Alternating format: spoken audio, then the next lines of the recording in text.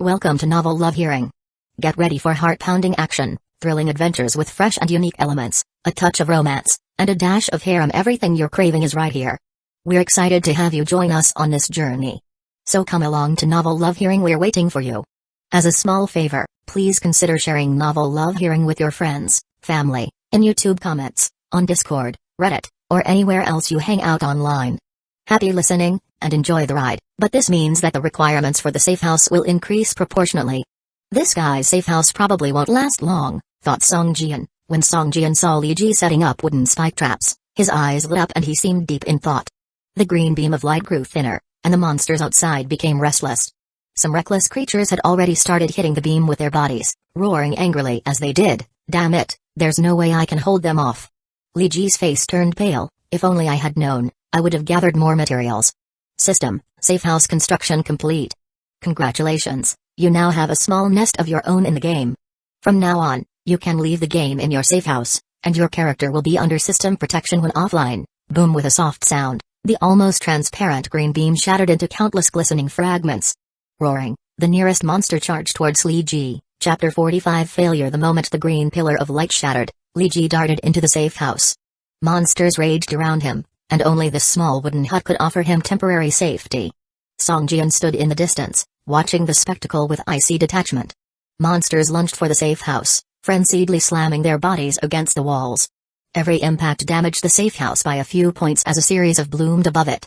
The monsters were too numerous and the house's defense rapidly dropped at a visibly alarming rate due to its mere 300 defense points. Several mutated zombies rushed into a crimson circle and countless wooden spikes surged up from within. Each of these spikes was over half a meter long and directly pierced the bodies of the zombies that entered, throwing them up in the air.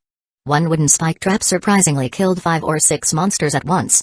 First or second level monsters were killed instantly, only third level monsters could retain some vitality. What is this thing? It's powerful! Exclaimed Song Jian, a look of surprise on his face as he regarded the 3 crimson wooden spike traps. He was too far away to check the properties of those circles. All he could see was Li Ji positioning these 3 red circles. Li Ji, like an ant on a hot pot, hid inside the empty safe house.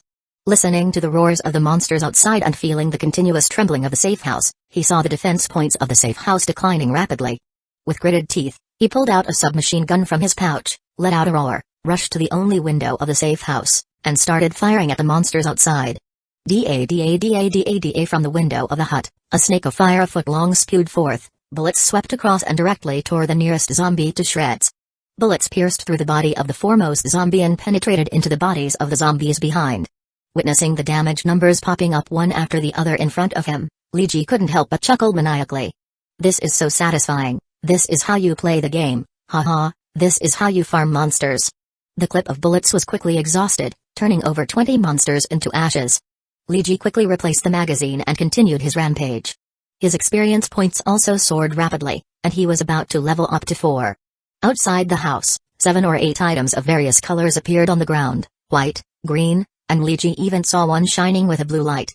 He could only watch them but couldn't pick them up. It was like having a rat incessantly gnawing at his heart, wishing he could rush into the pile of monsters to loot all the spoils of war. Kacha. Just as Li Ji was enjoying farming monsters, a huge crack appeared in the wall of the safe house, startling him. Looking at the durability of the safe house, in just a few minutes, it had already dropped to a little over 100 points, sending a cold shiver down Li Ji's spine. The green column of light that Li Ji had used to create the safe house not only attracted all the monsters within a kilometer radius but also attracted many other players. They all stood in the distance, quietly staring at the small wooden house. Song Jian gazed at the house, deep in thought. In just a few minutes, Li Ji had killed hundreds of monsters with the help of the safe house's defense.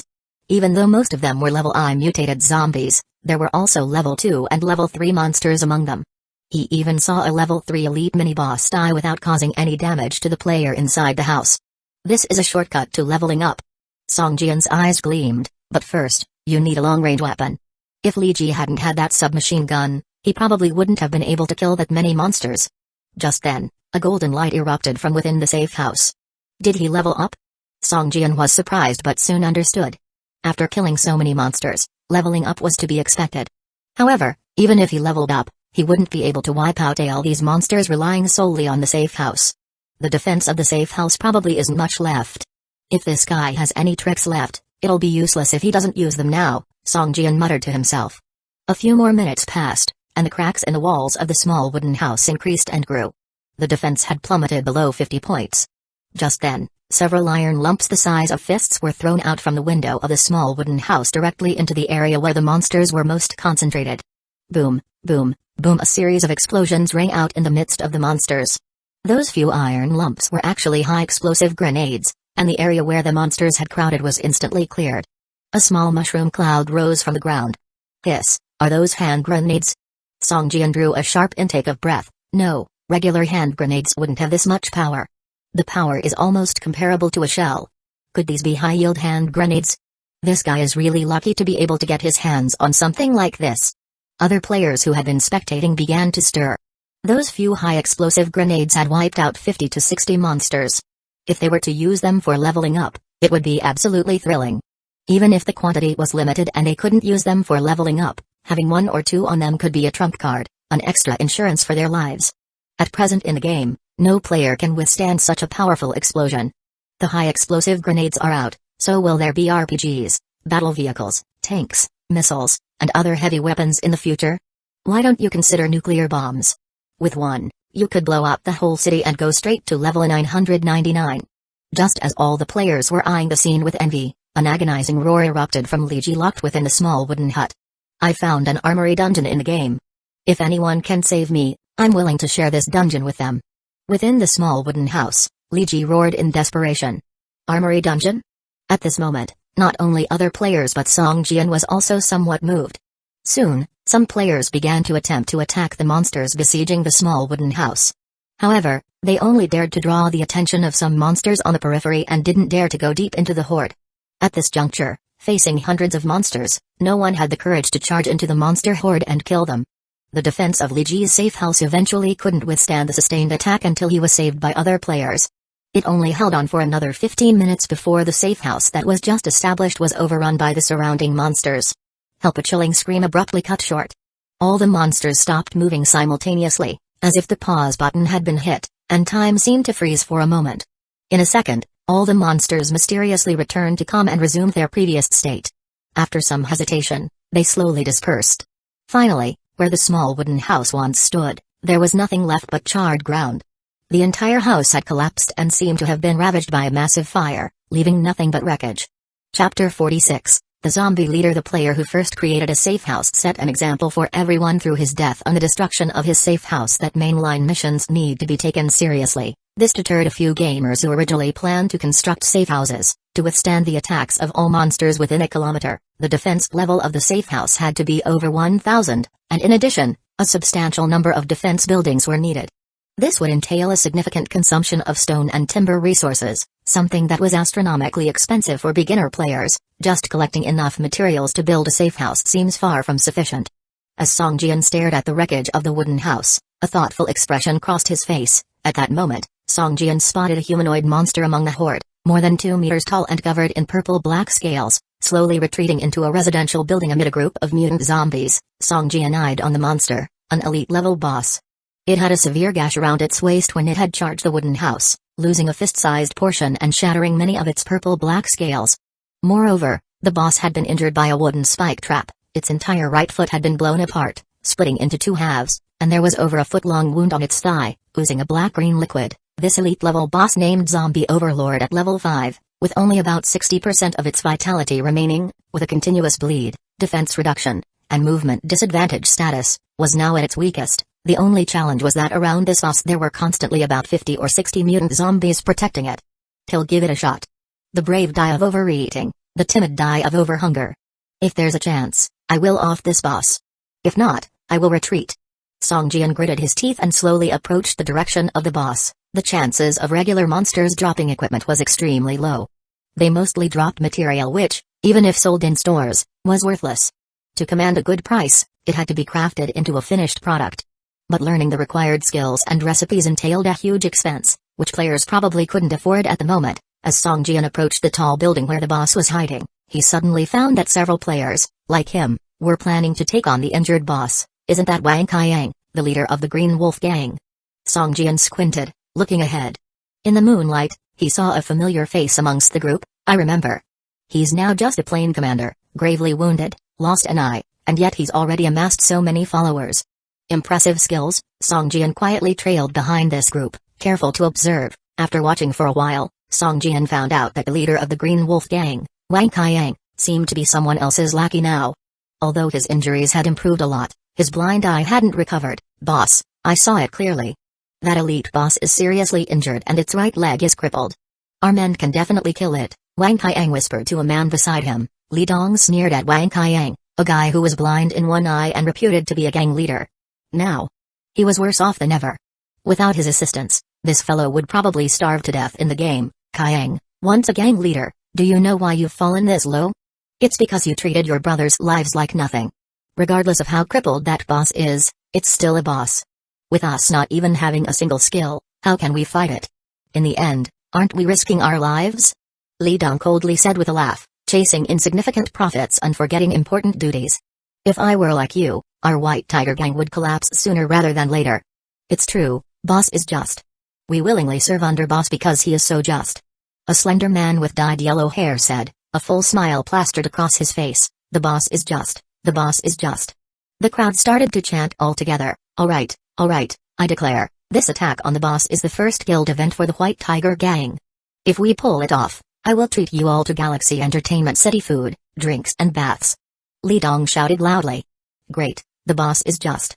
He's nothing like those trashy gangs that only care about their own gains, regardless of their brothers' lives.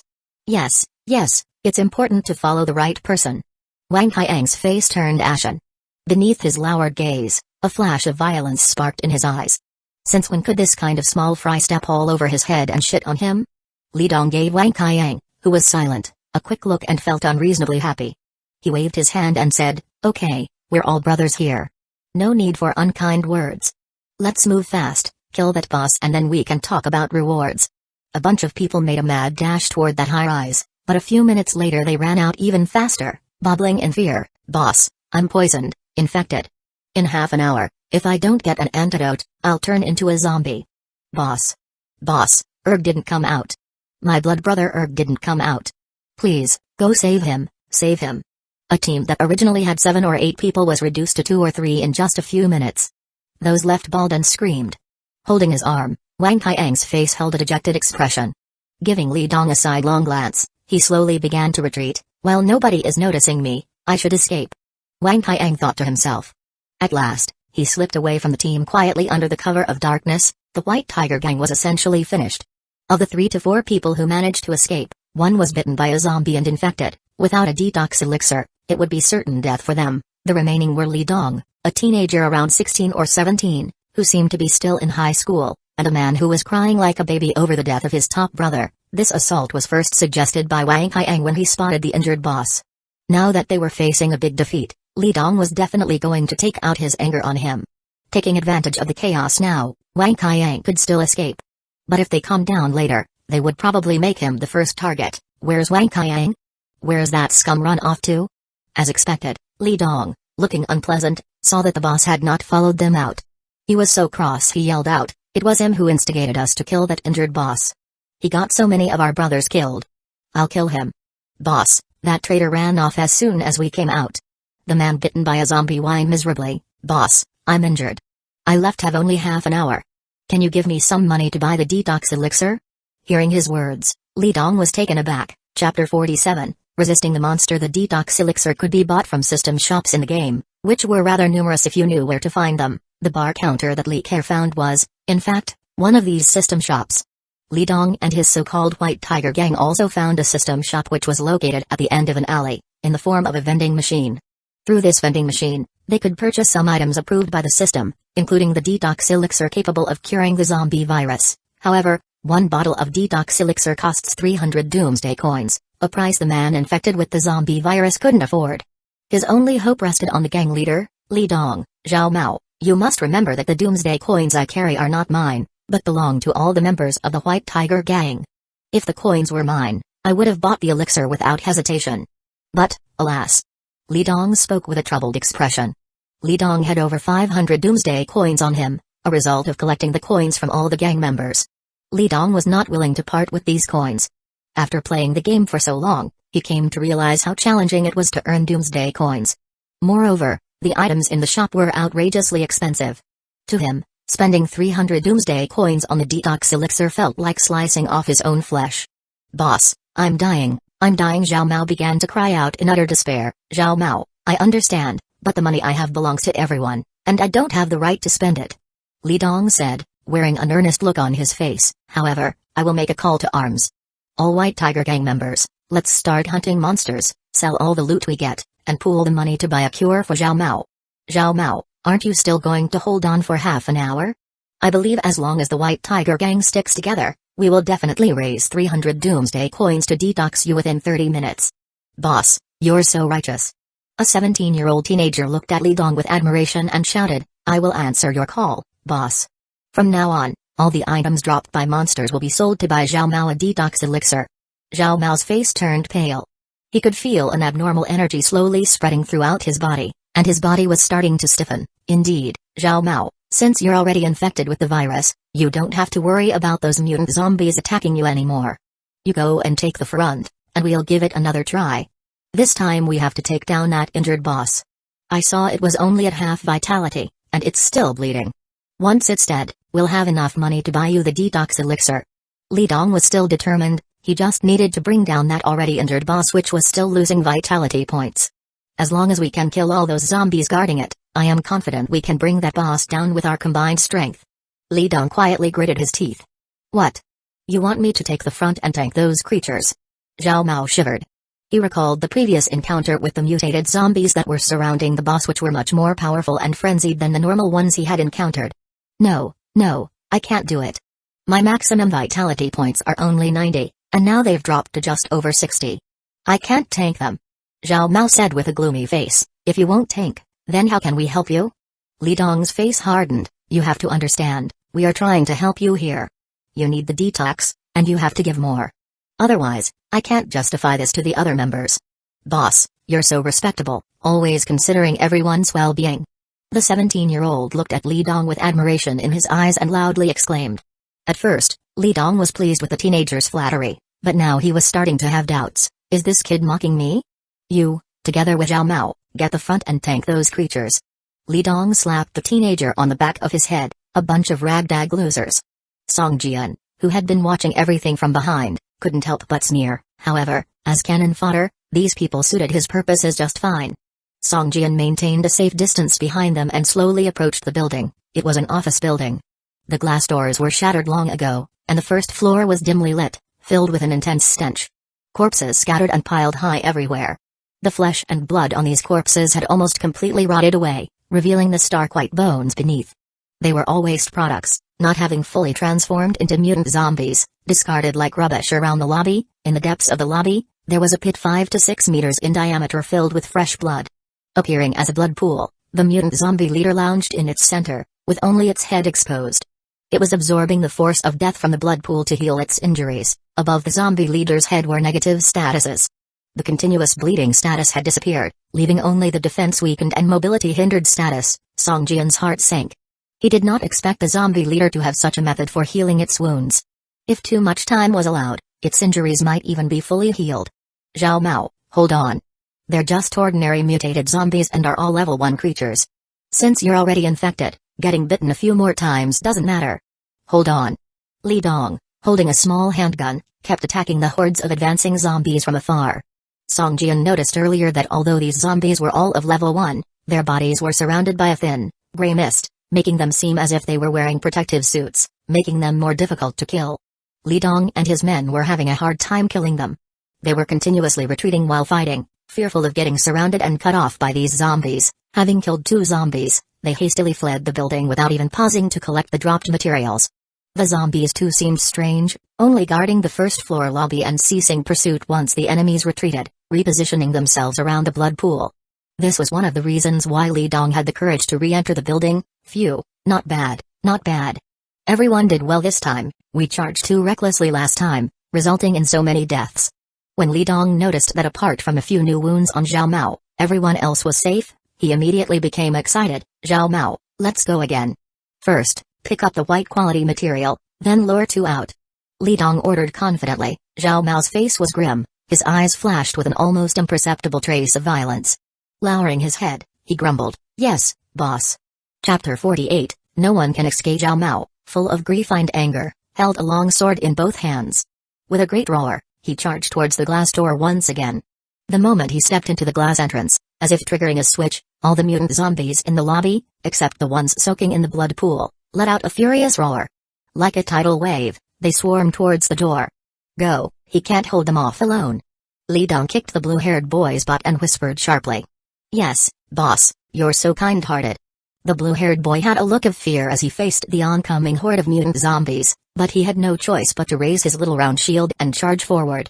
Li Dong took the opportunity to collect the items dropped by the previous zombies into his bag, before calmly teaming up with another man to attack a single mutant zombie. These common level 1 zombies, veiled in a layer of thin gray mist, seemed to be clad in sturdy leather armor. Originally, a single blow could cause 30 or 40 points of damage. Now, however, a single hit could only deal about 20 points of damage. This mist alone was enough to make Zhao Mao, who was on the front line, suffer immensely. There was plenty of debris in the hall, dilapidated sofas, counters, coffee tables, and the like, strewn about with skeletal corpses that filled the room. Zhao Mao used these obstacles to barely hold off the zombies' onslaught. At each turn, Zhao Mao only had to face 3 or 4 mutant zombies. To reach him, the other zombies had to navigate around obstacles. For this reason, Zhao Mao could only stay in one place for 10 to 20 seconds. He had to keep moving, otherwise, he might get surrounded, and he wouldn't even have the chance to escape. Li Dong, on the other hand, was standing far away, and could retreat at any time. He was perfectly safe. "I can't do this anymore, boss. I only have 26 vitality points left," Zhao Mao shouted, retreating as he did so. Li Dong furrowed his brows, then sighed as he glanced at the zombie leader in the blood pool. If he had known this slow and steady method earlier, they wouldn't have lost so many people the first time. "Retreat, we're giving up on this, boss," Li Dong shouted. At this moment, the zombie leader, who had remained still in the blood pool, slowly opened his eyes, grabbed a handful of rolling blood water, and raised it high. Boom! With a loud noise, the blood water in the zombie leader's hand exploded like a high explosive, obliterating the whole arm. The zombie leader let out a painful roar, followed by a rain of blood that resembled a meteor shower, filling the entire first-floor lobby. The zombie leader, who had initially recovered to about 60% vitality, took a severe hit. His vitality dropped below 40% instantly. The raining blood splashed everywhere. Anything the blood rain touched started to corrode rapidly, soon forming small pits and giving off a burning smell. The corrosiveness of the blood rain was even stronger than concentrated sulfuric acid. Very soon, the first-floor lobby became more dilapidated with pits everywhere. A basin-sized group of blood twisted and changed shape in the air, seemingly conscious of its surroundings. Before long, this group of blood took the shape of a large insect and bounced forward, heading straight towards the glass door in the hall. Splat! The clump of blood was very viscous. It stuck to the upper wall of the door, slowly dripping down. Countless thick strands of blood started to wiggle and spread out in every direction. From a distance, it looked like a massive blood web, completely enveloping the entire door. "Be careful, this blood rain is poisonous. Damn, it's highly corrosive. It penetrated through my leather armor. Boss, save me, boss, our way out is blocked, we can't get out." The 4 people still in the hall were terrified immediately. Zhao Mao's vitality was down to just over 10 points. He was dizzy and could feel a frosty energy spreading through his body, making him feel as if he was about to be frozen. "Why didn't they buy me a detox elixir? Why didn't they buy me a detox elixir?" Zhao Mao mumbled to himself, his eyes emitting a crimson glow. A mutated zombie lunged at Zhao Mao, who was feeling faint from exhaustion and had given up resisting. The long sword slipped out of his hands with a clatter, his body swaying dangerously, on the verge of collapsing onto the ground. Just when the zombie was about to reach Zhao Mao, it halted. Instead of attacking, it turned and howled at Zhao Mao. Seeing Zhao Mao in his weakened state, the zombie inexplicably turned its attention to a blue-haired youth nearby and pounced on him instead. Bloody hell, what's going on? The youth was stunned. He had 2 zombies on his tail, and now with Zhao Mao no longer resisting, all the pressure suddenly landed on him. He was also frightened by the preceding events. Why didn't the zombie attack Zhao Mao? "Boss, I can't hold them off, I can't," the blue-haired youth shouted, backing away. His retreat led to more mutated zombies rushing forward, causing Li Dong's face to turn pale. Stand your ground, if we can't hold them off, we're all going to die." Li Dong was ashen-faced, watching helplessly as 3 or 4 dozen mutated zombies swarmed towards them. "Boss, let's run. Another man shouted, charging directly towards the glass door. He lifted his long spear and stabbed it against the blood web covering the entrance. After a couple of stabs, despair washed over the man's face. Each strand of the blood web, though only as thick as a finger, was incredibly tough. His spear bounced back with even greater force when it struck, unable to sever even a single strand.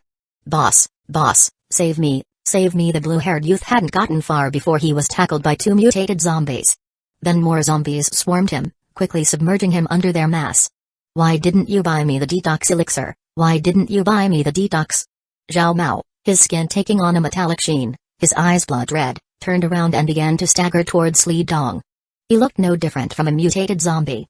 Don't come closer, stay away. Li Dong shouted out in fear, taking out a white-quality rifle from his bag and aiming it at the closest mutated zombie. Bang! A deafening gunshot rang out, as the force of the bullet easily tore through the grey mist enveloping the zombie, hitting it squarely in the head. Splatter! The zombie's brain burst open as if it was a watermelon. Click! Li Dong ejected a bullet casing and reloaded a new bullet, continuing his aim. Bang! Another gunshot, this time missing the zombie's head but instead hit its chest.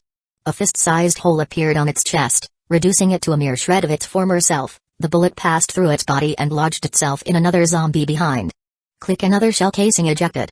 Li Dong reloaded quickly, expertly handling the gun as if he was a decades-long veteran soldier.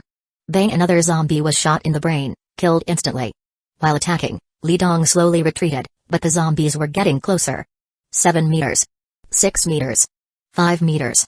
Chapter 49, Poison Mark. Don't come any closer, don't come any closer, Li Dong roared loudly, his eyes filled with bloodshot veins, as he pressed the rifle against the forehead of a mutated zombie and pulled the trigger forcefully. Bang! The mutated zombie's head exploded, and the stinking bodily fluid splattered all over Li Dong's face. Fear filled Li Dong's heart. Looking at the zombies close at hand, he didn't even notice that a corpse poison negative status had appeared in his status bar, just like Zhao Mao's had. Li Dong, who had originally comprehended the quick reload passive skill, was shaking so badly now that he couldn't load the next bullet into the rifle. Why didn't you buy me the detox elixir? A familiar voice rang in Li Dong's ears, and he looked up to see Zhao Mao's pale face appearing before him. Zhao Mao, brother, let's get out of here, and I will buy you the detox elixir. Really, I'm not lying to you, not lying to you. Li Dong cried in horror as he backed away. Why not buy me the detox elixir? Zhao Mao kept repeating these words, swaying and pouncing towards Li Dong. A feeling of weakness surged throughout Li Dong's body, and it was only then that he realized he had been infected with the zombie virus as well. Letting go with both hands, the rifle fell to the ground, and Li Dong looked at the approaching Zhao Mao, his face suddenly revealing a bitter smile. Is this retribution? Roar! Zhao Mao suddenly opened his mouth wide and lunged toward Li Dong, the tusk fang stinger sinking into his neck, feeling blood gushing out. Immediately after, the zombies behind Zhao Mao also surrounded Li Dong, constantly biting into his flesh. Boss? The last remaining member of the White Tiger gang, who was using a spear blade to cut through the blood pool's net, heard Zhao Mao's roar and looked back to see their boss being tackled to the ground by a group of zombies. His face instantly showed a look of despair. If we can't live, let's die together. He pulled out a backpack-sized packet of explosives from his inventory, hesitated not a bit, and fiercely pulled the fuse. Holding the package of explosives, he rushed into the zombie horde. Boom! With a loud bang, the zombies' severed limbs and broken arms fell like rain. This explosion killed at least a dozen mutated zombies and cleared a large area of empty space. The zombie commander was also alarmed by the explosion, and upon opening his eyes and seeing the limbs scattered everywhere, a pained expression, almost human-like, appeared on his ashen face. Roar! With a roar from the commander, the 7 or 8 remaining mutated zombies crawled up from the ground and began to transport the corpses of the zombies on the ground, throwing them into the blood pool. Zhao Mao, sucking Li Dong's fresh blood, felt a warm current surging into his stomach, as if his whole body was filled with strength, and even his consciousness started to gradually clear up. Where am I? What the hell happened to me? Zhao Mao was bewildered when suddenly, he heard a loud noise by his ear.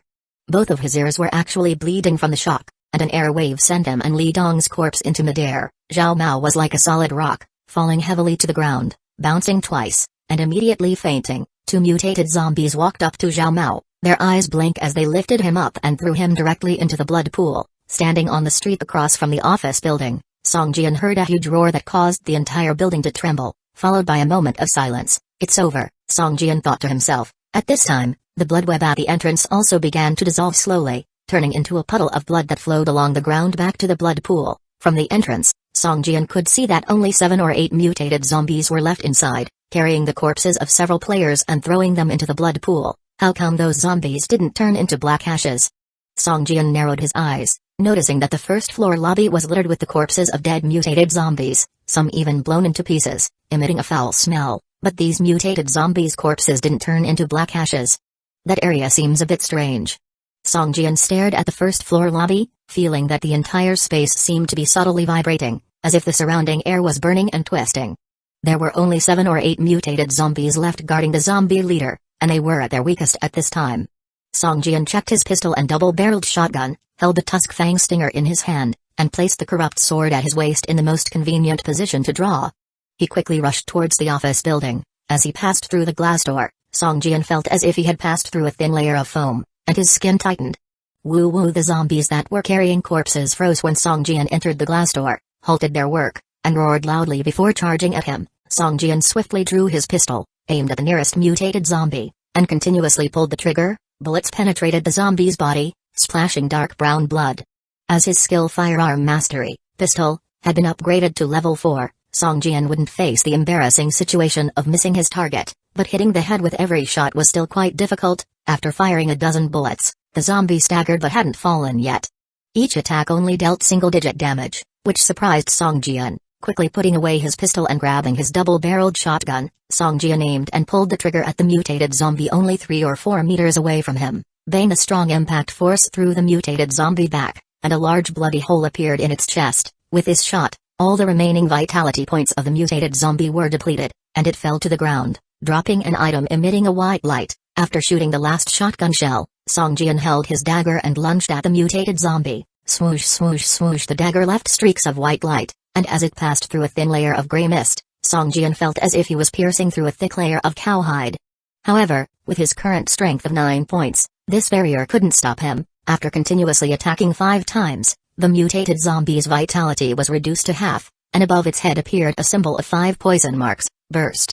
With a soft shout, a muffled boom suddenly erupted inside the mutated zombie's body, and a puff of green mist exploded from it. The Tusk Fang Stinger's built-in Poison Nova skill could be detonated after stacking 5 poison marks, dealing over 100 points of damage to mutated zombies. At this point, the zombie had less than 50 vitality points left, and it was directly exploded by the Poison Nova. Its remaining vitality wiped out completely, and the zombie fell limp. A look of surprise and joy appeared on Song Jian's face. He hadn't expected the Poison Nova to be so powerful, which increased his confidence in hunting the zombie leader. Chapter 50, Kill with the Poison Nova skill. Song Jian quickly killed all 7 or 8 mutated zombies, picked up a few dropped materials, and turned his gaze to the zombie leader still soaking in the blood pool. At this moment, the zombie leader seemed unaware of Song Jian's arrival, still had its eyes closed, and its entire body was immersed in the blood pool, with only its head exposed. The blood in the blood pool kept boiling, like boiling water, bubbling, and the zombie leader's vitality points were slowly recovering under the nourishment of the pool. The zombie leader's vitality was now only at 40%, and its right hand was severely injured after using the blood web skill. Sensing Song Jian's living presence, the zombie leader began to emit a thick black aura around its body. Song Jian started to load bullets one by one and slowly approached the blood pool. Bang bang bang! Standing 10 meters away, Song Jian shot at the zombie leader. Out of more than a dozen bullets, only 2 missed, hitting the blood pool, while the others all hit the zombie leader's head, but the damage they caused left Song Jian in awe. 2 points of damage. Why only 2 points of damage? Song Jian couldn't believe his eyes, as each bullet that hit the zombie leader's head caused only 2 points of damage. Barely breaking the defense, is its head still its weak point? Song Jian put away his pistol and looked at the rifle on the ground. Song Jian had clearly seen the power of this rifle earlier, which left him astonished. Its power was tremendous, except for the slow loading, and if he had not learned a skill like quick reload, this gun would only serve as a fire stick after a shot. 3 or 4 bullets lay scattered around the rifle, each about a finger long, nearly 3 times longer than a pistol bullet. This rifle had only 9 durability points left and seemed to be on the verge of breaking. Picking up the rifle, Song Jian pulled the bolt, loaded a bullet. His loading speed was more than twice as slow as Li Dong's. Boom! The rifle bullet burrowed deeply into the zombie leader's head, causing more than 10 points of damage to float up. Song Jian's eyebrows raised. The power of this rifle was remarkable, almost 10 times that of a pistol. Roar! This attack completely angered the zombie leader. Its crimson eyes opened wide, and the black aura surrounding it became even thicker. Splash! The zombie leader stood up from the blood pool and rushed towards Song Jian.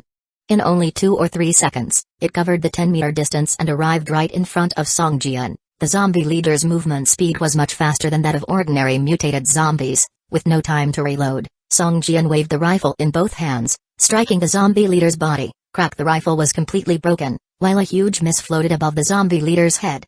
Song Jian swung his waist and moved the double-barreled shotgun to his chest, quickly holding it with both hands, aiming at the zombie leader's chest, and pulled the trigger. Boom, boom! 2 consecutive shots shook the gun barrel, and the smoke enveloped them.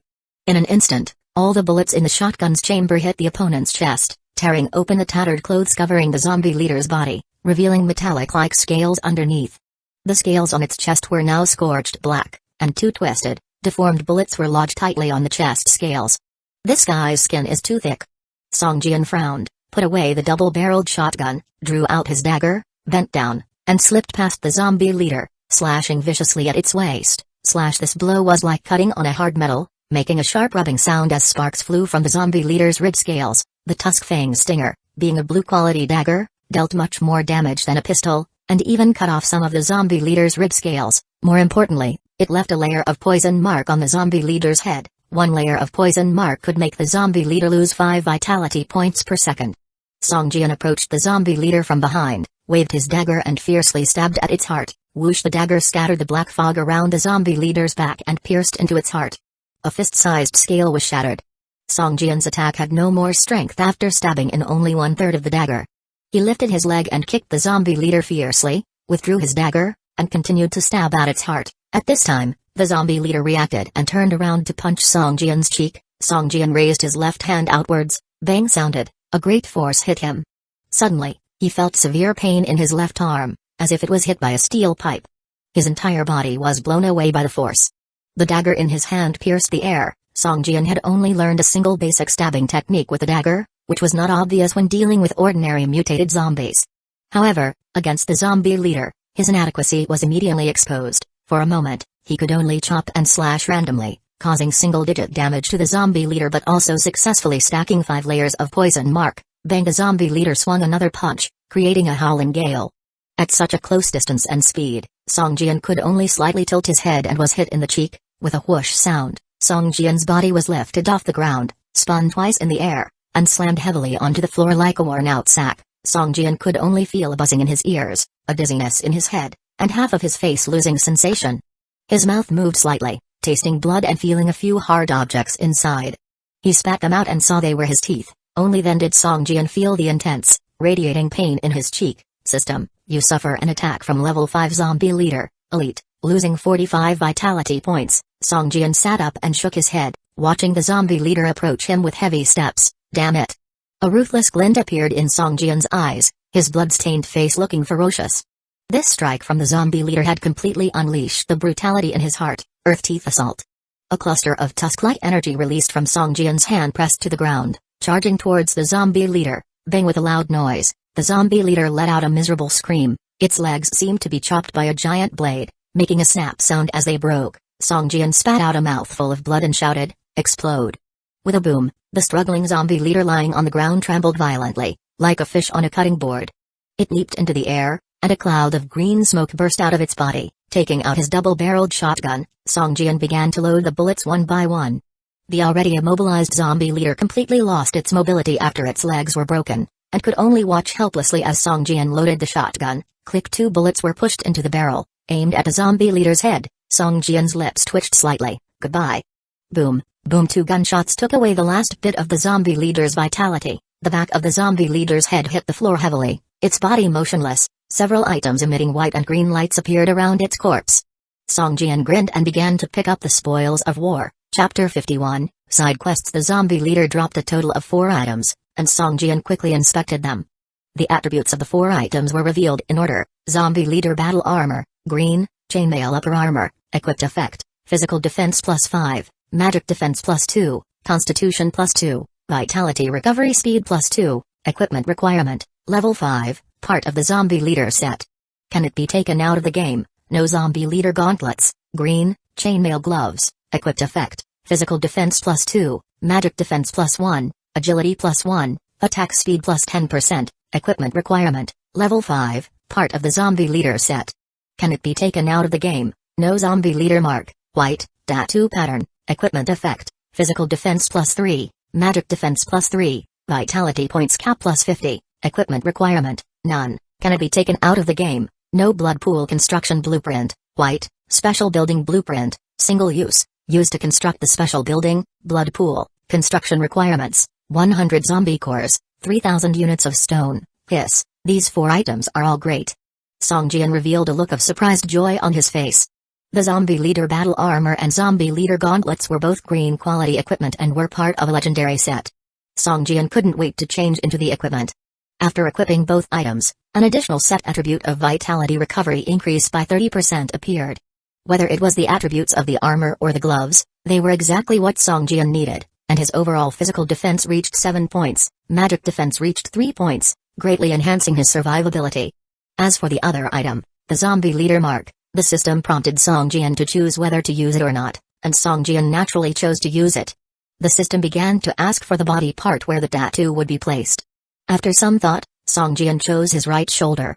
The zombie leader mark turned into a beam of white light, flew into Song Jian's shoulder, and immediately a burning pain spread across the shoulder. The pain came quickly and left just as fast. It did not take long for the pain to disappear, replaced by a refreshing feeling.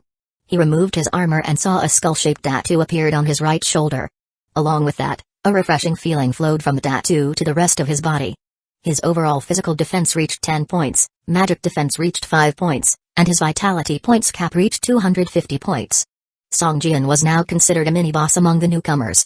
Even though I smoke, drink, and have tattoos, I know I'm a good boy.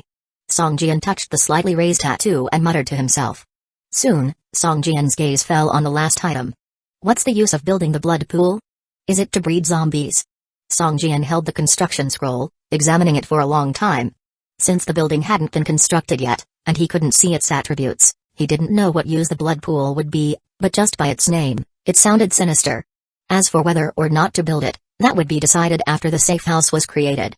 Having learned from his past experiences, Song Jian was determined to collect as many materials as possible. The safe house needed the best possible defense to withstand monster attacks during construction.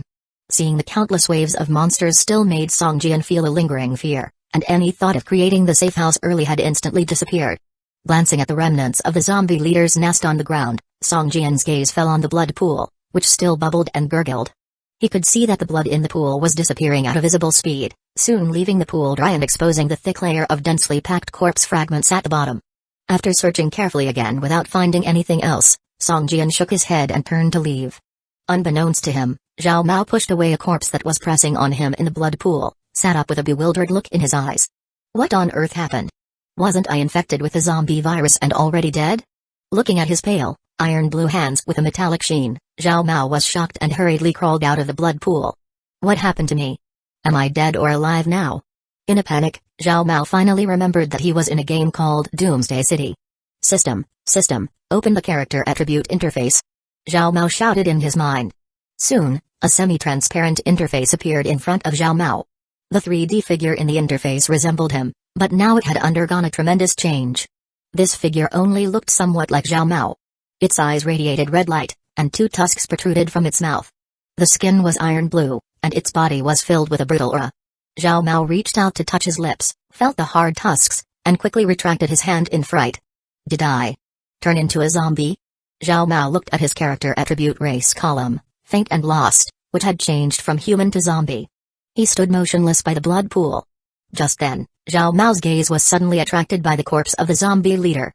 The corpse emitted a faint fragrance that seemed to make Zhao Mao's stomach feel like it was on fire. I'm so hungry. Zhao Mao's eyes burst into a crimson glow, and any remaining humanity vanished in an instant. Unsteadily, he lunged towards the corpse of the zombie leader. In the early morning, with the sun just rising, Song Jian stood silently in front of a pile of rubble on the street. Just a few hours ago, it had been an abandoned newsstand that players had transformed into a safe house. But it was unable to withstand the monster attack and had crumbled into the ruins before him. Abandoned safe house, ruins. This is a safe house that has been abandoned. Its owner, named Li Ji, has disappeared, and no other safe house can ever be built here again. As Song Jian focused his gaze on the ruins, the system gave an explanation for them. Li Ji, the first player in the game to create a safe house, had declared his existence to others in this manner. As Song Jian prepared to leave, he suddenly noticed a fingertip-sized metal fragment glowing faintly next to the ruins. Upon closer inspection, it was a fragment of a hand grenade. System, you picked up a fragment of a high-explosive hand grenade. This fragment will give you a side quest. Do you accept? A side quest? Song Jian was momentarily stunned, then a look of joy appeared on his face. What a pleasant surprise. Accept. System, you have received the side quest, Guardian's Grief. Quest name, Guardian's Grief. Quest goal, take the fragment to materials expert Dr. Abziding for examination.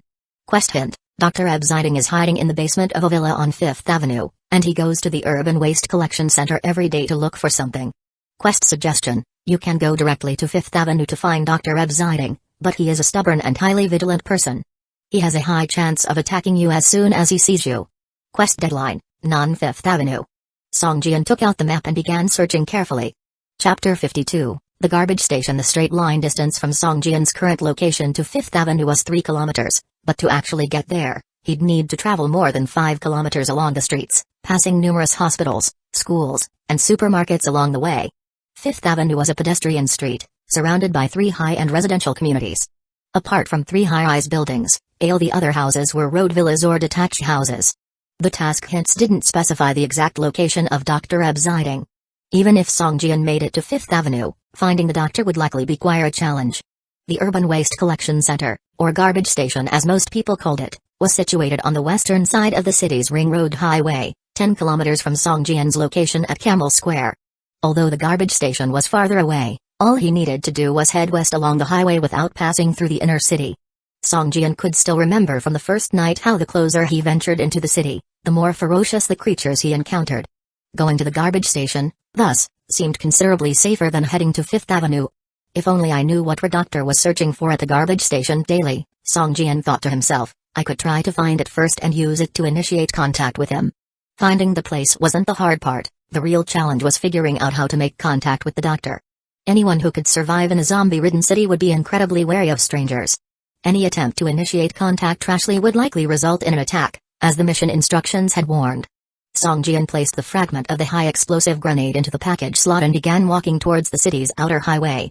The highway was littered with wrecked cars, while outside the patches of small woods, many people were now gathering wood and stone materials. It seemed that the previous players' failures to create safe houses had taught everyone the same lesson: the more wood and stone you gather, the more robust your safe house will be. Song Jian climbed atop a discarded car and looked around. Westward along the highway, the road was unobstructed for miles, with only a few wrecked cars here and there on the roadside. Little cheap brother, come gather with us. Li Ke called out from the small woods off the highway as she spotted Song Jian, hopping and waving at him excitedly. Despite her young age, Li Ke was quite smart. Although Song Jian had already given her 300 pieces of lumber, she still continued to gather more to build her safe house even stronger. Song Jian waved back at Li Ke, then headed west along the highway, towards the garbage station. Seeing Song Jian leave, a disappointed expression crossed Li Ke's face. Her log-gathering pace faltered, and her movements lost their previous vigor. After traveling a kilometer along the highway, Song Jian suddenly spotted a pickup truck on the overpass ahead. The vehicle looked brand new, as if it had just been driven out of a dealership. The door was open, and the keys were still in the ignition, as if it had been prepared just for him. Song Jian chuckled.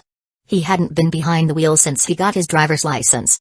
Now he had the chance to indulge himself. The entire highway was his, he could drive however he pleased. He got in, started the truck, and it began to lightly tremble as he awkwardly drove the pickup out. Thankfully, he was the only one on the highway, and he could avoid the wrecked vehicles along the roadside with care. At first, Song Jian drove quite slowly, but after a few kilometers, he began to gain confidence. The speed of the truck steadily increased from 30 or 40 miles per hour to upwards of 70 or 80. While Song Jian was on his way to the garbage station, he suddenly spotted a level 3 mutant zombie roaming on the highway. In an instant, he decided to have some fun. Rather than slowing down, he floored the accelerator and charged at the zombie, sending it flying. Oh yeah. Song Jian was thrilled. He experienced a kind of reckless exhilaration. System prompt, you killed a level 3 mutant zombie using the vehicle pickup truck, and have gained 96 experience points. The roar of the engine attracted the attention of the zombies on the highway. They began to congregate on the road. Ignoring zombies that hadn't yet made it to the highway, Song Jian zoomed past, leaving behind only a cloud of exhaust.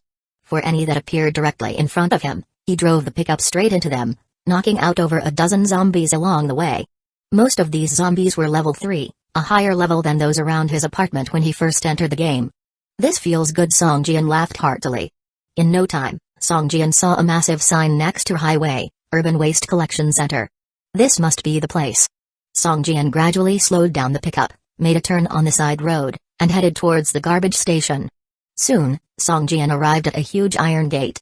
As soon as he got out of the truck, he felt an intense sense of danger. It was as if someone was aiming a sniper rifle right at his head, a feeling that became stronger the closer he got to the dump.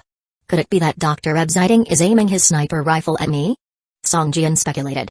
Bang! A shower of dust sprang up a meter away from Song Jian, leaving a one-finger-wide deep hole right in front of his eyes. Stranger, leave now. You are not welcome here. A raspy voice echoed from the distance.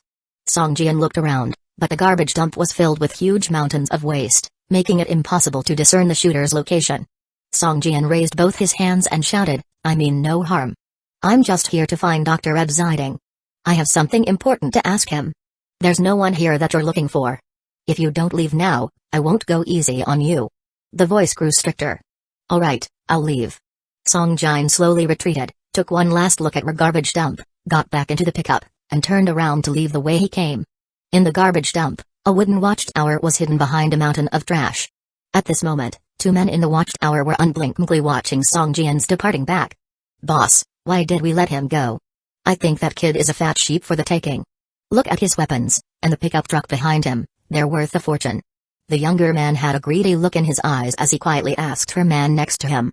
Don't forget why we put in so much effort to enter this city of death. We can't afford unnecessary trouble. Completing the mission is key. How do you know he came alone? A bearded man beside him didn't even turn his head, his eyes stayed glued to the butt of his rifle. When Hiro came, he could feel that the young man had already sensed his presence. The young man was slightly disgruntled but didn't dare to argue. He grumbled a bit and raised his binoculars to look at Song Jian. Chapter 53, Discovering the Doctor. Song Jian drove away from the garbage station but didn't go far before stopping several hundred meters away from the station. In the quiet, he waited for darkness to fall. He planned to use the cover of night to infiltrate the garbage station and start his search. If Dr. Ebsiding could not be found, his only other option was to take a risk and search Fifth Avenue. The level of danger there, compared to the outskirts of the city where the garbage station was located, was like chalk and cheese. They aren't players, they're NPCs in the game, and they aren't in league with Dr. Ebsiding. If they were, they would have at least questioned the doctor when they heard I was searching for him instead of outright refusing. Song Jian leaned on his pickup truck, staring at the distant garbage station, and whispered to himself. There was still plenty of daylight, he couldn't afford to waste these precious hours. Song Jian chose a patch of woods just outside the highway and began to collect wood by punching the trees. The highway was lined with many areas of woodland. Some areas were densely forested, others only had a few scattered trees. Now that Song Jian's fists were hardened, he felt no pain when punching tree trunks, which expedited the process of gathering wood. Within 3 to 4 minutes, he could collect all the wood from a whole tree. In the past, I had to endure the pain. It would take me more than an hour to gather the wood from just one tree. Song Jian examined the calluses on his knuckles and thought to himself. With 3 to 4 hours left before dark, Song Jian managed to collect close to 2,000 units of wood. He now had more than 3,000 units, nearing 4,000. Even if he sold the excess wood to the system store, he'd get a decent return. However, for his safe house, he knew keeping the materials was essential. More was always better when constructing a safe house. After sufficient wood gathering, Song Jian flexed his fists and glanced at a gigantic rock taller than a man. Maybe it's time to gather some stone. Thinking this, Song Jian approached the rock and punched it hard, feeling a slight recoil from his fist. Song Jian cracked a smile. It doesn't hurt as much as I thought. Seems like my fists have toughened up. Thud, thud, thud. Song Jian threw each punch with full force. The pain from his fists was faint. This he could easily ignore. He collected another 500 units of stone. Finally the sky darkened. Song Jian began to replenish his hunger and thirst levels, took a short break, checked his equipment one more time, and then headed towards the garbage station. The garbage station was surrounded by a simple steel wire fence. The wind blowing through the fence made a shuffling sound, which could help mask any noise Song Jian would inadvertently make. Using his corrupt sword, Song Jian made a large hole in fence and crawled in. The garbage station was vast, with most of the area occupied by enormous heaps of trash. Only on the outskirts, near the entrance, there were a few shacks, 2 of which glowed faintly with dim light. Song Jian crept closer. From one of the shacks, bouts of cheering and loud chatter could be heard. As Song Jian approached a small window on the side, he peered inside. Inside, 5 or 6 men were gathered around a pile of jewelry and gold bricks, hooting and celebrating. We're rich, and it's all thanks to the boss. This city of death is a treasure trove. Captain, you reckon how much we'll all get? Can I afford to marry Susanna, the dancer at Old Henry's bar? Haha, little Robin, even if you can't take Susanna home, you can at least spend a few nights with her. Song Jian's eyes were also firmly locked on the pile of gold bricks and jewelry in the center of the room. He had never seen so many jewels before, and the stacks of gold bars, there must have been 40 or 50 of them. Heavy and shining with a faint glow under the dim light. Enough. Isn't it shameful to lose your composure over a measly haul? A burly man stood up and bellowed, "This is merely the inventory from a branch of Bohai Bank. Don't forget, in this city lies a vault of the central bank, where half the wealth of the country is amassed. Even if you wanted to, you could buy the entirety of Old Henry's bar 10 times over." His words further excited the men. They raised their glasses and erupted into a howl of cheers. Song Jian eyed the burly man who had just stood up and was stunned. The man was as tall as himself, close to 2 meters, all muscle and menace. What caught Song Jian's attention the most was his right arm, which had been cut off at the shoulder and replaced with a metal arm shining a silvery light. Song Jian carefully withdrew. All the men had guns, and on top of them, an elite level 5 NPC. Rushing in rashly would be suicide. Although the pile of jewelry and gold inside was tempting, it wasn't worth risking his life. Another shack, located 3 to 4 meters away, was also emitting dim light. However, it was eerily quiet. No raucous laughter could be heard. 2 men armed with antiquated rifles guarded the entrance. Song Jian didn't dare get too close, afraid of alerting them. Phew, this accursed weather. I wish I was in there enjoying a warm drink too. One guard cast envious looks toward the other shack and muttered. Another hour till our shift ends. Just hold on. The other guard yawned. I don't see why we have to guard this old coot. Just put a bullet in him and let's be done with it. Apparently he's a doctor. He could fetch us a hefty sum. Maybe even get us connected with the Pain Queen. If that happens, we'll be rolling in wealth. No amount of money can replace that. The Pain Queen? For an old man on death's door? Who knows? But the captain seems to think so. You want to ask him yourself? Are you suicidal? The guards conversed in hushed tones, passing time. Song Jian eavesdropped and perked up. Could the doctor there referring to be Dr. Ebsiding? Peering in through a broken window, he saw an old man with a head full of white hair. Phi lay still on a rickety single bed. If not for the faint rise and fall of his chest, Song Jian would have mistaken him for a corpse. I need to use the bathroom. Be quick about it. I'm not covering for you if the captain comes around. Fine, we both know the captain won't come now. Song Jian watched as the guard moved towards the distant shrubbery.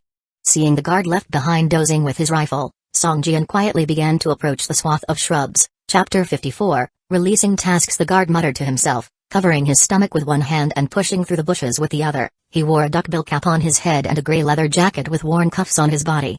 His originally brown trousers had turned dark with filth, and his canvas shoes looked like they had just been picked up from a garbage dump, with a hole the size of a finger on the upper part. After crawling into the bushes, he found a place near the wire fence where the grass was sparser, undid his pants, and squatted down. Song Jian slowly made his way towards him along the wire fence. The guard, who had come out to use the toilet, didn't bring his gun. He suddenly felt irritable as he heard the rustling noise of the fence behind him. At that moment, he suddenly felt a chill on his neck, and his first thought was of danger.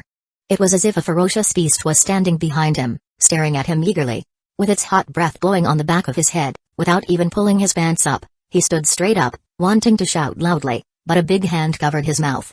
Before he could struggle, a cool sensation, followed by a sharp pain, hit the back of his head, and his vision blackened as he lost consciousness. Song Jian pulled out his dagger and, seeing that the guard's corpse hadn't turned into black ash, viciously stabbed his throat again. System, you killed a vertical bar LV3101 gathering area militiaman vertical bar with a dagger and received 190 experience points. Your reputation in the 101 gathering area decreases by 5 points, leaving you indifferent to them. Song Jian glanced at the system's combat tips, not caring about the 101 gathering area.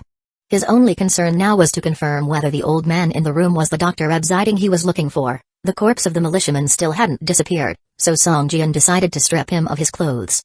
The night was quiet, and the sounds of revelry from another room made Ollie, who had been exposed to the cold wind, envious. He yawned, feeling exhausted. He had been searching the area all day, and now his body felt rusted and reluctant to move. After a while, he glanced at the rifle leaning against the door frame and suddenly realized, why hasn't Cook come back yet?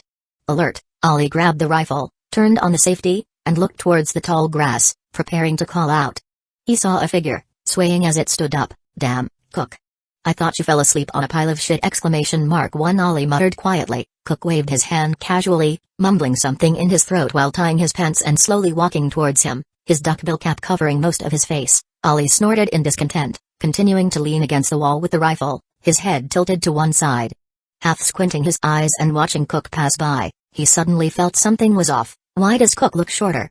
Ollie opened his eyes wide, just in time to catch a flash of white light before losing consciousness. He tried to call out, but only managed a weak gasp. Suddenly, a sharp pain in his chest made him lose all his strength. His body slumped down, and he sank into darkness. System: you killed a LV4I gathering area militiaman with a dagger and received 280 experience points. Your reputation in the 101 gathering area decreases by 5 points, leaving you indifferent to them. Songjian propped up the corpse of the militiaman, slowly sitting down and leaning against a wall, pretending to be asleep.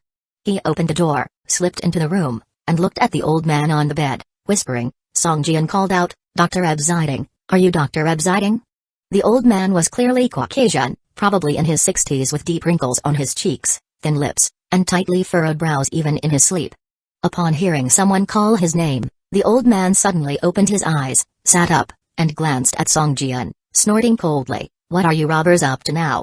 "Dr. Ebziding, I am here to rescue you," Songjian whispered. "Rescue me?"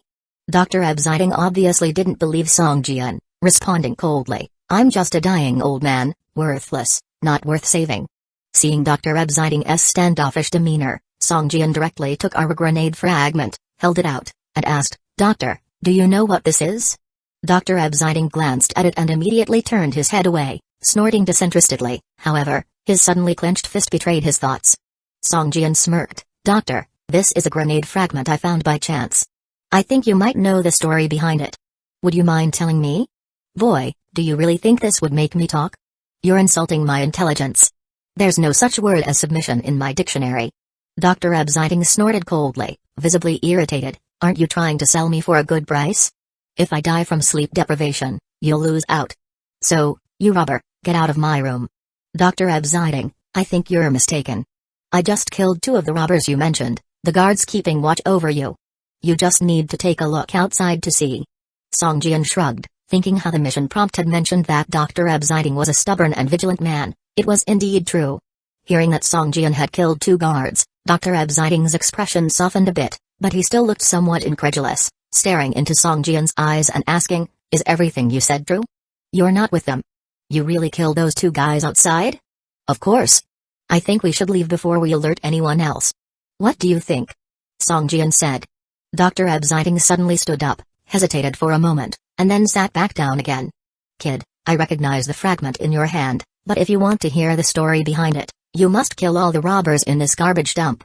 Otherwise, I will not come with you, nor will I tell you the story behind this fragment. System: Dr. Ebziding has issued a task to you. Annihilation. Task description: you must kill all the militia members in the Urban Waste Collection Center's 101 gathering area. Task reward: increase Dr. Ebziding's favorability by 50. Sheesh, your demand is suffocating. Songjian gasped, thinking, the NPCs in this game sure know how to play. It's like getting something for nothing. And it's a chain of tasks, one after the other. If he didn't complete Dr. Ebziding's task, it would be impossible to finish the previous side quest. Additionally, Dr. Ebziding hadn't yet found the item he was looking for in the dump, so he wanted Songjian to eliminate those who occupied it to make it easier to search later. Songjian felt like he was being forced to eat a green fly and reluctantly nodded, taking the task. Seeing Songjian accept the task, Dr. Ebziding seemed to breathe a sigh of relief, grew impatient after a moment, and waved at Songjian, "Go finish the task first. After you're done, come find me." With that, Dr. Ebziding rolled over and went back to bed.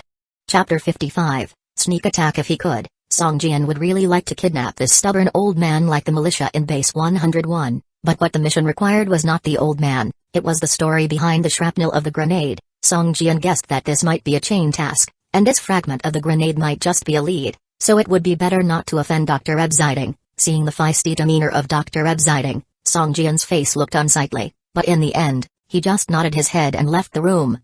From a conversation between 2 guards at the doorway, he learned that there would be a guard shift soon. He wondered if he could take the opportunity to assassinate 2 more.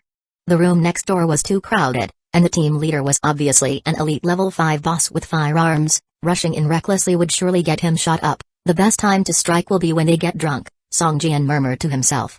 After killing 2 guards, he only dropped a bottle of mineral water and a can of beef, and nothing else. Despite the clothes and the rifles being present, there were no properties belonging to the set props. The clothes could be worn as a disguise, but the rifle couldn't even be fired, it could only be held in his arms, like a fire stick. Song Jian waited patiently for a bit over half an hour. The door of the room next door was pushed open, and 2 drunken men, using their rifles as crutches, staggered towards Song Jian. "Ali, cook, you guys must have been waiting anxiously, haha, don't worry, we've left you plenty of good stuff, there are still several barrels of beer, enough for you to drink." Shit, these 2 guys fell asleep, dare to sleep during a guard duty, if the captain knew, he would whip you guys. "Ali, you idiot, even sitting on the ground." Song Jian, holding his rifle, pulled his cap brim very low, covering most of his face, as he leaned against the door frame pretending to sleep. Ali was placed beside him in a sleeping posture. Hearing the 2's whispers, Song Jian felt very nervous. If these 2 noticed any abnormality and began yelling, the difficulty for Song Jian to complete the task would significantly increase, and there was even a possibility that the mission would fail. Song Jian took a deep breath, his muscles go tense, ready to strike at any moment. 5 meters.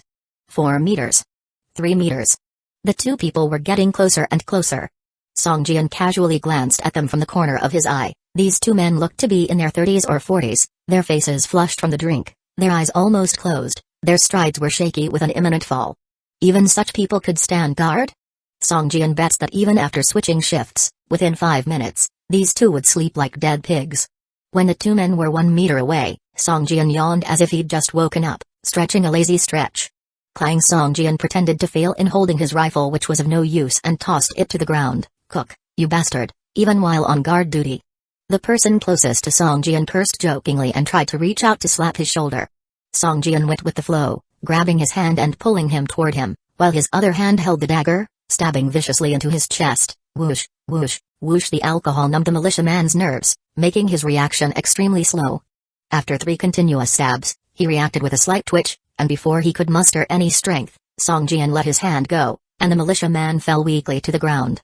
Seeing his companion fall to the ground, the other man was oblivious of any danger. He grunted a couple of times, bending down to tug on the man's collar. "Stop pretending to be dead, Eric, do you want me to stand guard alone?"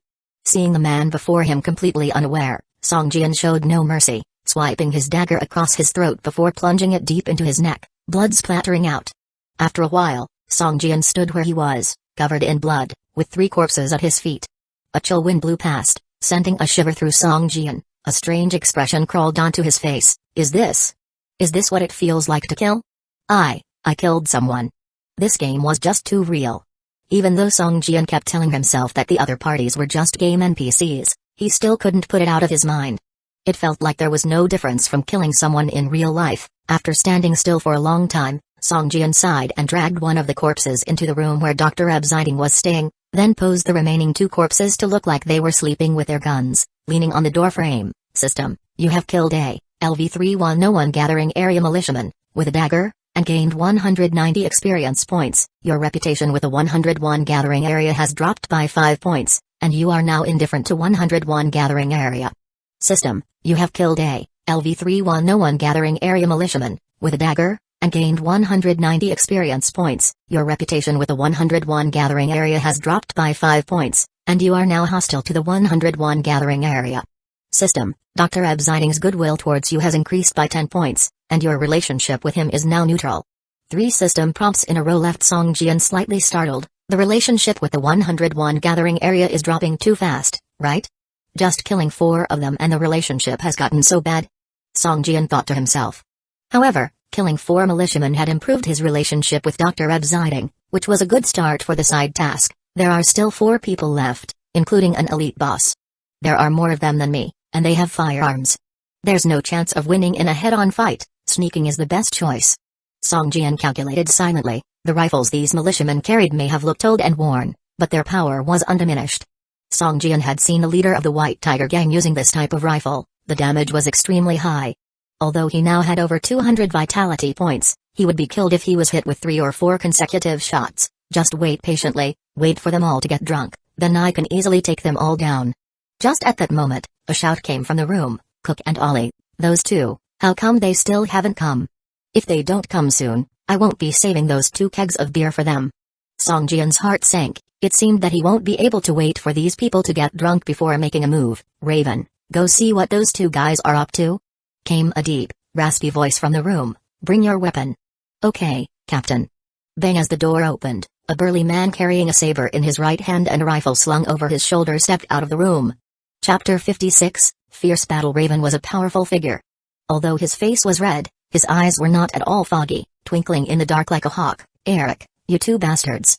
Damn, I knew you two drunks would be sleeping on guard." As Raven saw the two sitting on the ground, leaning sideways, he erupted in anger. "Cook, Ollie, you two assholes better come out, or don't blame me, Raven, for not being polite." Raven roared loudly. This chapter's initial release occurred on the N0V3LB1N site. As he yelled, Raven tightened his grip on the long knife and walked forward. The surroundings were wide open, the air filled with a repugnant stench of decay. Other than the noise from the room behind him, Raven only heard the wind and the clattering sound of the wire fence. After shouting for Cook and Ollie a few more times without any response, a hint of confusion crossed Raven's eyes. Usually, these two people would shiver awake from their slumber as soon as Raven called, ready to respond. At that point, Raven suddenly felt a chilling gust from behind, like a Siberian cold wave, making the hairs on his neck stand on end. Whoosh! Raven whirled around, brandishing his long knife viciously towards the rear, clang with a crisp sound and sparks flying. Raven felt a strong force transmitted from the long knife, pushing him backwards a step. "Who are you? How can your strength be this great?" This thought flashed through Raven's mind. He took a closer look and saw a frail man a head shorter than him, wielding a dagger aiming at his knife. Factoring in the equipment bonus, Song Jian's strength had reached 9 points, far exceeding the strength of a weightlifting champion. Although Raven was bulky, his strength attribute was at least 2 points less than Song Jian's. "Who are you?" Raven yelled, swinging his long knife at Song Jian again. Failing to ambush, Song Jian had to face off, not retreating from Raven's swinging knife. He let out a low growl and drove his dagger forward. This strike hit Raven squarely in the chest. Song Jian could even feel the slight resistance as his dagger pierced through the thin fabric, touching the skin. Then, the tip of the dagger easily tore through the body's defense, puncturing into flesh. This sensational and exciting feeling almost made Song Jian infatuated. Clang! Raven's long knife slashed hard against Song Jian's shoulder. Just as Raven thought he could easily split his opponent in half, he suddenly found that his long knife could no longer advance an inch away from the opponent's shoulder. At this point, Raven felt a severe pain in his chest. How could this be? Raven looked at the emerging metallic scales on Song Jian's shoulder, and his eyes showed a look of realization. God's chosen. Raven muttered under his breath, just about to create some distance between them, but suddenly felt a series of stabbing pain in his chest. Blood sprayed out, and the strength of his body seemed to recede rapidly with the blood loss. Despite being protected by the zombie captain's armor, Song Jian's vitality points rapidly decreased by more than 50 points from this blow. Enemy attack with the last ounce of strength, Raven bellowed, and after being stabbed a few more times, Raven eventually let out an anguished moan, collapsing to the ground. "System, you killed the LV-5101 Gathering Area Militia with a dagger and gained 320 experience points. Your reputation with the 101 Gathering Area has decreased by 5 points, and you are now hostile to the 101 Gathering Area. System, Dr. Abziding's affection for you has increased by 10 points, and your relationship with him is now neutral." Song Jian looked back and saw that Dr. Abziding was standing at the door, watching him. Seeing Song Jian turn around, Dr. Abziding snorted and went back into the room. Bang! Song Jian felt a jolt in his shoulder and instinctively threw himself to the side. Damn it, he killed Raven. Take him out. The remaining 3 men in the room were startled by Raven's last roar. A militiaman clad in leather armor rushed out of the door, just in time to see Raven slowly falling in Song Jian's arms. He immediately raised his rifle and squeezed the trigger at Song Jian. Song Jian quickly took cover behind a small wall. Bang, bang, bang! Gunshots blared out all at once. The bullets hit the walls of the houses and the trash debris, causing bricks to crumble and dirt to splatter. The situation was so dire that Song Jian could barely lift his head. Song Jian leaned against the wall, clutching his P-18C. He took deep breaths, waiting for the right opportunity. Bang! A sudden gunshot interjected the continuous firing, sounding extraordinarily piercing. I've been shot. The kid has a gun. A groggy militiaman screamed in pain. Suddenly, the gunfire became less intense. The 3 of them found cover and no longer exposed themselves under Song Jian's muzzle. System, you used a handgun, causing 54 points of damage to the LV-3101 Gathering Area Militia. The opponent has armor, resisting 30 points of damage. Actual damage inflicted is 24 points. Looking at the battle record, Song Jian shook his head. Too bad, the handgun's power is still too small. If I had a rifle like they do, that guy would probably have been killed by me already. Song Jian's skill, firearm weapon, handgun, basic, was the highest ranked skill among all others. It not only increased power by 20%, but also added 2 points to accuracy. Even in such an intense gunfight, it was hard to miss. Bang bang, 2 more shots. Song Jian managed to hit a militiaman's head twice in a row, achieving 2 consecutive critical hits and instantly killing the man. Damn, that kid's shooting is so accurate. His armor is not bad, I shot him twice and he looked like nothing happened. The 2 militiamen were swearing. Song Jian checked his vitality points and saw that he only had a little over 90 points left. If he hadn't eaten the golden quality pine nuts previously, or if he hadn't acquired the zombie leader's suit, Song Jian might be dead already. After a while, the team leader with a metallic arm suddenly yelled at his companion, "That guy only has a small handgun. Robin, go out and draw him out." "Chief, you can't do this. His shooting technique is very accurate, I will be killed by him." Robin shivered, his face showed a pleading expression. "Wear this helmet, as long as you don't get hit in the head, you could at least withstand 3 or 4 bullets. If he dares to show his face, I will kill him with 1 shot. Don't you believe in my shooting ability?" Vulture Eric waved his metallic arm, the submachine gun in his hand accidentally pointing at Robin. His vicious eyes stared at Robin's skinny figure. "All right, Chief, you have to take that guy down." Robin put on the helmet handed over by Eric, gritted his teeth, and rushed out of the cover.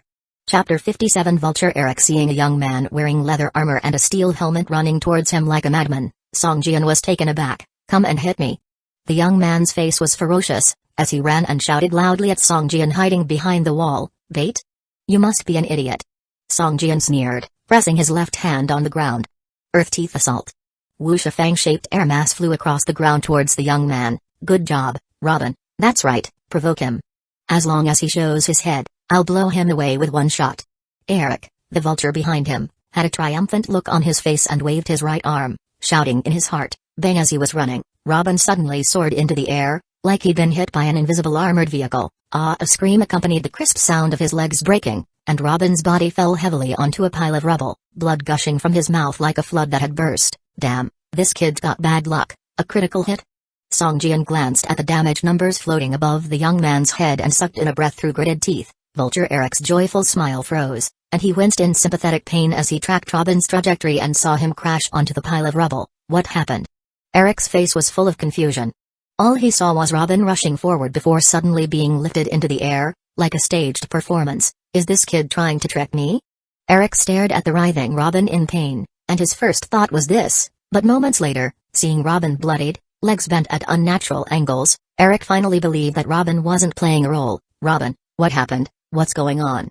Vulture Eric shouted out loud. Robin struggled to get up, but the unbearable pain in his legs stopped him from moving. He could only rely on his hands to slowly roll down from the pile of rubble, trying to answer the captain's question, but with every attempt to speak, blood gushed out of his mouth, leaving him only able to produce barely audible groaning sounds. This Earth Teeth Assault skill is really powerful. Looking at Robin's head displaying fracture, continuous blood loss, limited mobility, and other negative effects, and watching Robin, who originally didn't have much vitality, gradually approach death, Song Jian was very satisfied with the Earth Teeth Assault skill. Aside from only being able to attack ground targets, this skill is amazing. Song Jian thought to himself, the base damage of Earth Teeth Assault is 45 to 55 points, but when it triggers a critical hit, the damage doubles. Ordinary people have at most 80 or 90 vitality points, so for Robin to endure this long, he must be one of those with exceptional physical fitness. System, you used the skill Earth Teeth Assault, causing 48 points of damage to LV4101 Gathering Area Militia, triggering a critical hit effect, doubling the damage. The target's resistance is 0, causing an actual damage of 96 points, 3 points of vitality loss per second. System, you killed LV5101 Gathering Area Militia, gained 320 experience points. Your reputation in the 101 Gathering Area decreased by 5 points. Your relationship with the 101 Gathering Area is now hostile. System, Dr. Abziding's favorability towards you has increased by 10 points. Your current relationship with him is friendly. In the end, Robin couldn't endure any longer, and after rolling off the pile of rubble, he took his last breath. Beside his corpse, a white glowing item appeared, seemingly the steel helmet Robin was wearing just moments ago. Good luck, loot dropped. Song Jian smiled slightly, but Robin's corpse was 5 or 6 meters away from him, and leaving cover now to pick up items would make him a perfect target for the others. Hey, Metalman, all your teammates are dead, why don't you just commit suicide too? For a family, it's important to be neat. Song Jian shouted out loud, "Bastard, since you've offended us of the 101 gathering area, don't even think about surviving. Even if you hide in this city of death for a lifetime, our punishers will find you and kill everyone related to you. Your family, your friends, they'll all die." Vulture Eric was about to lose his mind from anger. This mission had originally gone well, with even unexpected gains, but because of Song Jian, not only had all his teammates died, but the mission seemed likely to fail as well. No one wanted this to happen. Song Jian was taken aback by the mention of the Punisher from the 101 gathering area. It sounded like a tough character specialized in assassination and revenge, causing his heart to beat fast. "I have no grudge against you, and all this happened because of Dr. Absiding. The enemy has heads, and debts have owners. If you want revenge, make sure." Song Jian shouted loudly. "System, because of your inappropriate remarks, Dr. Absiding's favorability towards you has decreased by 30 points, your current relationship with him is neutral." Song Jian's shout ceased abruptly, and he stared blankly at the system prompt floating before him. "What the hell? I killed so many people, and only increased his favorability by 30 points, and now it's all gone with one sentence." Song Jian couldn't believe it and turned around to look, only to see Dr. Absiding sticking his head out and glaring at him, eyes full of anger. Seeing Song Jian looking back, Dr. Absiding snorted heavily and gestured with a humiliating hand sign at Song Jian. "You old geezer, if it weren't for the side mission, I'd shoot you dead." Song Jian pouted, and was about to turn around and try to persuade Eric again, to focus their revenge on Dr. Absiding, when he suddenly noticed that Vulture Eric, shielding his head with his metal arm, was charging in his direction. "What the hell? This is too unsportsmanlike." Song Jian stood up, gun in one hand, and quickly pulled the trigger. Bang bang bang, bullets penetrated Eric's body, but only made him moan in pain and didn't slow him down at all. Cling cling, several bullets hit Eric's metal arm but only emitted a burst of sparks, causing no harm to him. Song Jian checked his own vitality points, having just over 80 left, clenched his teeth, and put his right hand back on the ground, aiming at the charging Eric, Earth Teeth. Before he could unleash the skill, Eric's speed suddenly increased, leaving in his wake a blurry afterimage. His metal arm slightly bent, the elbow protruding outward, covering most of his face, revealing only a pair of eyes filled with hatred and anger. Boom! Eric's body slammed heavily into the wall where Song Jian had been hiding, creating a 2-meter-wide hole. Although Song Jian tried his best to dodge, he was still hit heavily by the blast, sending him flying backwards. Chapter 58, Slaying System, LV5101 Gathering Area Alicia, Elite Vulture Eric used the skill charge against you, causing 64 points of vitality damage. Your special talent Thick Skin triggers, negating 5 points of damage. You are equipped with a Zombie Commander Battle Armor set, negating 26 points of damage. The Zombie Commander's Mark triggers, negating 6 points of damage. The final damage inflicted is 27 vitality points. Song Jian struggled to his feet. Caught off guard and hit with a ferocious blow, if not for the wall absorbing most of the damage, this strike, if not fatal, could at least critically wound Song Jian, making him incapable of resistance. Song Jian coughed relentlessly, the taste of blood filled his mouth, a throbbing pain came from his chest and stomach. Glancing at his vitality points at less than 50 left, Song Jian looked up at Eric, his eyes took on a ferocious lone wolf look, a flash of blood red in them. Earth Teeth Assault. Song Jian pressed his right hand to the ground again.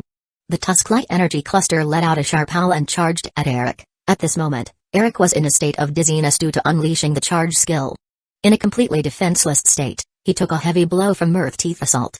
Despite his strength, he could not help but repeatedly retreat, his back slamming against the damaged wall. Song Jian gripped the tusk fang stinger in his hand and rushed towards Eric. His eyes exuded a cruel and ruthless light as if looking at a dead man. Even Eric felt icy shivers down his spine when he saw those lifeless eyes. If people familiar with Song Jian saw him now, they wouldn't associate the man emanating a strong killing intent with Song Jian, even if they look identical. The Song Jian now and the cosmetic salesman in reality were two completely different people, two different personalities.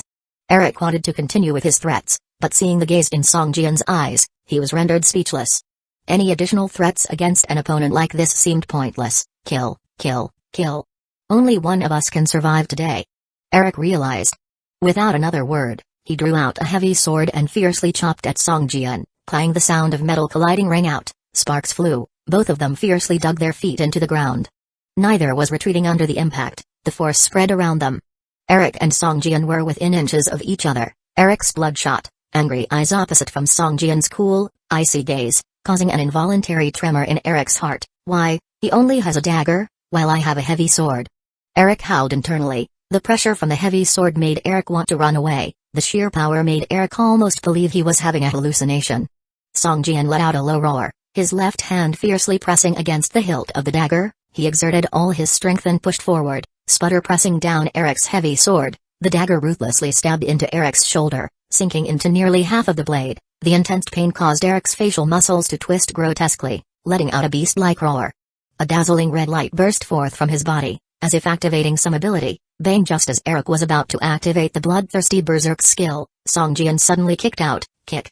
This kick landed squarely in Eric's groin. Song Jian's foot even felt two egg-shaped objects burst with an intense pain. Eric's roar, as though suddenly choked, abruptly ended. The red light on his body slowly faded, his pale face turned red instantly, and his bloodshot eyes became even more blood red. Song Jian withdrew his dagger, spinning 360 degrees, quickly moving behind Eric. In the spin, his right hand, like a soaring wing, stretched to the maximum.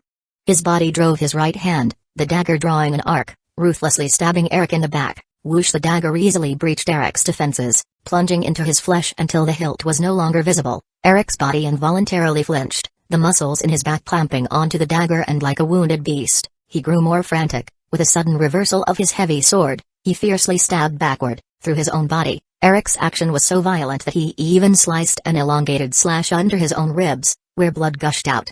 Yet, at this moment, Eric didn't care about the minor pain. He was intent on using the most brutal method the world knows on Song Jian. Feeling the muscles in Eric's back tightening, a sneer appeared in Song Jian's eyes as he held the dagger in both hands and pulled it out fiercely. Splat! Another bloody spurt spewed out from the wound. Just then, Song Jian suddenly felt a sharp pain in his torso and, looking down, he saw a heavy sword slamming onto him. A shimmer of a greenlit scale armor fleetingly appeared. Despite its rapid decay, the zombie's superior armor was still having its effect. A potentially fatal blow caused only tens of damage to Song Jian. Despite his vitality plummeting to below 30, Song Jian remained calm. Changing his grip on the dagger, he fiercely jabbed towards the back of Eric's neck. 1 strike, Eric's skin defense was breached. 2 strikes, Eric's muscular defense was torn apart. 3 strikes, Song Jian could feel the tip of his blade colliding intensely with Eric's vertebrae. 4 strikes, and the dagger was fully embedded. The hilt disappeared into Eric's flesh, and even the tip peeked out from his throat. Pulling out the dagger, Song Jian retreated hastily, evading Eric's heavy chop.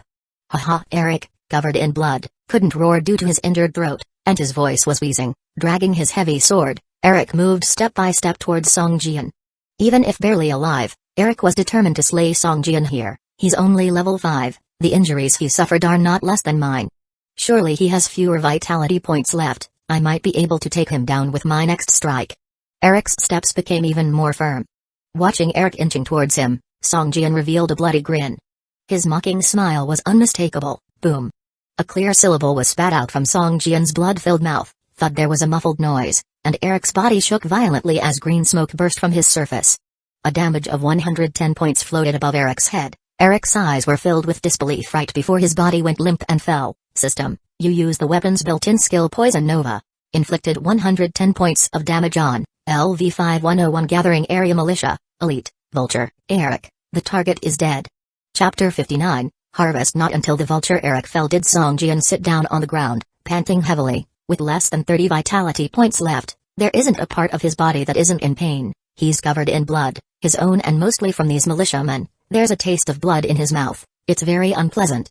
System, you have killed all the 101 Gathering Area militiamen in the Urban Waste Collection Center. Your favorability with Dr. Ebziding has increased by 50. Your relationship with Dr. Ebziding is now friendly. How did it go? Dead yet? Dr. Ebziding emerged from the room as the battle ended, walked to Song Jian, and gave him a gentle kick as he asked. Almost. I'm almost dead. If you keep kicking me like this, soon you'll have to collect my corpse. Song Jian snorted coldly, gritting his teeth, struggling to get up. There was still loot to be collected. First, he picked up the white-quality steel helm lying next to Luo Bing, who was used as bait. 101 Tactical Helmet, White, Helmet, Equipment Effect, Physical Defense +3, Equipment Requirement, Strength 3 points, can it be taken out of the game? No. Although the properties were average, Song Jian's equipment bar was still empty in the head position, so he put it on just right. By the way, in this game, equipped items have a hide and illusion function. When the hide function is chosen, one can't tell what the equipment looks like from the outside, just like the zombie commander said on Song Jian, which is hidden. The equipment only appears for a moment when it provides a defensive effect. And the clothes that Song Jian usually wears, although they have no properties and can only serve as a cover, are like the fashion in other games. After equipping the helmet, Song Jian continued to walk towards the corpse of the vulture Eric. This guy was the big deal of this fight. He was a level 5 elite mini-boss. Song Jian was full of expectations for him. Next to Eric's corpse, there were 3 gray items, 2 white items, and a blue quality item. These 3 gray items were Jewel, Flame, Jewel, Heart of the Blue, and Doomsday Coins, 99. Song Jian's gaze first fell on Doomsday Coins, 99. Looking at the 99 Doomsday Coins, Song Jian had tears of excitement in his eyes. Damn it, the monsters in the game finally drop money. This game is really hard to play, life-threatening situations come and go, not to mention that monsters don't drop coins, only materials. However, if you don't have the corresponding survival skills, these materials can only be sold to the system store at a very low price. Moreover, the common items sold in the store are too expensive. Most players can't balance their income and expenses, they are in deep trouble all the time. Remembering the scene when he used his blood-stained fists to punch trees, Song Jian had a lamenting look on his face as if he didn't want to relive the past. After picking up the Doomsday Coins, the 2 remaining gray items were jewels. Jewel, Flame is a ruby bracelet, made up of 38 small rubies and a 38-carat red diamond in the middle. The whole string of bracelets is dazzling, even under the moonlight it emits pure red light. Wearing it on the wrist, the light flickers as it moves slightly, and looks like a flame burning on the wrist. Jewel, Flame, Gray, valuable item, use effect, can be given to game story characters to increase their favorability. Item description: this is a dazzling diamond bracelet. Before the apocalypse, it was worth tens of millions and was highly sought after by many. After the apocalypse, it's not even worth a piece of bread. However, many big shots still like to collect such items. Can it be taken out of the game? Yes. Song Jian took off this diamond bracelet. His eyes fell on the last line of the item description. Can it be taken out of the game? Yes. His heart couldn't help but pound violently twice, and a brilliant smile naturally spread across his face. I'm rich. In Song Jian's eyes, golden light was blooming. If you looked closely, there were definitely $2 symbols in his pupils. Then, looking at Jewel, Heart of the Blue, its properties are almost the same as Jewel, Flame, except the Heart of the Blue is an even more luxurious necklace. Just the sea blue diamond pendant alone weighs a good 45 carats. It's just like the legendary Heart of the Ocean in the real world, except from a design and modeling perspective, the Jewel, Heart of the Blue is more luxurious and dazzling. After all, Doomsday City has existed for hundreds of years longer than the real world. These 2 jewels are quite nice, they must be premium items stolen by these robbers, these bandits. Dr. Absiding's eyes were glowing, he said enviously while looking at the 2 jewels, my granddaughter would definitely love these if she saw them. Is your granddaughter beautiful? Song Jian suddenly asked. Dr. Absiding was taken aback, then his wrinkled face broke into a radiant smile like a blooming chrysanthemum. My granddaughter is a brilliant student at Alfson University. Not only does she excel academically, but she's also a great beauty. Let me tell you, the people pursuing my granddaughter could form a line that goes around this city 3 times. In that case, don't get your hopes too high about your beautiful granddaughter. Song Jian interrupted Dr. Absiding and put away the 2 jewels. What a joke, these 2 jewels can be taken out into the real world. They are worth much more than gold bracelets and the like. Any one of them is worth tens of millions or even hundreds of millions. Dr. Absiding was at a loss for words, his face flushed, his lips trembling. He gave Song Jian a hard stare, snorted coldly, and turned his head away. Song Jian then looked at the 2 wide quality items, which were supplies. One is a large bucket of mineral water, and the other one is a mixed grain snack. Mixed grain snack, white, food, use effect, increases hunger level by 40 points, recovers 30 vitality points in 30 seconds. Song Jian didn't pay much attention to it at first and was about to put these 2 pieces of food into the package, but he suddenly realized something, looked at the properties of the mixed grain snack more carefully and his face showed a shocked look. Wait, this snack can be used in battle? The greatest effect of general food items is to increase the hunger level, and it must be used in a non-battle state. Once in a battle state, the effect will be interrupted, but this mixed grain snack does not require use in a non-battle state. For Song Jian, who is now short on medicine and healing supplies, this snack is like a life-saving snack. Although Song Jian's vitality points were only a little above 30, he still didn't have the heart to use this snack immediately, but solemnly put it into his package. 30 vitality points, allowing me to use the kick skill 6 times, Earth Teeth Assault skill 3 times, and most importantly, it can recover my vitality points in battle. This will become one of my trump cards.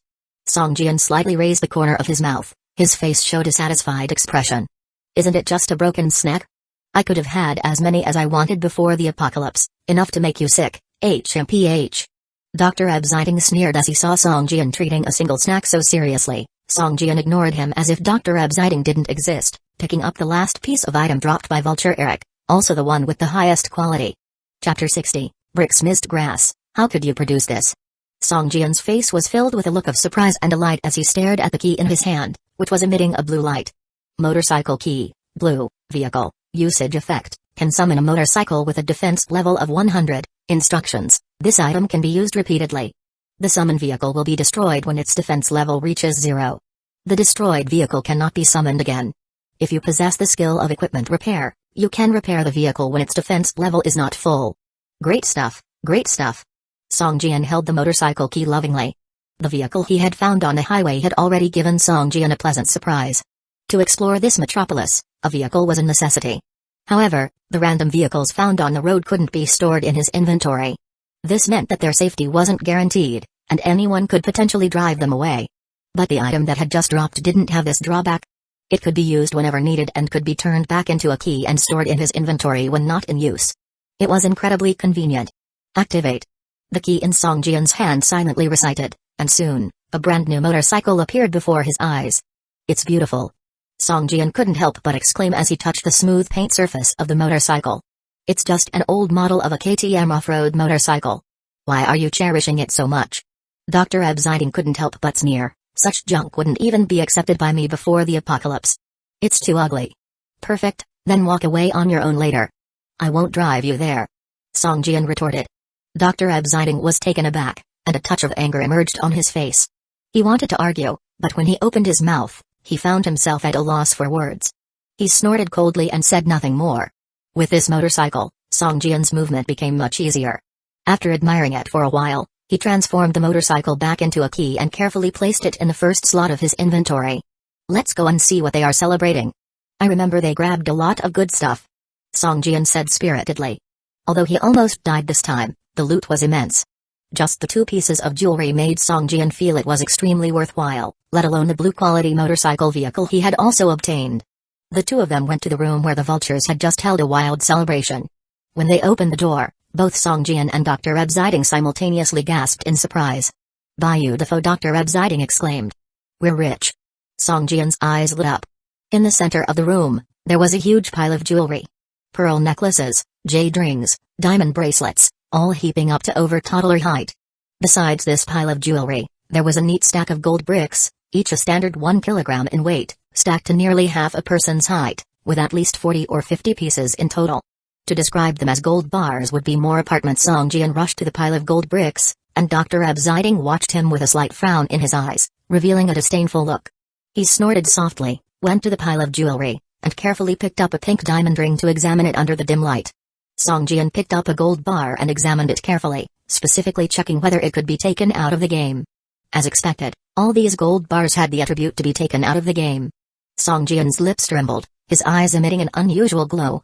He was on the verge of having a fit, muttering to himself, I'm rich, I'm really rich this time. In fact, either of the 2 pieces of jewelry that Song Jian had just obtained could be worth as much or even more than these gold bricks. However impressive these pieces might be, they could not compare to the sight of 40 or 50 gold bricks neatly stacked in front of him. Because all these gold bricks had the same standard specifications, they could all be stored in one inventory slot. Song Jian quickly stored all the gold bars in his inventory. 54 gold bricks, each weighing 1 kilogram. Let me calculate. The current price of gold is 360 per gram, 1 kilogram is 360,000, and here there are 54 pieces. The total is. Song Jian thought for a while and pulled out his dagger to calculate on the ground. Humphrey, it's 19,440,000 in total. Dr. Absiding showed a contemptuous look on his face and snorted, when was gold 360 per gram? Song Jian wiped away his drool, sheathed his dagger, and said, don't worry about that, it's too complicated to explain to you. Soon, Song Jian walked to the pile of jewelry next to him. Dr. Absiding hesitated for a moment, shook his head slightly, and dropped the pink diamond ring back into the pile of jewelry. Before the apocalypse, these jewels would be worth dozens of times more than that pile of gold. Even now, some big shots are still extremely keen on collecting these treasures. Dr. Absiding said lightly. In Dr. Absiding's view, Everything here was Song Jian's spoils of war and should be allocated by him. Song Jian casually picked up a pearl necklace. Each pearl on this necklace had exactly the same diameter, and holding it felt as smooth as jade. These are South Sea roulette pearls. Each one is over 16 millimeters and of the best quality. They're priceless. It seemed as though Dr. Absiding couldn't bear the sight of Song Jian's ignorance and couldn't help but speak up. Song Jian's face darkened. He pinched the pearl necklace and casually tossed it back, picking up another piece of jewelry. Watching Song Jian discard the pearl necklace as if it were an old shoe, Dr. Absiding showed a grim expression, shook his head, feeling a profound sense of despair, as if pearls were cast before swine. Song Jian moved quickly, picking up a piece of jewelry, scanning it, then throwing it back. In a blink of an eye, dozens of pieces of jewelry lay discarded all over the ground. Trash, trash, all trash. Song Jian murmured while choosing. Ignorant fools. Dr. Absiding stood speechless, watching as Song Jian ransacked the pile of jewelry, sifting through each piece as if he were rummaging through the trash. He suddenly felt a pang of pain in his heart. After sifting through the last piece of jewelry, Song Jian couldn't help but roar like a madman, all trash, all trash. None of the jewelry had the attribute can be taken out of the game. If they couldn't be taken out of the game, no matter how valuable the pile of jewelry was, it was just a pile of useless garbage to Song Jian. You. Dr. Absiding clutched his chest with one hand and pointed at Song Jian with the other, momentarily at a loss for words. Although Dr. Absiding was a doctor of high polymer materials, he was privately very fond of historic jewelry. His study and knowledge of jewelry were not inferior to any master jeweler. Seeing each piece here, which could be used as a family treasure, treated so casually by Song Jian, Dr. Absiding suddenly had the urge to pick up a gun and shoot the annoying guy in front of him. However, in the next moment, a phrase from Song Jian sent Dr. Absiding's mood soaring from hell to heaven. Since you like these so much, you can take all this trash. Song Jian said nonchalantly. Chapter 61, Chain of Tasks. Looking at the pile of precious jewelry in front of him, Dr. Absiding couldn't help but have some greedy thoughts, but his long-nurtured quality and moral principles made it impossible for him to commit theft. Although filled with envy, he didn't reach out to take a single piece of jewelry, even though Song Jian threw these jewels around like trash. In Dr. Absiding's eyes, these jewels were Song Jian's spoils of war and should be disposed of by him. What did you say? Dr. Absiding's face showed an astonished expression as he looked at Song Jian, not quite believing his own ears. These are jewels worth billions. Even in today's world, they are still highly valuable. Just one of them could make you a permanent resident of any gathering area. Don't you want to leave this damned city of death? Dr. Absiding couldn't help but say. I told you, if you like them, you can have them all. These things are useless to me. Song Jian said indifferently, not caring about the billions worth jewels in front of him. Dr. Absiding looked at Song Jian, a trace of admiration flashing in his eyes as he shook his head and sighed. I did not expect you, a young man, to have such a vision. One or two of these jewels are precious treasures, but in large quantities, they are the root of disaster. Without great strength, these jewels will only lead people into the abyss of despair. Song Jian looked at Dr. Absiding with surprise. He didn't want these jewels because they couldn't be taken out of the game, but Dr. Absiding had thought more about it. This old man must have gone crazy from reading too much. Song Jian shook his head and silently thought to himself. Alright, old man, hurry up and tell me the story behind this grenade fragment. I still have a lot of things to do. Song Jian showed an impatient expression on his face as he took out the grenade fragment and handed it to Dr. Absiding. Well, alright, I'll tell you everything I know. This is a fragment of the T-11 high-explosive grenade casing. It's made of a special metal alloy, and the formula for this metal alloy is my invention. This time, Dr. Absiding didn't refuse, holding the grenade fragment as he fell into deep thought, speaking to himself. At the time I discovered these metal alloy fragments, I even wrote a few papers on them. The characteristics of this alloy are a particularly contradictory combination. The molecules that make up the alloy are always in high-speed motion.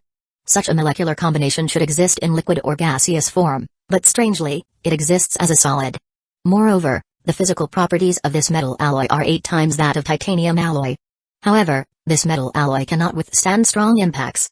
If the impact exceeds the explosive power of 30 grams of TNT, the molecular motion of the metal alloy will accelerate 100 times instantaneously, exploding outward in a semi-liquid, semi-solid form. In the end, I handed the formula for this metal alloy to my best friend, Robert Aizen, who was the guardian of this city at the time, the most powerful superhero in this place. The high-explosive grenades made from this metal alloy became Robert's favorite weapon, and he used them to protect the city until it became the City of Death. Robert eventually died, perishing in this city. I don't even know where his body is. Dr. Absiding took off his glasses, gently wiped the corner of his eye, and said, Robert fulfilled his vow to protect this city forever, even to the point of death. Since this high-explosive grenade has reappeared, it means that someone has found Robert's armory. I can't imagine any other place this thing could have come from. Dr. Absiding finally said, System, you have successfully obtained information about the T-11 high-explosive grenade from Dr. Absiding. System, Side Quest, Guardian's Demise, Part 1 complete. System, do you want to end the quest now and get the quest reward, or accumulate it for the next part of the quest? Quest hint, if you choose to accumulate but fail the second part, you will lose all quest rewards, so choose carefully. This side quest is actually a chain quest. Song Jian was surprised but quickly made his choice. Accumulate. Even though he rarely played games, Song Jian knew that when encountering such chain quests, it was best to complete all the tasks and then receive the rewards, as the rewards would be much more substantial that way. System, you have chosen to accumulate the quest rewards for the next step. System, you have initiated the side quest, Guardian's Demise Chapter 2, Lost Trail Chapter 2 Quest Name, Lost Trail Chapter 2 Quest Target, Search for the final resting place of the City of Zombies Guardian, Robert Avon, Chapter 2 Quest Hint, Guardian Robert Avon died protecting this city, and his powerful body was used by the enemy, transformed into the first-generation zombie. The zombified Robert roams this city daily, Chapter 2 Quest Suggestion, the zombified Robert is extremely powerful. It is recommended for players to reach level 10 before making contact. Sigh, level 10? Song Jian scratched his head. He was only level 5 now. Reaching level 10 in a short time seemed impossible. Seeing the quest hint mentioning the zombie Robert roaming the city, Song Jian couldn't help but think of the giant skeleton he had seen in the city before, over 10 meters tall. Ever since seeing it once, he hadn't seen it again. This skeleton, full of question marks in the attribute screen, also liked roaming the city, and he wondered if there was any connection between the two. Well, old doctor, since the bandits here are all dead and you're safe now, I'll be going. We will meet again.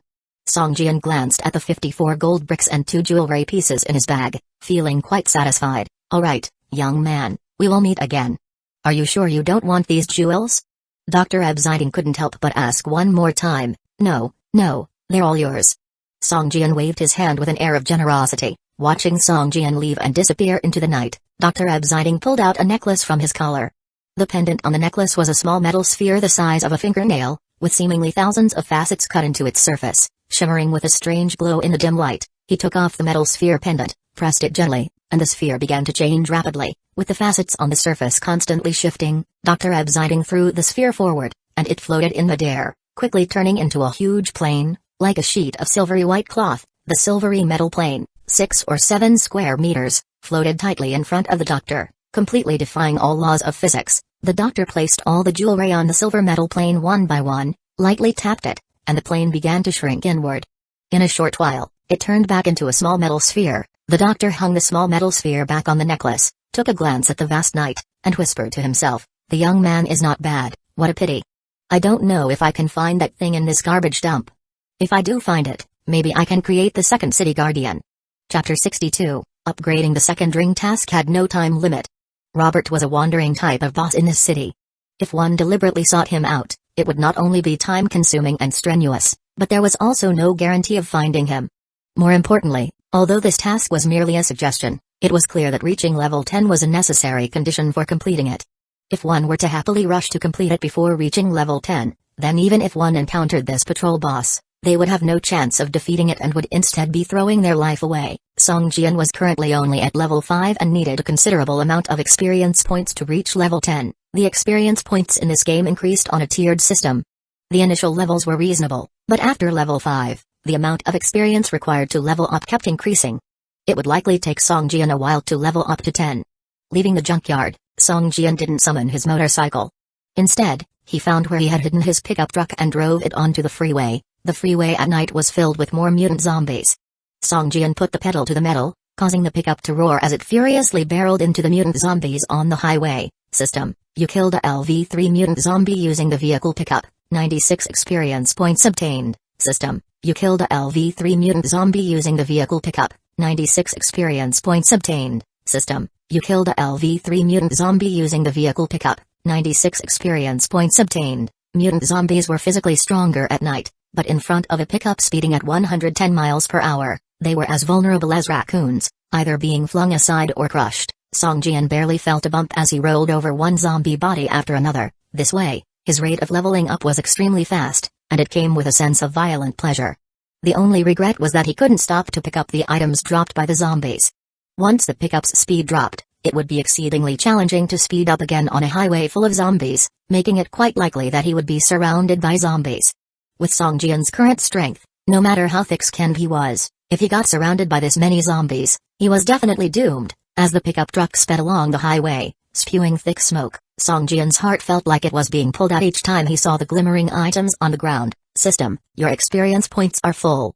Level up to 6, obtain 1 skill point. Simultaneously, your lost vitality points are fully recovered. The leveling up was expected. Songjian's experience points were already more than halfway filled at level 5. Now, with the dozens of mutant zombies that he'd run over on the road, it was about time he leveled up, as it was night, and despite having the high beams on, he was only able to see about 10 meters ahead. Both sides were obscured. After driving for over 10 kilometers, Songjian finally slowed down and stopped. It wasn't that he didn't want to keep driving and leveling up, but the highway up ahead was blocked. Hundreds of cars haphazardly collided in the middle of the road, spread out over hundreds of meters. If Songjian were a better driver, he could quickly turn the car around with a drift. But obviously, his skills weren't there yet, so he had to slowly stop and turn around like a newbie who'd just gotten their driver's license. At this time, the zombies in the vicinity slowly started to surround him. The pickup was loud, and Songjian had his high beams on, attracting even zombies that were outside the alert scope. A large group of zombies was swaying and running over from hundreds of meters away. If Songjian stayed too long, he would end up being surrounded by zombies. Songjian carefully turned the pickup and pulled out his gun, aiming at the zombies that were closing in on the vehicle and pulling the trigger. Bang bang bang, each bullet hit the zombie's head square. With his level 4 gunpowder weapon, pistol, basic, Songjian achieved incredible accuracy, comparable to that of a soldier who had trained for more than 3 years. The zombies hit in the head would spurt out a thick liquid from behind their skulls, collapsing to the ground, and turning into black ash. Songjian stepped out of his vehicle to pick up several white-quality materials and zombie cores, before returning to his pickup truck. After he had picked off a dozen or so zombies attracted by the noise, more zombies were already converging to surround him. Without so much as a glance, Songjian slammed his foot down on the pedal, causing the pickup to violently shake and roar crazily. Within a few seconds, the vehicle's speed rocketed, shooting forward like an arrow. It's not that Songjian didn't want to continue leveling up. It was just that a large wave of zombies was quickly moving to encircle him, leaving him with limited room to accelerate. If the pickup couldn't speed up, Songjian's only choices would be to die a horrible death or an even more gruesome one. Whoa, Songjian hollered, as he drove the pickup brutally into the swarm of zombies. The pickup began shaking violently, as though traversing a rugged mountain path at high speed, liable to roll over and tumble down a cliff at any moment. Songjian felt as though he were navigating a small sailing boat in a violent sea. The slightest mistake would send him capsizing, sinking to the ocean floor. This thrill of dancing on the edge of life and death caused an adrenaline rush that left him exceedingly excited. His hands gripped the steering wheel like iron, controlling the direction. Thud thud thud. With the added momentum, the pickup swayed drastically, looking as if it would flip over at any moment. Ha ha ha, this is awesome! Songjian yelled, bursting through the horde of zombies, leaving behind a dozen objects radiating white light and a heap of mutated zombies that he didn't hit. This violent collision caused the pickup's durability to plummet by a quarter. The front bumper was deeply dented and the entire vehicle started emitting thin wisps of black smoke. It seems this method won't last for long, Songjian thought regretfully. In just over 10 minutes, his level 6 experience points had already risen up by a third. His leveling speed was incredibly fast. Normally, upon encountering such a large group of zombies, Songjian would immediately turn tail and run. If he wanted to gain as much experience as before by killing them one by one, he would have to hunt non-stop for over 30 hours. After rushing through this wave of zombies, the road ahead suddenly became deserted. It seemed as though all the surrounding zombies had already been attracted over and had joined the large group of them. After driving a little further ahead, Songjian slowly halted, picked up any dropped zombie items that caught his eye, before turning around to charge back at the pursuing horde of zombies. After making 3 trips back and forth, the pickup's durability had fallen to an extremely dangerous 6/10. Thick black smoke was billowing even more. Flames even began sporadically spewing out from the rear of the vehicle. Somewhat regrettably, Songjian jumped out of the vehicle and started walking away. Glancing at his experience points, he noticed that he had just leveled up to 6 and his experience was already at 82%. He was about to level up to 7. All this only took just over half an hour. This vehicle can't be used anymore, but this trip was totally worth it. Song Jian closed the personal attribute panel, unsheathed his dagger, and slowly moved towards the scattered mutated zombies. The prior collisions had already eliminated most of the zombies. Only a handful of mutated zombies remained scattered on the highway, and they no longer posed a threat to Song Jian. Now was the time for him to collect his spoils of war. Just as Song Jian was marching towards the zombies, there was a boom. The pickup truck behind him suddenly exploded in a fiery display, sending shockwaves in all directions. Just then, a system prompt appeared before his eyes. System, you have driven a vehicle, a pickup truck, for longer than 30 minutes. You have mastered the skill, vehicle driving. Vehicle driving, passive, level 1, you can skillfully drive any C-class small car. Driving speed increases by 30%, vehicle stability increases by 10%. Chapter 63, Mutated Tree Root. I've learned another skill. Song Jian paused, glanced at the newly comprehended skill, and then continued on his way with an expressionless face. Though this game doesn't give you extra attribute points every time you level up, some basic skills are easy to understand. They can slightly enhance the strength of novice players, at least allowing people to move into the game without being stuck. After hundreds of hours of practice, Song Jian had mastered his dagger. The basic movement of straight stabbing had become an instinct ingrained in his bones. With his nimble footwork and agile movements, in front of the slow-moving mutated zombies, Song Jian had become a death god-esque existence. After wiping out a dozen scattered mutated zombies, Song Jian's experience points had risen to 89%. The highway at this time was very empty, and every few meters, there would be one or a few faintly glowing items placed on the road, awaiting collection. Straddling his motorcycle, Song Jian journeyed along the highway, collecting items dropped by the mutated zombies as he went. That night, Song Jian killed at least hundreds of mutated zombies. Even with a small chance of dropping, his inventory slowly started filling up with zombie materials and zombie cores, with no particularly valuable equipment. At least, I've collected enough of the 100 zombie cores needed to build the blood pool. Song Jian glanced at his inventory, shrugged and consoled himself. As they proceeded, the sky was gradually getting brighter. Checking the map, there were about 3 or 4 kilometers to the small forest where they had previously collected wood. This area has more wood and stone resources. Going to that small forest now with more people scrambling would be worse. It's better to just gather here. Song Jian glanced at the forest on both sides of the highway and thought to himself. The small forest from before was the nearest gathering point from the starting residential zone. With players' current strength, they didn't dare venture too far away. Everyone was squeezed into that small forest to gather wood. The failure of the first person to build a safe house had taught many a lesson. Now, no one wished to build a safe house right away. Everyone hoped to gather as many materials as possible. The more defense built, the better. All these cannot be separated from a massive amount of materials. Some even began shouting for the purchase of materials on the edge of the small forest. The price of a unit of wood had already opened to 1,000 RMB, but there were few sellers. On the one hand, they needed these materials themselves. On the other hand, there was no credit supervision.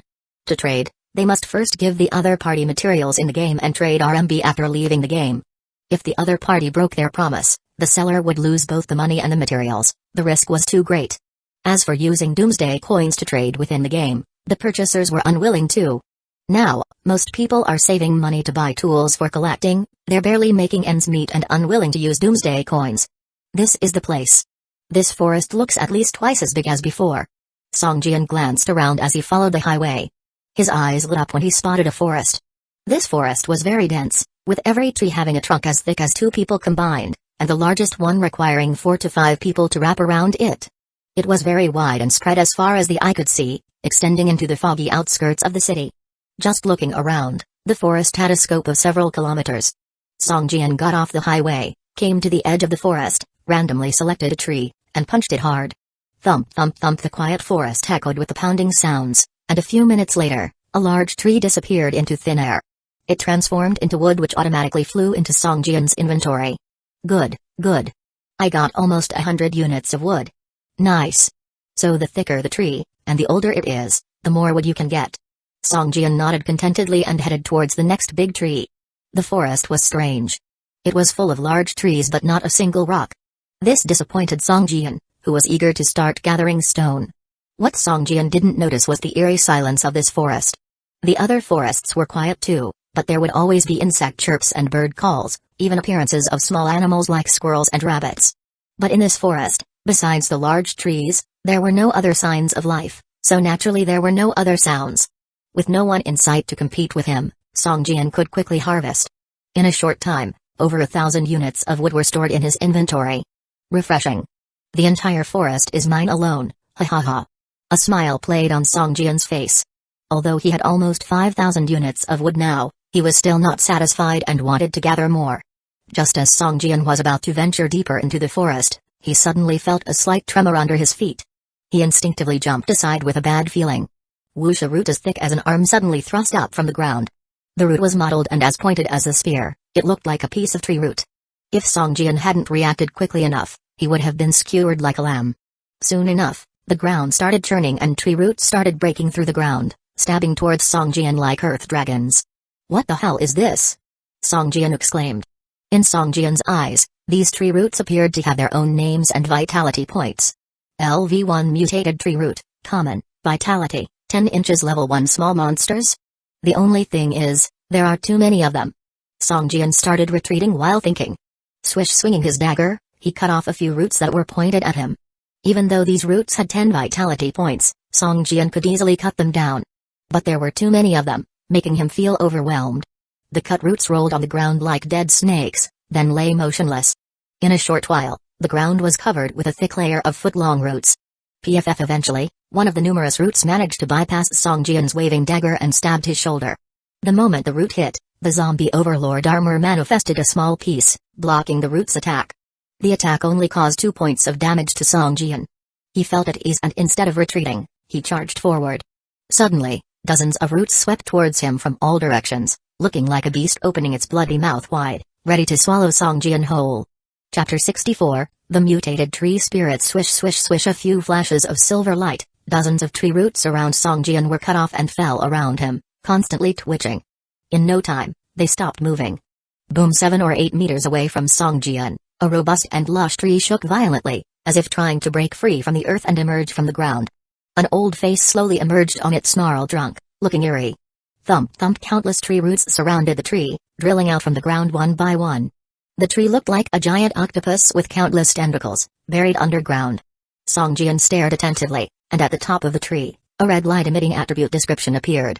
LV5 Mutated Tree Spirit, Vitality, 320-320, Characteristics, Mutated Tree Root, Super Recovery. Song Jian took out his gun, aimed at the mutated tree spirit, and pulled the trigger. Bang bang bang. Bullets hit the mutated tree spirit's body, raising a flurry of sparks as if striking steel. Single-digit damage floated above the tree spirit's head. As the mutated tree spirit was injured, it struggled more violently. It soon emerged from the soil with countless mutated roots twisted around each other, forming 2 thick legs. At a glance, it looked like a 7 or 8 meter tall, muscular human. Its skin is pretty thick.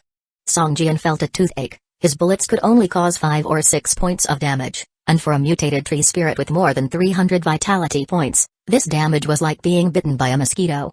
Moreover, it had a fast recovery characteristic. If the damage didn't reach a certain level of power, it would be impossible to kill this monster. Earth Teeth Assault. Song Jian used his only ranged attack skill.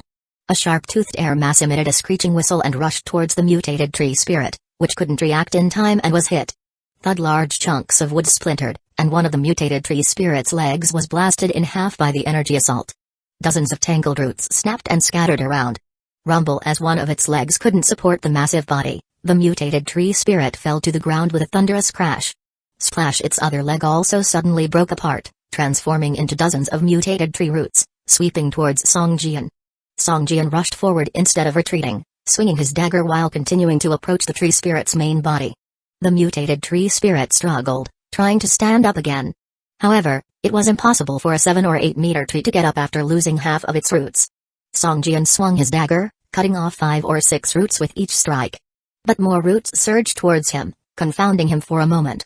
Clang clang clang. Some mutated tree roots that escaped his attack pierced his body like spears but were blocked by the zombie commander armor.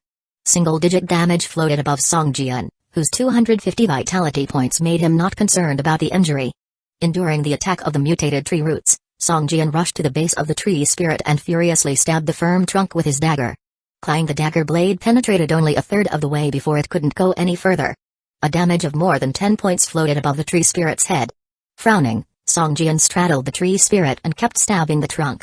The mutated tree spirit bellowed, its huge body rolling around trying to shake Song Jian off. The remaining dozen tree roots harassed Song Jian, making him feel irritated. Jumping off the trunk, Song Jian rushed to the tree spirit's base and swung his dagger, cutting off the remaining mutated tree roots.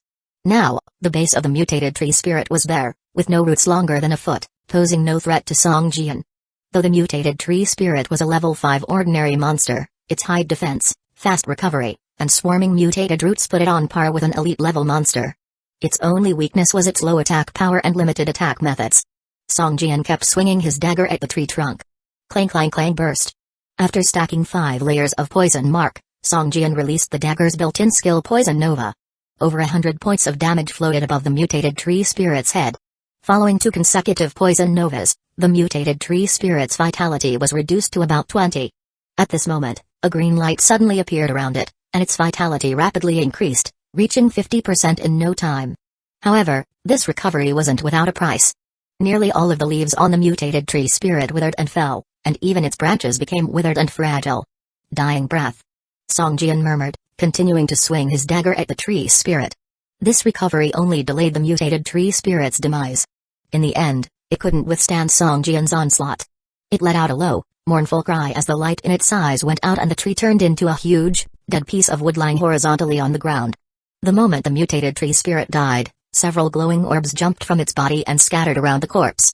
3 vitality recovery fruits, a plantable tree spirit sapling, and 500 units of wood. Wow, this tree spirit is generous, dropping so many things. Song Jian's eyes lit up when he saw the items on the ground. Although the items were all white quality, each had its usefulness. Vitality recovery fruit, white, food, usage effect, recovers 50 vitality points upon ingestion, usage requirement, none, can it be brought out of the game? Yes. Tree spirit sapling, white, rare item, usage effect, can be planted in spiritual land, occupying 2 standard spiritual lands, might grow into a tree spirit, and very rarely into a guardian of withered wood, usage requirement, own safe house spiritual land, 2, can it be brought out of the game? Yes. These 2 items delighted Song Jian. In the absence of blood replenishing elixirs, vitality recovery fruits could be used as medicine. The tree spirit sapling also increased the defense level of the safe house, raising Song Jian's confidence in completing the main mission. As for the 500 standard units of wood, it could be simply stacked with the previously gathered wood. There must be more than 1 mutated tree spirit in this forest. Song Jian looked at the dark depths of the woods, a profound smile on his face. Chapter 65, Transaction. Song Jian continued to collect wood, but this time in the collection process, he became a bit cautious, always examining the surrounding situation.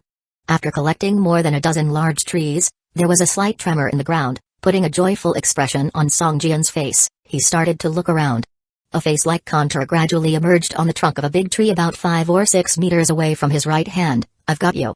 Without waiting for the mutant tree spirit to attack, Song Jian released an earth teeth assault directly, then dashed towards the mutant tree spirit. Hiss hiss hiss. A series of roots pierced out from the ground, but Song Jian's figure couldn't be captured at all. This time, Song Jian did not cut off the roots at first, instead directly targeting the main body of the mutant tree spirit. The mutant tree spirit had limited ways to attack and could not pose an effective attack on Song Jian. While it did continuously disturb Song Jian with its roots, Song Jian focused on wielding his dagger, releasing Poison Nova in rapid succession. After 3 or 4 rounds of Poison Nova were unleashed, they directly killed the mutant tree spirit that only had more than 300 vitality points. As long as you familiarize yourself with its attack method, it's quite easy to kill a tree spirit. Song Jian sighed, talking to himself. As long as the players are familiar with the attack patterns of the monsters, they can find the most efficient ways to kill them. The first encounter with new monsters always calls for caution, but when they meet again, the monsters simply become experience points and supply units. This time, Song Jian only lost about 20 vitality points, less than the first time. It was mainly because most of the roots didn't even have a chance to stretch out from the ground. The body of this mutated tree spirit hadn't completely detached itself from the ground before Song Jian killed it, turning it into a still-planted dead tree. The drop from the tree spirit was significantly smaller this time. Only 2 items were dropped, more than 800 standard units of wood and a piece of vitality recovery fruit. Although these were all things Song Jian needed, he was still slightly disappointed at heart. Just like that, a day passed. At dusk, Song Jian finally stopped his collection. He summoned his motorbike and headed back to his villa. Have collected enough wood. Starting tomorrow, I'll start gathering stone. Song Jian looked at the more than 10,000 units of wood in his inventory and smiled, talking to himself. Song Jian's level had reached 7 with an extra 23% experience, and he had accumulated another skill point. Now he had 3 unused skill points. The amount of wood collected today was several times more than before. Each tree could yield 100 or 200 units of wood, but killing a mutant tree spirit could bring 5 to 800 units of wood, which was why Song Jian collected so much wood today. Moreover, Song Jian also collected more than a dozen vitality fruits. Though not every mutant tree spirit could drop a vitality fruit, relatively speaking, the drop rate for vitality recovery fruits was quite good. Song Jian used up the mixed grain snack he had during the fights, but he didn't dare to consume any of the vitality recovery fruits, leading to his vitality being only 50 or 60 points now. However, in the game, the loss of vitality can be completely restored by sleeping 5 or 6 hours, so Song Jian didn't want to consume any vitality recovery fruit and kept them all up. A night went by without any incidents, and the next morning, Song Jian arrived at the small forest near the neighborhood where he saw over a dozen people chopping down trees. He saw Li Ke and gave her a small smile. "Little cheap brother." Seeing Song Jian, Li Ke was quite happy and waved at him energetically. "Little cheap brother, where were you yesterday?" "One went to do a task and got some good stuff," Song Jian said, and initiated a trade with Li Ke. In the trade interface, Song Jian put up several vitality recovery fruits and 3,000 units of wood. "Wow, little cheap brother, you've struck it rich." Li Ke was taken aback by the 3,000 units of wood. Li Ke didn't dare to chop wood with her delicate little hands. Every time it took her several days to kill a level 1 mutant zombie. Then she would sell the dropped items, save up for a long time, then she could buy a tool to come here to collect wood. But the tool would only last half a day and break, so she had to continue grinding to save up money for a new one. This process was exhausting. There was no fun to be had from playing the game, it just felt like working a job. That Li Ke could persist for so long showed her strong will, but even so far she has only managed to accumulate less than 1,000 units of wood. "Next time, brother will take you to a nice place, where you can quickly gather wood," Song Jian said with a smile, patting Li Ke on the head. Upon hearing this, the eyes of the people around lit up. A few even showed intentions that were not good, but seeing the level displayed by Song Jian, they all retracted their eyes, fearing that Song Jian would notice their gaze. Most people's level was around 3, but Song Jian's level was significantly higher than the rest. He looked like a pro. Personal information can actually be hidden, but to deter other people, Song Jian did not hide his level, and displayed it openly. "Mr. Pro, would you be interested in doing some business with me?" Just then, a slightly overweight man, seemingly in his 30s, slowly approached Song Jian, looked left and right, then asked in a hushed voice, "Doing business?" Song Jian squinted his eyes, sizing the man up and down. The man was only level 2, holding a crude stone axe, sweating profusely. His small eyes were fixed on Song Jian full of anticipation. "What kind of business do you want to do with me?" Song Jian asked. "Any kind, I buy everything." The middle-aged man's eyes shone. He hastily replied, "Equipment, weapons, skill book, wood, stone, doomsday coins. I can pay with real money, and don't worry, I'm Zhao Sihai, the chairman of the Four Seas Group. I will never take the goods without paying." The Four Seas Group was the largest listed company in Coastal City. The chairman of the Four Seas Group, Zhao Sihai, was worth over 10 billion, the richest man in Coastal City. Song Jian couldn't even dream of getting close to such a figure in the real world.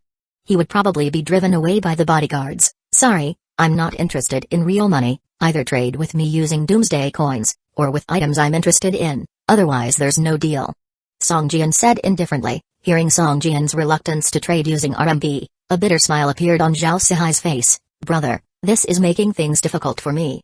Doomsday coins are too hard to earn, and no one wants to trade with them. As for bartering, I'm afraid I don't have anything on me that would interest you." Zhao Sihai looked at the level LV4 above Song Jian's head and gently shook his head. "Then there's nothing we can do."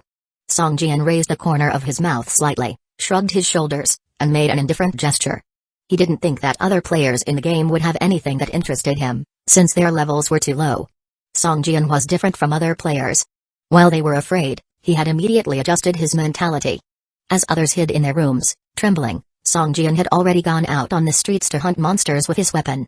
As other players were afraid of pain and unwilling to use their fists to gather wood, Song Jian's hands were already bloody and ragged, hardly any good skin left on them. While others dared not leave the novice residential area, Song Jian had driven a car to complete tasks tens of kilometers away. Even now, there are still many players who play the game casually, but Song Jian knows that this game is more brutal than reality. In the real world, Song Jian had just graduated and was waiting for an opportunity, yet as an ordinary person with no background or connections, that opportunity seemed distant. Then this game appeared, and Song Jian realized that the opportunity he had been waiting for was the game. All he needed to do was grasp this opportunity firmly. Seeing Song Jian's indifferent contemptuous smile, Zhao Sihai's face darkened. He had even forgotten the last time he had seen such an expression and what had happened to that person. Zhao Sihai felt that his dignity had been offended and wanted to teach this arrogant youngster a lesson. I know the location of a level 5 elite level boss. Can I trade that with you? Zhao Sihai took a deep breath and said reluctantly. The location of a level 5 elite level boss? Song Jian's expression changed. He knew that an elite level boss meant better equipment, better items, and of course, bigger risks. However, he no longer feared level 5 elite level bosses. Although its level is a few higher than mine, leveling up in this game won't increase attribute values. Even if it has a few more skill points than me, there won't be a significant improvement in strength. Facing a level 5 elite level boss. Zhao Sihai sneered in his heart without revealing it on his face. What do you want? Song Jian hesitated for a moment before asking. Doomsday coins, said Zhao Sihai immediately. How many? Asked Song Jian. 50, no, 30 would do. Zhao Sihai quickly changed his answer. 30 doomsday coins, equivalent to 30 white quality zombie materials. If Song Jian were to kill them himself, he would need to kill at least 100 zombies to get that many materials. This would be a small fortune for a novice player. 30. Song Jian thought for a moment, then nodded. Fine, but only with a system contract. System contracts were part of the game's trading system. During a trade, both parties could apply to the system for a contract, which would guarantee the authenticity of the items being traded.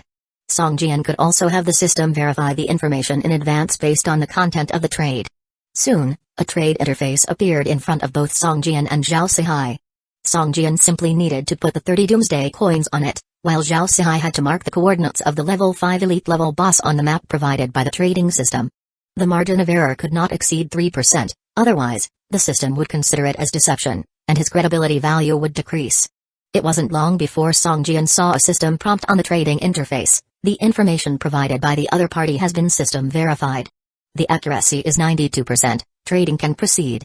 Song Jian clicked the confirmation button, and his 30 doomsday coins disappeared. A virtual map appeared before Song Jian, with a yellow droplet marking the location of the level 5 elite level boss. Although the system guaranteed the authenticity of both parties' trade items, it wasn't foolproof. If Zhao Sihai killed the level 5 elite level boss after the trade was completed, Song Jian would have lost 30 doomsday coins for nothing. After the trade, Zhao Sihai didn't leave. Instead, he continued to bother Song Jian. Can you not trade real money? How about 10,000 RMB for one doomsday coin? Zhao Sihai asked persistently. Based on Zhao Sihai's judgment, Song Jian's attire indicated that he was not wealthy in the real world, or perhaps even impoverished. Song Jian showed some impatience, his eyebrows slightly furrowed, and glared at Zhao Sihai, saying, no need. After obtaining game equipment, each player could choose whether to display it. If they chose to display it, it would show their game outfit, if not, it would show their real-world clothes. Hunting thousands of mutated zombies and even personally killing game NPCs had resulted in a faint murderous aura surrounding Song Jian. This glare gave Zhao Sihai a chilling feeling, as if he had met his nemesis. With a flattering smile, Zhao Sihai bowed slightly and backed away. After glancing at the other players nearby, he took a stone axe from his bag and began to gather wood. Song Jian greeted Leaker before using his fists to collect rock materials. Thump, thump, thump. With each pounding against the hard rock, Song Jian felt a slight pain. Collecting wood no longer hurt his hands, but gathering rock had brought back the pain. However, this time was much better than the first time he collected wood. At the very least, after a dozen hits, Song Jian's fists were only slightly red, and the skin hadn't broken. With a faint smile, Song Jian furiously smashed the rock under the dumbfounded gaze of the crowd. Chunks of rock shattered and turned into white light, automatically flying into Song Jian's inventory. With his bare fists, Song Jian's mining speed was even faster than those using pickaxes, making others around him envious and red-eyed. Song Jian soon learned the mining skill, increasing his rock mining efficiency by 5%. At this point, the sky darkened, and there was less than half an hour before nightfall. Chapter 67, Zombie Bloodline. Night was falling fast, and many people began packing up their tools, replenishing their food and water supplies, and preparing to leave the small grove to spend the night in the safe houses they had chosen. During the night, only a few brave and cautious players dared to venture out and hunt. Most players preferred to hide in their rooms, barricading doors and windows tightly in hope that the monsters wouldn't find them. However, those players who were daring enough to hunt at night were also the ones who tended to die the fastest. The danger levels at night were multiples of that during daylight. Most of the times, a player not seen one day after venturing out at night was deemed gone forever. Big brother, it's getting dark. I need to go back.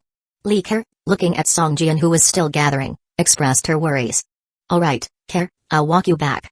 Songjian replied with a gentle smile and rubbed his wrist. Bing, his last punch landed solidly on the rock. The remaining small piece of rock shattered into pieces, transforming into a white light and was absorbed into Songjian's inventory. In less than an hour, Songjian had gathered nearly 200 units of stone materials, a rate much faster than those using pickaxes. Songjian also felt that his skill, unarmed combat, fist hands, basic, had improved quickly. After escorting Liker back to her chosen safe house, the sky had turned completely dark and the moon had risen. Looking at the crescent moon in the sky, Songjian suddenly thought about the figure he once saw absorbing the luminescence under the moonlight. Ever since that night, he never saw that figure again. But the image of the figure standing in midair and absorbing luminescence was deeply engraved in his mind. He could not forget it. If only I could reach that height someday, Songjian thought enviously. As Songjian was about to return to his own safe house, he suddenly saw a stooped figure on the street, quickly decimating zombies. What was astonishing was that this figure was amidst a crowd of zombies, yet none paid any attention to him. Even the zombie being attacked by him merely roared in protest and attempted to evade, instead of launching a counterattack. Songjian hid behind a partially collapsed wall to observe closely. After a while, he realized that the figure's attack patterns were very similar to those of mutant zombies. If it were not for the fact that his attacks were directed at zombies, Songjian would have mistaken him for a mutant zombie. Strange, why can't I view his properties? Songjian frowned. In the game, whether it was a monster or an NEC, their names and levels would be displayed above their heads, unmodifiable. But above the head of this zombie attacking other zombies, there was nothing. Could this guy actually be a player? Songjian expressed surprise. Having discarded all impossibilities, the only explanation remaining must be the truth, no matter how unbelievable.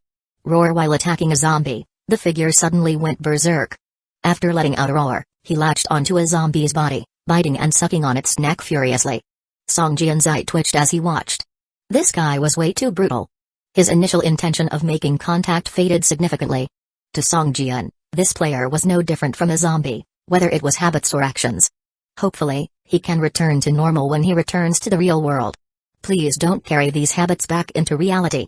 After casting a last glance at the figure, Songjian quietly retreated back into his villa. The player, who seemed indistinguishable from a mutant zombie, was Wang Xiaomao. He was the only survivor of the White Tiger Gang, and he had the bloodline of the zombie due to a fortuitous incident. Wang Xiaomao, popularly known as Xiao Mao, was only 16. He dropped out of school in the 7th grade and roamed the streets every day, frequenting internet cafes and karaoke bars. Although he had not officially joined any gang, in the eyes of people around him, he was no different from a hoodlum. After gaining the zombie bloodline, Wang Xiaomao always had an impulse to spill blood. After consuming the corpse of the zombie leader, this impulse grew stronger.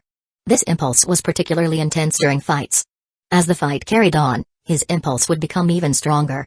Along with the growth of this bloodthirsty impulse, Wang Xiaomao's fighting strength would increase correspondingly. Acquiring the zombie bloodline also enhanced Wang Xiaomao's physical attributes. While they weren't very high, he possessed a special gift where his attributes were not had during daylight. And at night, his attributes were doubled. Therefore, Wang Xiaomao, with his newly acquired zombie lineage, had a significant edge over other players. But his bloodthirsty impulses were a clear downside. If a person with strong willpower were to acquire such a lineage, they would probably become the protagonist of any novel, growing stronger against stronger foes and ultimately reaching the top. But clearly, Wang Xiaomao's willpower wasn't up to par. When Songjian met him, he could see that Wang Xiaomao was gradually losing his sanity to his bloodthirsty impulses. He suspected that it would not be long before Wang Xiaomao would become another zombie leader, completely lost in this game. However, Songjian was unaware of all this and was only slightly repulsed by Wang Xiaomao. Seeing how Wang Xiaomao fought, Songjian, being human, naturally felt some internal resistance. After returning to the villa, Songjian did not rest immediately. His vitality was still over 80% and even if he stayed up all night, it would slowly replenish to full as time passed. I can't go out to hunt monsters, but I can't waste the night either. Songjian thought. He entered the villa's kitchen and began to practice his cooking skills. The zombie flesh was turned into fried meat. He also tried developing new recipes but unfortunately, all attempts failed, wasting quite a few cooking ingredients. After spending more than 3 hours and depleting all the cooking ingredients in his inventory, Songjian looked at hundreds of zombie fangs in his inventory and shook his head helplessly. To make potions, a set of alchemy equipment is needed. This alchemy equipment was similar to the radio attribute he obtained accidentally. It could only be used in a safe house recognized by the system. Song Jian didn't have alchemy equipment, and his safe house was not yet complete. If things continued this way, he was afraid that his 16 inventory slots wouldn't be enough. In the next few days, I must speed up collecting stone materials and build a safe house, Song Jian thought. The main mission of building a system-recognized safe house was undoubtedly a dangerous one. The situation demanded a formidable safe house to withstand the attack of monsters within a 1-kilometer radius. However, construction of such strongholds required too many materials. It was tough to strike a balance. Song Jian had been in this game for over a week. The game was set in a post-apocalyptic world, with gloomy gray being the dominating color. Prolonged exposure to such a setting weighed heavily on his heart, making it seem as if he was being suppressed by a huge boulder. Before building the safe house, I might attempt to remodel some other buildings. Song Jian gazed at the fence surrounding the villa with a thoughtful look. Chapter 68 Recharged Money. Song Jian arrived at the small courtyard of the villa. The ground was muddy, and the courtyard was blanketed with a thick layer of fallen leaves, some of which had already decayed, emitting a foul smell. The courtyard was surrounded by a fence as tall as half a person and closely adjacent to the stone road in front. Many parts of the fence were broken, and at the easternmost part of the villa, a stretch of over 3 meters had completely collapsed. Such a fence could not provide any defense. After Song Jian stared at a section of the fence for a moment, the attributes of the fence appeared before his eyes.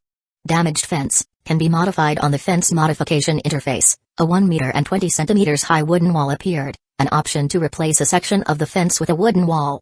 Changing the fence into a wooden wall required the consumption of 5 units of wood. Song Jian selected the wooden wall. Then, a system prompt appeared before his eyes. Do you want to start the modification? Yes. Boom! A sturdy wooden wall descended from the sky, while simultaneously reducing the wood in Song Jian's inventory by 5 units. After the modification, the system presented another prompt. Do you want to modify all the damaged fences into wooden walls?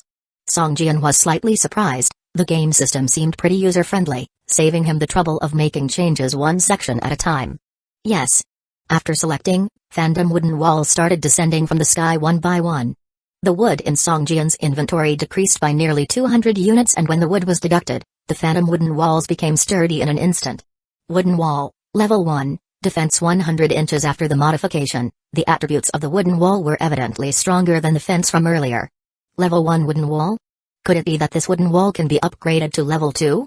Song Jian was a little surprised. The corners of his mouth gradually turned up. Continue to upgrade. Soon, all the level 1 wooden walls were upgraded to level 2. The defense increased from 100 to 200, and the wood consumption reached 800 units. After level 2 wooden wall was level 3 wooden wall, it had a defense of 300 and consumed 3,000 units of wood. Just for a level 3 wooden wall, the amount of wood required was more than what was needed to modify the safe house. After the level 3 wooden wall, if you wanted to continue upgrading, you'd need to change it to a level 1 stone wall. Unfortunately, changing all to level 1 stone walls required over 300 units of stone materials. Song Jian only had over 100 units of stone in his inventory, so he could only change parts of the walls into stone, while the rest remained as level 3 wooden walls. Unexpectedly, the materials needed for modification are so immense. Song Jian frowned as he looked at the less than 7,000 units of wood left in the inventory, his heart sinking. He originally thought that 10,000 plus units of wood would be more than enough to modify a safe house, but just a wall alone consumed over 3,000 units of wood. If a perfect safe house was to be established, the amount of wood needed would probably be a staggering number. In terms of stone materials, Song Jian deeply shook his head. It seemed he would have to stay for a while in the game. The walls can be upgraded individually, but this was not possible for the villa. Before, Song Jian could make modifications to the entire villa, a door, or a window. But now, when Song Jian intends to modify only a door or a wall, the system would prompt, do you want to modify the safe house here? If the option yes was selected, a complete modification of the villa would take place. If it was no, then the modification interface would exit, and scattered modifications could not be made. At this time, the edge of the sky was already white, indicating that the sun was about to rise.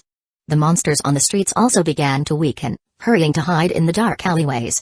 Song Jian left the villa and headed towards the small grove of trees. Along the way, there were some scattered trees and rocks.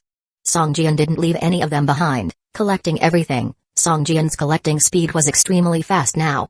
A big tree would be completely collected in just 3 to 4 minutes, and a rock taller than a person would take at most 5 minutes. He was very efficient.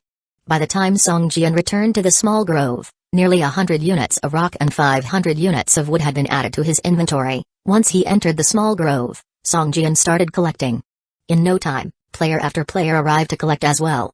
The sight before him made Songjian feel as if he was back working at his office job. Soon, Songjian saw Li Ke rubbing her eyes, yawning as she walked. "Ke, over here." Songjian called out and gestured. Seeing Songjian, Li Ke's eyes brightened and she ran over joyously. "Little cheap brother." Upon seeing Li Ke, Songjian didn't want to stay in this small grove any longer. There were too few trees here, just over 300. With Songjian's current collection speed, the grove would be drained in a few hours, leaving nothing for the other new players. There were already 20 to 30 people gathering in the grove. If Songjian continued, he might incite public anger. Moreover, Songjian didn't want to compete with these people. He took Li Ke's hand and headed towards the highway. Upon seeing Songjian and Li Ke leave, a few people looked at each other, picked up their tools, and quietly followed. Higher anger. Songjian's name had already spread in this area. While everyone else was level 3 or 4, the level 7 Songjian was already admired by many. Seeing Songjian leaving with a little girl, some quick-minded people starting wondering if there was any cheap scores to take advantage of, and quietly followed. Upon reaching the highway, these people were amazed to find that Songjian had actually summoned an off-road motorcycle. He put Li Ke on the bike, jumped on, and drove off into the distance. Fuck, are we even playing the same game? A group of people stood dumbfounded as they watched Songjian ride off into the distance on his motorcycle. Pay to win. This guy definitely poured money into the game. Damn whale. How's that possible? You try topping up money and see if you can find the recharge interface. A group of people stood beside the highway, loudly discussing. There were even people shouting out into the air, "System, I want to top up. System, show me the top-up interface." Wow, little cheap brother, this is so fast. Li Ke opened her small arms wide, hugging the air and laughing heartily. She seemed not at all afraid on the speeding motorcycle, but was actually being entertained and laughing joyfully. "Brother is taking you to fight the boss." Little Cheap shouted loudly. "Boss, okay, I like fighting boss the most." Ke's laughter resonated all along the way. The destination that Songjian was aiming for was the information he obtained from Zhao Sihai's trade yesterday, the location where the boss was. He originally planned to kill the boss overnight, but after some thought, Songjian decided to go the next day instead. Once a boss's lair is determined, it's hard to change. There was no rush. The motorcycle was fast, and in no time, they reached a park. It's only 5 kilometers away from Camel Square, inches a straight line. I guess Zhao Sihai accidentally found this boss.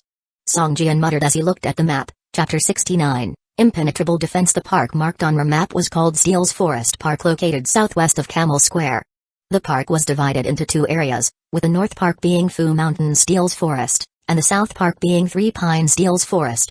The entire park covered an area of over 10,000 square meters. Zhao Sihai marked the location of the boss in the southern Three Pines Steele's Forest.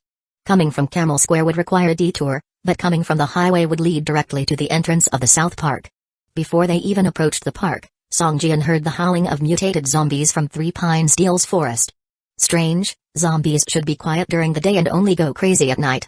Songjian furrowed his brows, put away his motorcycle, took Li Ke's little hand, and walked towards the entrance of Three Pines Steele's Forest Park. The park gates were wide open, and the ticket booth nearby had collapsed. Wild grass surrounded the area, giving the impression that nobody had been here in a long time. As he entered the gate, Songjian felt as if he had broken through a thin membrane, as though walking into a soap bubble. Huh, the air here seems much fresher than outside? Songjian's eyes lit up, and he took a deep breath, sensing something was abnormal. Big brother, the air here smells so good. Li Ke looked up and sniffed vigorously with a look of intoxication. Be careful. The monsters here might be a bit strange. Songjian felt a slight alertness in his heart. Across from the entrance to Three Pines Steele's Forest Park was a row of dilapidated bungalows. Inside one bungalow at the level of the entrance, Zhao Sihai's eyes were red as he stared fiercely at the park entrance. Seeing Songjian and Li Ke entering the park, Zhao Sihai revealed a scheming smile on his face. "Hey, I knew you would came to hunt this boss." Zhao Sihai wiped his face vigorously, massaging his numb cheeks, and slowly stood up. After trading with Songjian, Zhao Sihai had been waiting here all night without sleep. His bloodshot eyes had waited long enough, and finally, he saw Songjian. He had only glanced at the boss in the Three Pines Steele's Forest from a distance, and the overwhelming bloody scent made him dare not approach. Around that boss were also many underlings.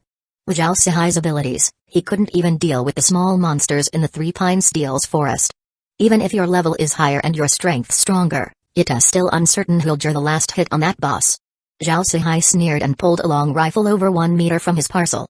M24 sniper rifle. The rifle exuded a cold metallic luster, weighing 5.27 kilograms with a shooting range of 1 kilometers. It used M118 7.62 millimeters special bullets. This sniper rifle could be equipped with 4 accessories: muzzle, aiming, cheek rest, and magazine accessories. Zhao Sihai only found an SX scope, which was fixed on the sniper rifle right now. From the sniper rifle SSX scope, he could clearly see Song Jian's back. Zhao Sihai's body trembled, glancing at Song Jian's heart in the SX scope, almost unable to resist pulling the trigger. The M24 was very powerful, and even at night, it could one-shot kill mutated zombies with a shot to the head. For a player without any protective gear, one shot could take them down, but Zhao Sihai didn't believe that a level 7 advanced player would have no defense. If this shot didn't kill them instantly, he might be the one to die. The M24 sniper rifle had a fatal flaw: it couldn't fire continuously. After each bullet fired, the bolt had to be pulled again. For ordinary players, this interval was enough time to find cover, but for advanced players, it would be enough time to locate their target and counterattack. Until Song Jian led Li Ke by the hand into the park, Zhao Sihai didn't pull the trigger. I still need him to kill that boss. His head is reserved for me, so both the head and the boss will be mine. In just a few seconds, Zhao Sihai was sweating profusely. Holding the sniper rifle, he hurried towards the park entrance. As soon as Song Jian entered Three Pines Deals Forest Park, he saw a mutated zombie wandering on the park path.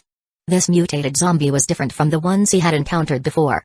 It had a pitch-black body with a metallic luster, bare chest, tattered pants, bare feet, and was wrapped in a thick iron chain that dragged on the ground. As it walked, the iron chain made a jingling sound.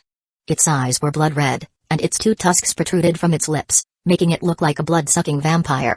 LV5 strong mutated zombie, vitality points, 410 out of 410, special feature, super defense.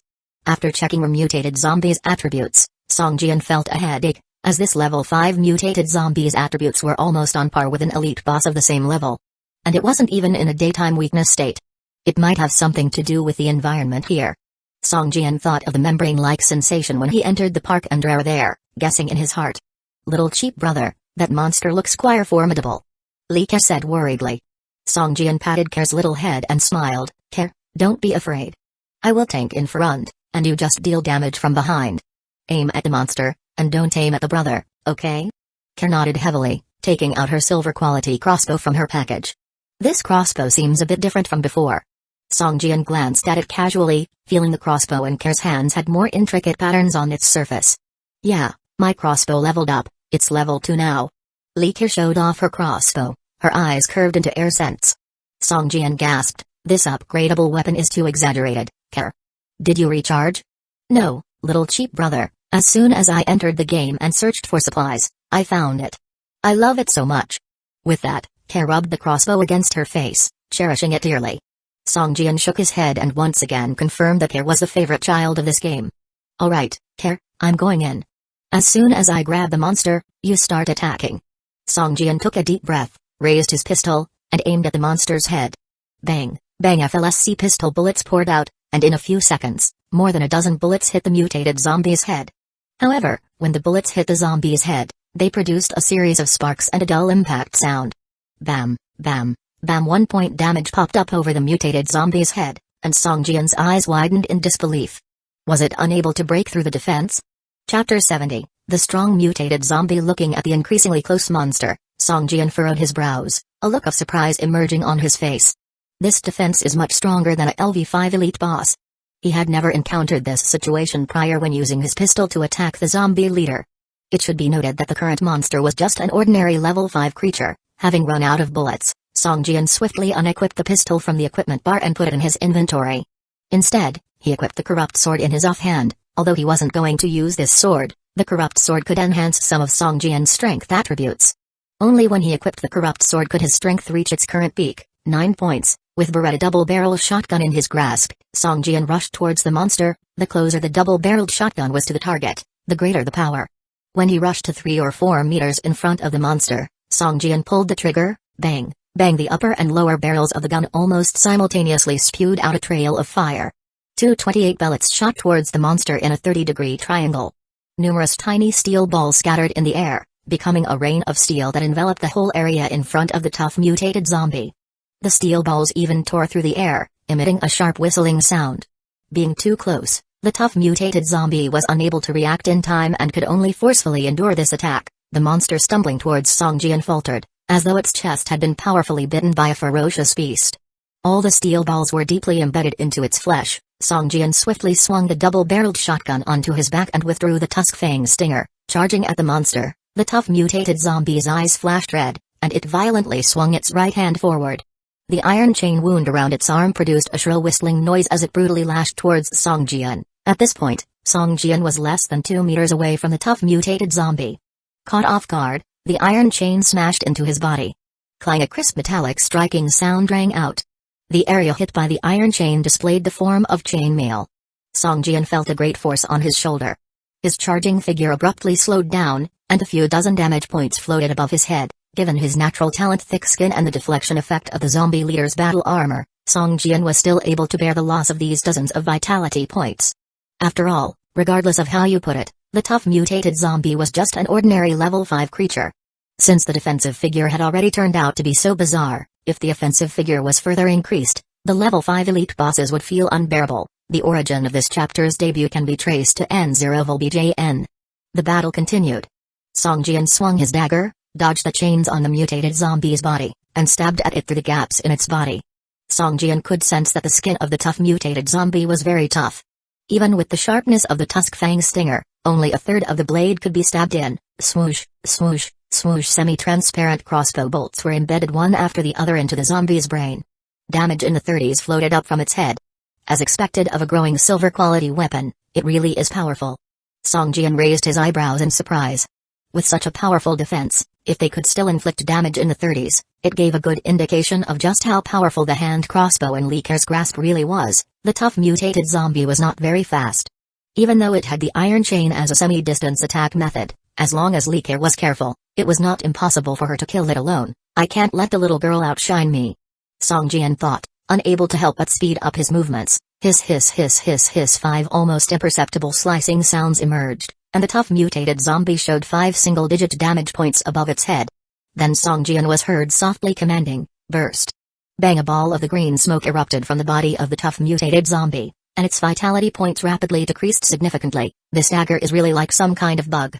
Songjian couldn't help but exclaim in a low voice, "Little cheap brother, you're really powerful." Lee Ker could hardly believe her eyes. A damage figure of over 100 points floated up from the tough mutated zombie's head, which was truly terrifying. Lee Ker, who was originally worried that little cheap brother's damage wasn't enough, had been suppressing her damage so that she wouldn't overthreat. But now, after seeing the strength of little cheap brother, she realized that he was actually very powerful. If that's the case, I need to show my full strength as well. Lee Ker secretly cheered herself on, her little face revealing a serious look. Sniper continuous shooting. With a light yell, the semi-transparent crossbow bolts fired from the silver hand crossbow created a nearly continuous line shooting towards the monster's body. Whoosh, whoosh, whoosh. The vitality of the tough mutated zombie, like a levee bursting, visibly dropped rapidly. Initially, it had nearly 300 vitality points, but after Lee Ker finished releasing her ability and caught her breath, only 20-some points remained. Hiss, over 200 points of vitality damage. Isn't this what you call cheating? Songjian stared in amazement. While he had already greatly overestimated Lee Ker's strength, it turned out he had somewhat underestimated her in the end. "Ker, this skill is?" Songjian asked in surprise. Previously, Lee Ker already had a high damage ability, Burst Arrow. Now, another skill, Sniper Continuous Shooting, had suddenly appeared, its power not falling short of the previous ability in any way. Little cheap brother, this is a skill that comes with the weapon after it upgrades. It doesn't use any resources, it just has a long cool-down time, about 10 minutes. Lee Ker cheerfully brandished her hand crossbow, a clear showy expression on her face. Swinging his dagger, Songjian harvested the last 20-some vitality points of the tough mutated zombie. The monster duo kneeled down, letting out an unwilling roar before collapsing with a loud thud. After death, the monster did not disintegrate into dark ash. Next to its body, 3 items dropped out, 2 white quality materials, tough zombie's tendon and tough zombie's bone marrow, plus a blue quality scroll. Tough zombie's tendon, white, material, can be used to craft longbows. Usage requirements: possess weapon crafting skill. Below the item's properties, there is a line of gray text, can be used to strengthen weapons. Tough zombie's bone marrow, white, material, can be used to concoct potions. Usage requirement, possess potion crafting skill. Under the item's properties, there is also a line of gray text, can be used to strengthen potions. Since both of them had inflicted damage on the monster, both were able to see these item properties. After a quick glance, Song Jian directly passed the tough zombie's tendon to Lee Ker, while the material that could enhance potions was put into his own inventory. Even an ordinary level 5 small monster can drop a blue quality item. It looks like I will have to frequently hunt monsters with care from now on. Song Jian thought to himself. He even suspected that Lee Ker had some hidden luck attributes. Otherwise, how could she be favored by the game system so much? Picking up this blue quality scroll, Song Jian's eyes lit up. As it turns out, it was a skill scroll. Chapter 71, Yin Soul Ghost Tree. The skill scroll is quite something. Song Jian picked up the blue quality skill scroll and couldn't help but exclaim in surprise. Skill scroll, jumping shot, effect, used to learn the jumping shot skill. Jumping shot, a passive skill that produces a moving effect when attacking with normal attacks or skills to the target, causing a short displacement in the direction of the movement while launching a long-range physical attack. This skill is one of the inheritance skills for the Spear of Vengeance profession. 1 Profession inheritance skills, so this game really has professions. Song Jian stroked his chin, his face revealing a thoughtful expression. Little cheap brother, I can use this skill, I can. Lee Ker raised her right hand high and anxiously shouted while tugging at Song Jian's clothes. Alright, here you go. Song Jian smiled faintly, handing the skill scroll to Ker. Spear of Vengeance? Sounds cool. Lee Ker took the scroll and used it directly. It turns out that you need to collect 5 skills to inherit this profession. Lee Ker showed a troubled expression on her face. As she spoke, Lee Ker shot a crossbow bolt into the distance. As she fired the bolt, her body involuntarily jumped a short distance to the side, very agile. Song Jian's eyes brightened. Yeah, and I can control the direction of movement, but it's a bit difficult. Lee Ker said and shot another arrow. This time, she directly collided with a big tree. Thump.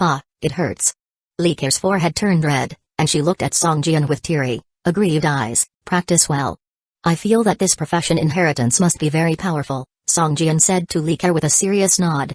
Lee Ker rubbed her forehead and grinned, not daring to continue trying, and quietly followed behind Song Jian. Let's go, keep moving forward. Song Jian ruffled Ker's hair, took her hand, and continued walking forward. Not far behind them, in a clump of trees, Zhao Sihai's face showed a surprised expression. He had once tried to hunt the monsters in this park but ended up fleeing in a sorry state. Even if he's a level 7 expert, this killing speed is a bit too fast. Zhao Sihai hesitated, unsure whether it was the right choice to continue following. If Song Jian discovered him, his fate would be predictable. Killing here is no different from killing in reality. I don't believe he would really lull me.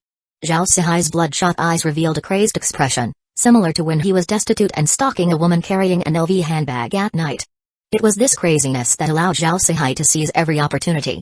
In his 40s, he went from being a street thug to the chairman of the largest listed company in Coastal City. The origin of this chapter's debut can be traced to N0VBJN. This time, I will definitely succeed, achieving the same success in this game world as I have in the real world. Zhao Sihai's crazed expression grew thicker, but his mind was clear and his face calm. Song Jian and Lee Ker made their way forward, encountering many strong mutated zombies along the way, but with the pair's combined attack, these monsters all turned into piles of materials. Lee Ker practiced jumping shot throughout the journey.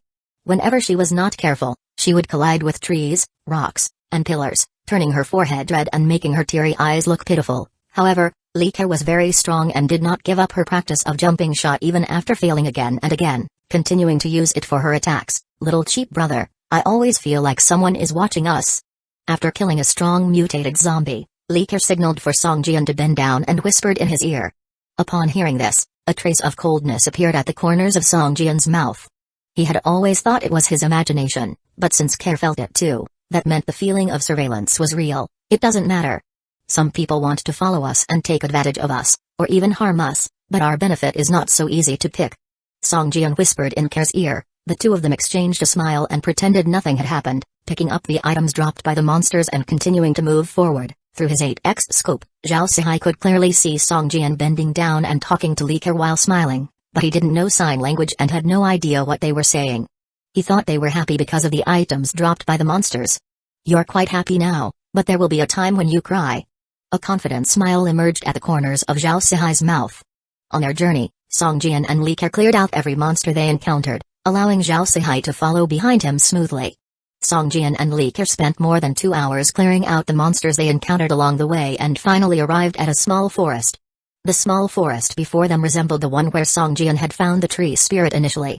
There were no sounds of insects or birds chirping, only cold, eerie winds blowing from the forest, emitting a deep howling sound. Song Jian stood at the edge of the forest, shivering involuntarily. It was daytime, and the sun was shining overhead, but Song Jian felt like he was in a haunted place. As Song Jian looked ahead, the whole forest appeared hazy gray.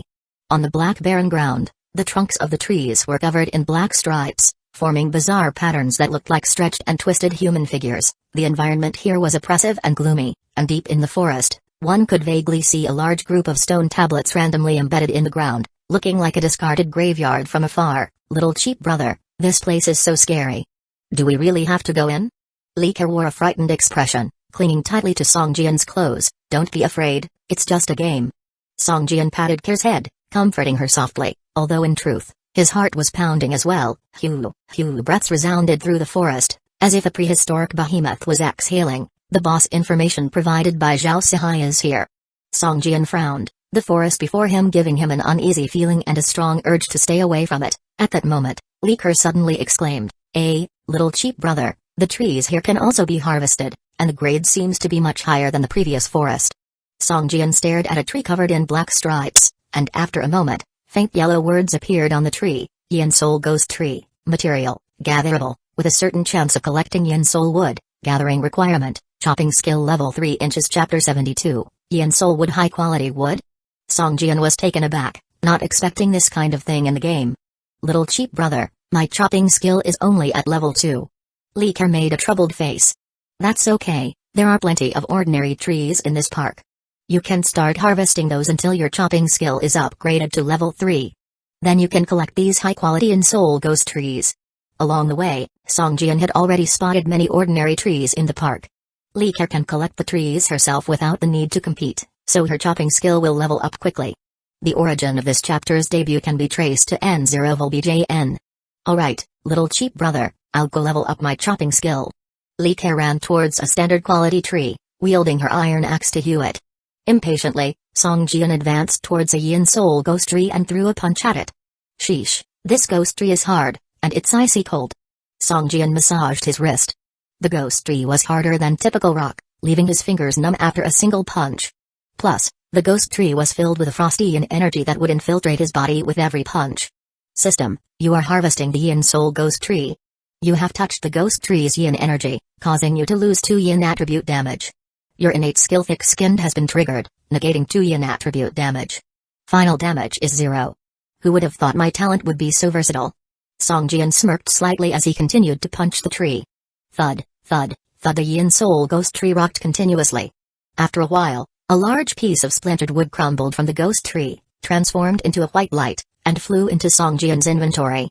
System, you've harvested 145 units of wood. Wow, is the quantity of wood this high? Got 145 units in just one go?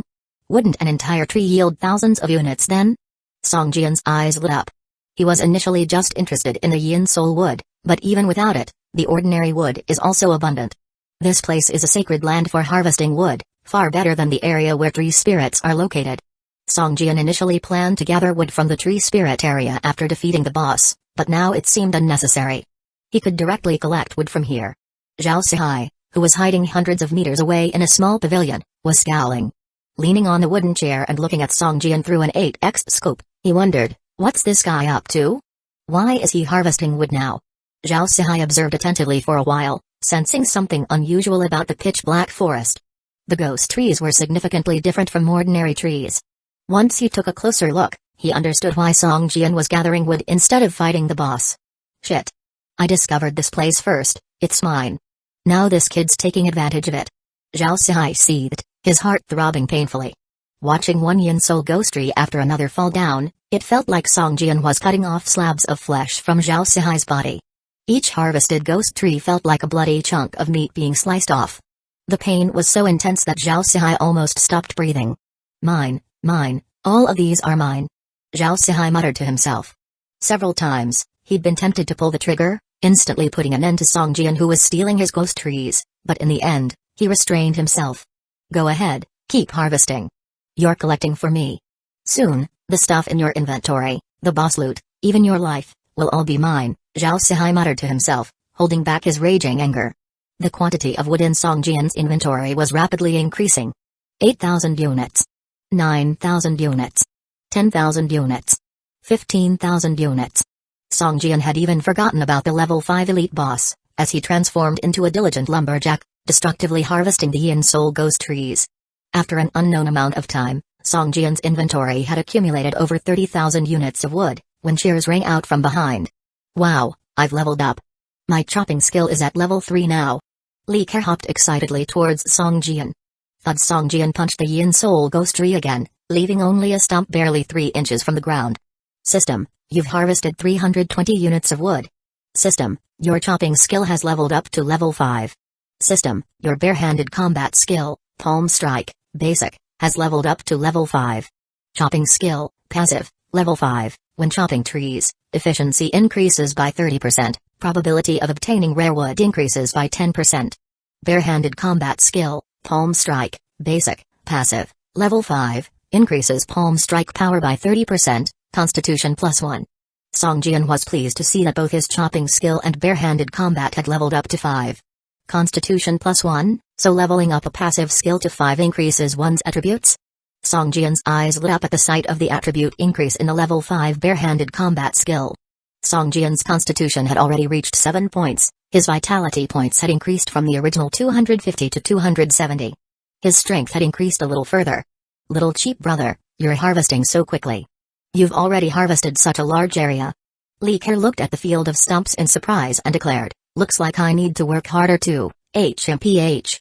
With that, Li Ke approached a Yin Soul Ghost tree, lifted her iron axe, and struck it with all her might. Thud. Li Ke cried out, it's so hard. I can barely hold on to the axe.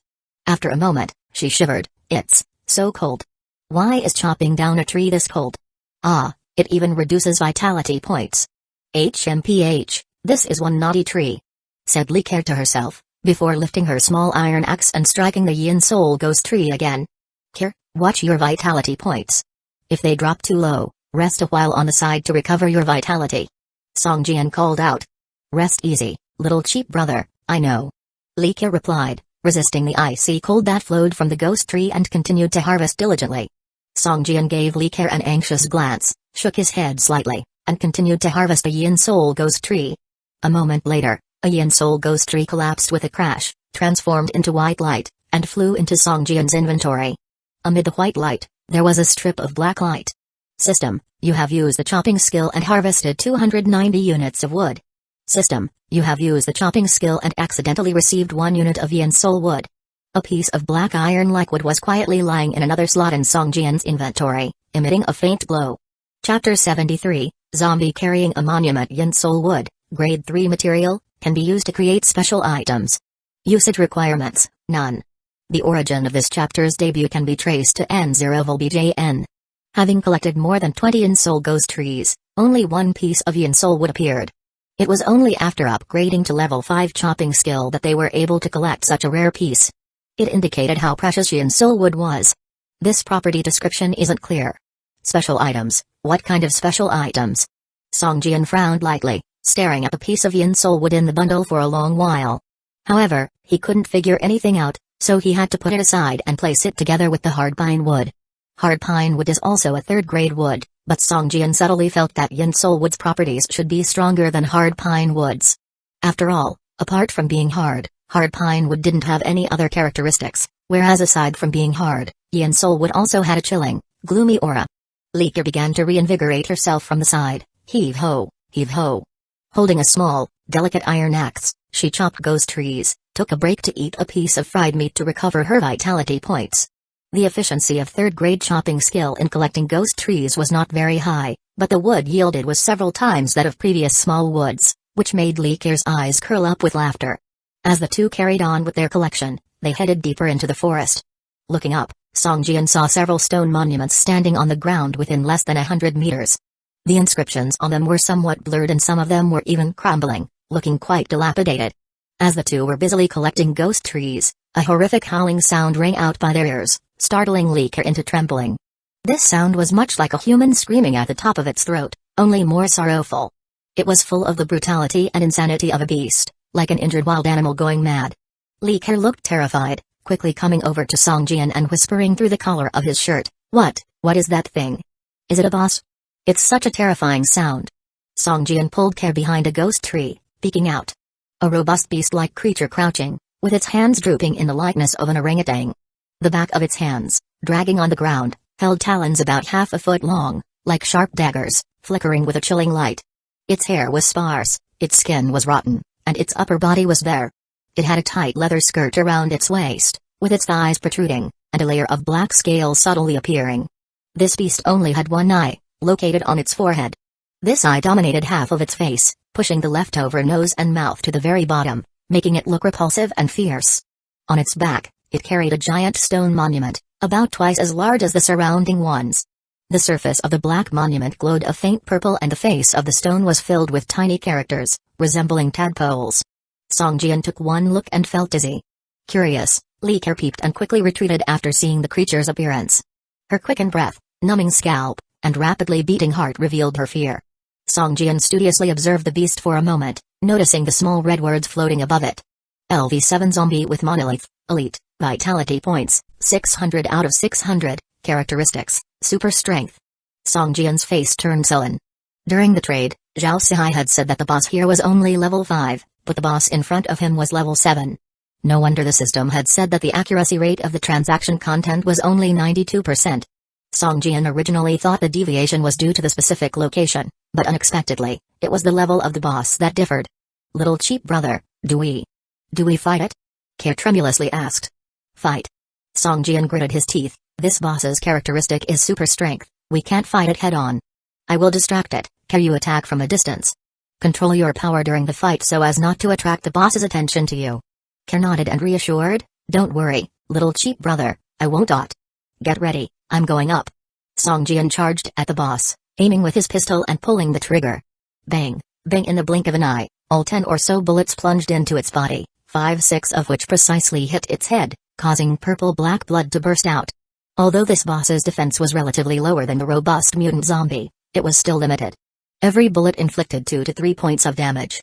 The bullets that hit the head resulted in around 6 points of critical damage. However, this damage was a far cry from consequential for a boss with 600 vitality points. Roar the zombie with the monolith was furious, picking out the bullets embedded in its body, and lungishly lunged at Song Jian using all limbs. Hiss, that monument should weigh at least 5 to 600 jin, right? How come it doesn't seem to affect it? Song Jian's heart sank, he dared not face it head-on, avoided hastily to one side, changing his gun to a double-barreled shotgun and shot towards the boss's backside. 2 large shotgun pellets, from the moment of projectile out of the gun barrel, broke into hundreds of tiny steel beads, enveloping the boss entirely. A series of damage points interspersed with mist surged from the boss's head. Though the damage was minimal, the amounts were substantial. This course stripped at least 30 of the boss's vitality points. The boss turned around, roared and charged towards Song Jian. There was no time to retract the shotgun. He could only roll out, dodging the boss's attack, hugging the shotgun to his chest. The strong winds grazed his face as if they were small knives cutting into it. Boom! One of the Yin Soul ghost trees was directly knocked down by the boss, causing a spine-chilling cracking sound. The ghost tree tumbled down, leaving the boss somewhat dazzled by the impact, causing it to stumble slightly, and nearly fall. Song Jian sheathed his double-barreled shotgun, holding Tusk Fang Stinger as he lunged towards the boss's back. Simultaneously, Care aimed at the boss with her handheld crossbow, pulling the trigger. She leapt to the left, shooting a half-transparent arrow towards the boss's eye. Given that the zombie with monolith was a level 7 elite monster, its resistance was significantly high. It shook its head slightly and promptly resumed normalcy. Lowering its head, it dodged Care's arrow and charged towards Song Jian. Song Jian's dagger pierced into the boss's arm, inflicting 13 points of damage and an additional poison mark.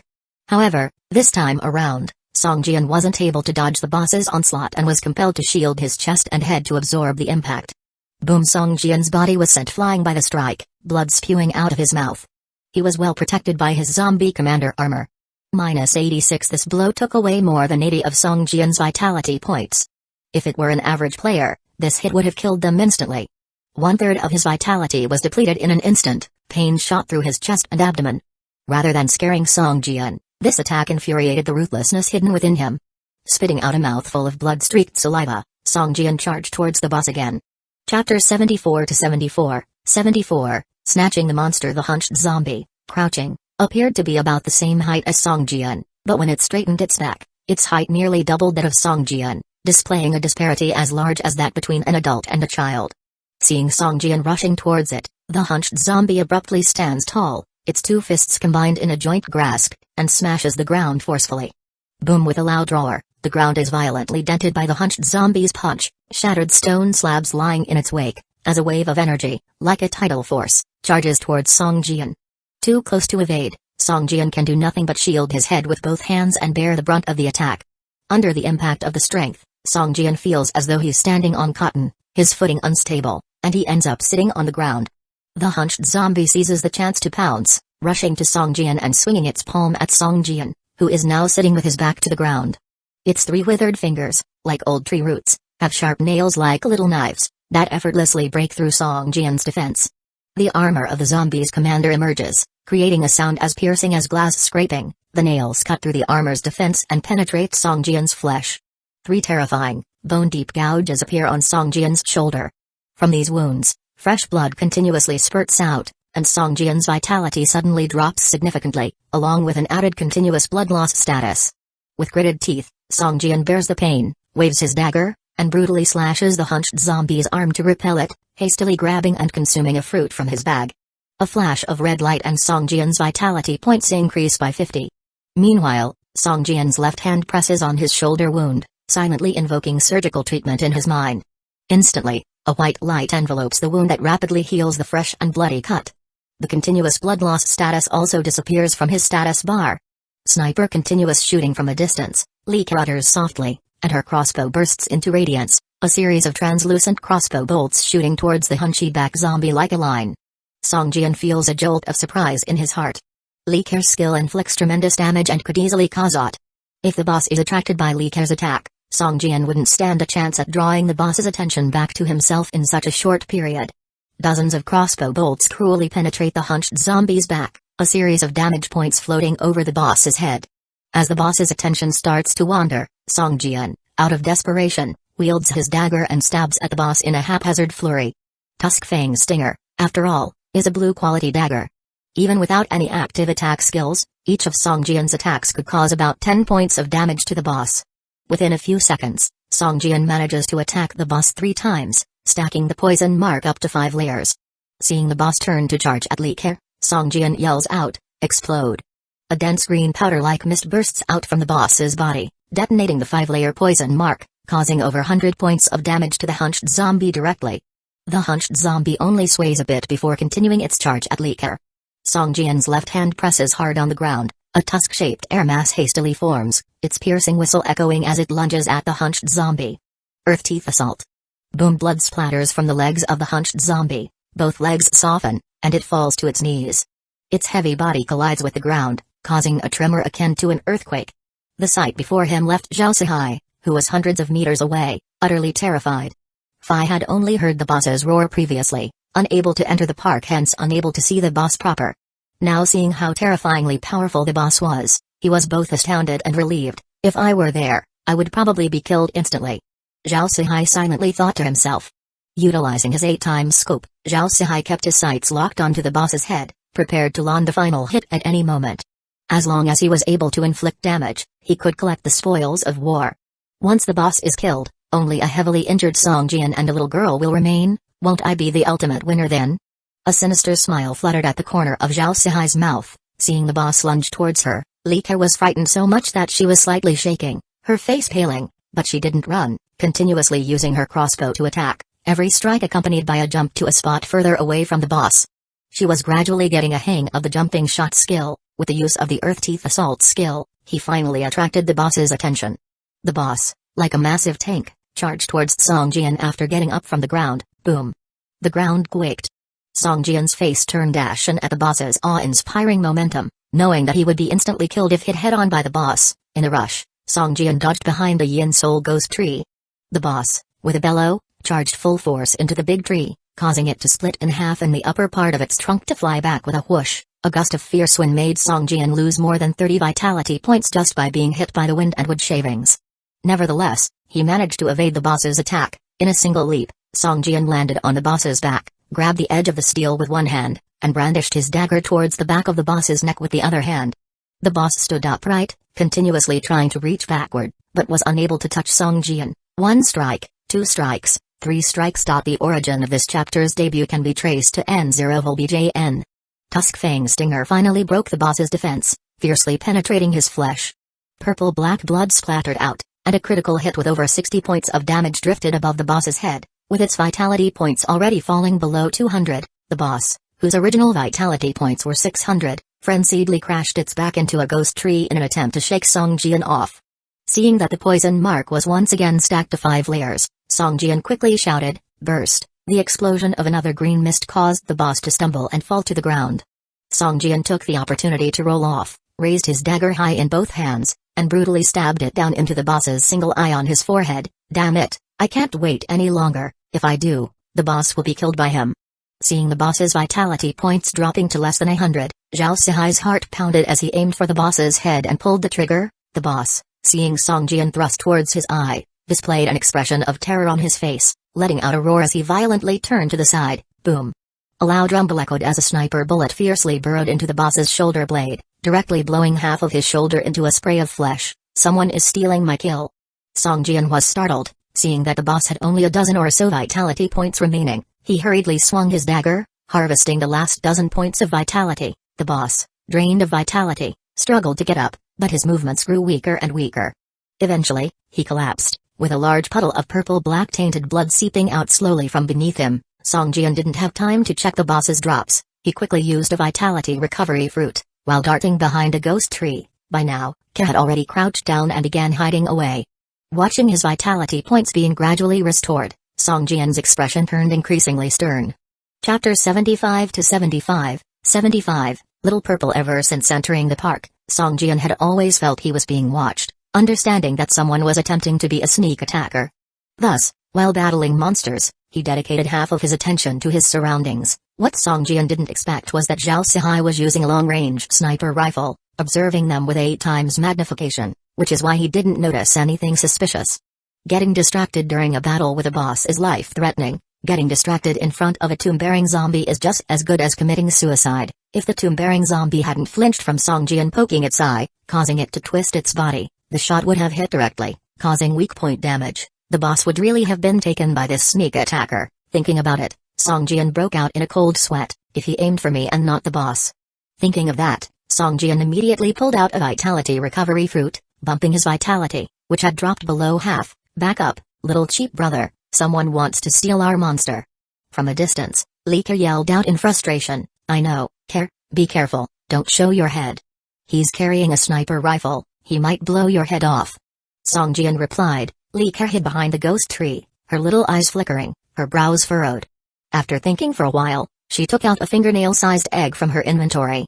The egg's shell was purple, with tiny golden specks on it, looking like stars. "Looks like I have to hatch it now." Li Ke sighed like a grown-up, frowning as she pricked her finger, squeezing the wound hard. This was a pet egg, probably the first one in the game. Li Ke received a task to enhance the attributes of a pet egg, but she hadn't had time to complete it yet. If she hatched it now, the enhancement task would fail. Li Ke frowned, struggling for a while, only managing to squeeze out a drop of blood which she smeared onto the shell of the egg. When the blood touched the eggshell, it stirred for a moment before slowly dissipating, as if it was absorbed by the egg. In an instant, a dazzling golden light appeared. Cracks began to form on the eggshell's surface, and in a short while, a translucent bird the size of a fist emerged from the shell. The eggshell began to slowly dissolve, and as the little bird bent down to eat it all, its body seemed to grow a little more. After fluffing up its feathers twice, the little bird took flight, hovering in front of Ke. The bird was covered in light purple feathers, its ruby red eyes 2 bright spots on its translucent body, making it look like a piece of crystal artwork. "You're purple, so I'll call you Little Purple." Ke looked at the bird, the corner of her mouth curling into a smile, as she reached out to pat its head. "Chirp chirp Little Purple," chirp, as if in agreement with the name she had given. "Little Purple, find the person who wants to attack us." Li Ke commanded. The air around Little Purple began to ripple, making her formerly translucent body fully invisible, just like a body of clear fluid in motion. If you didn't look carefully, you would have difficulty spotting her, leaving a vague trace in the air. Little Purple flew into the distance. Ke's eyes were half closed, her vision now synchronized with Little Purple. feeling as if she herself were flying through the air.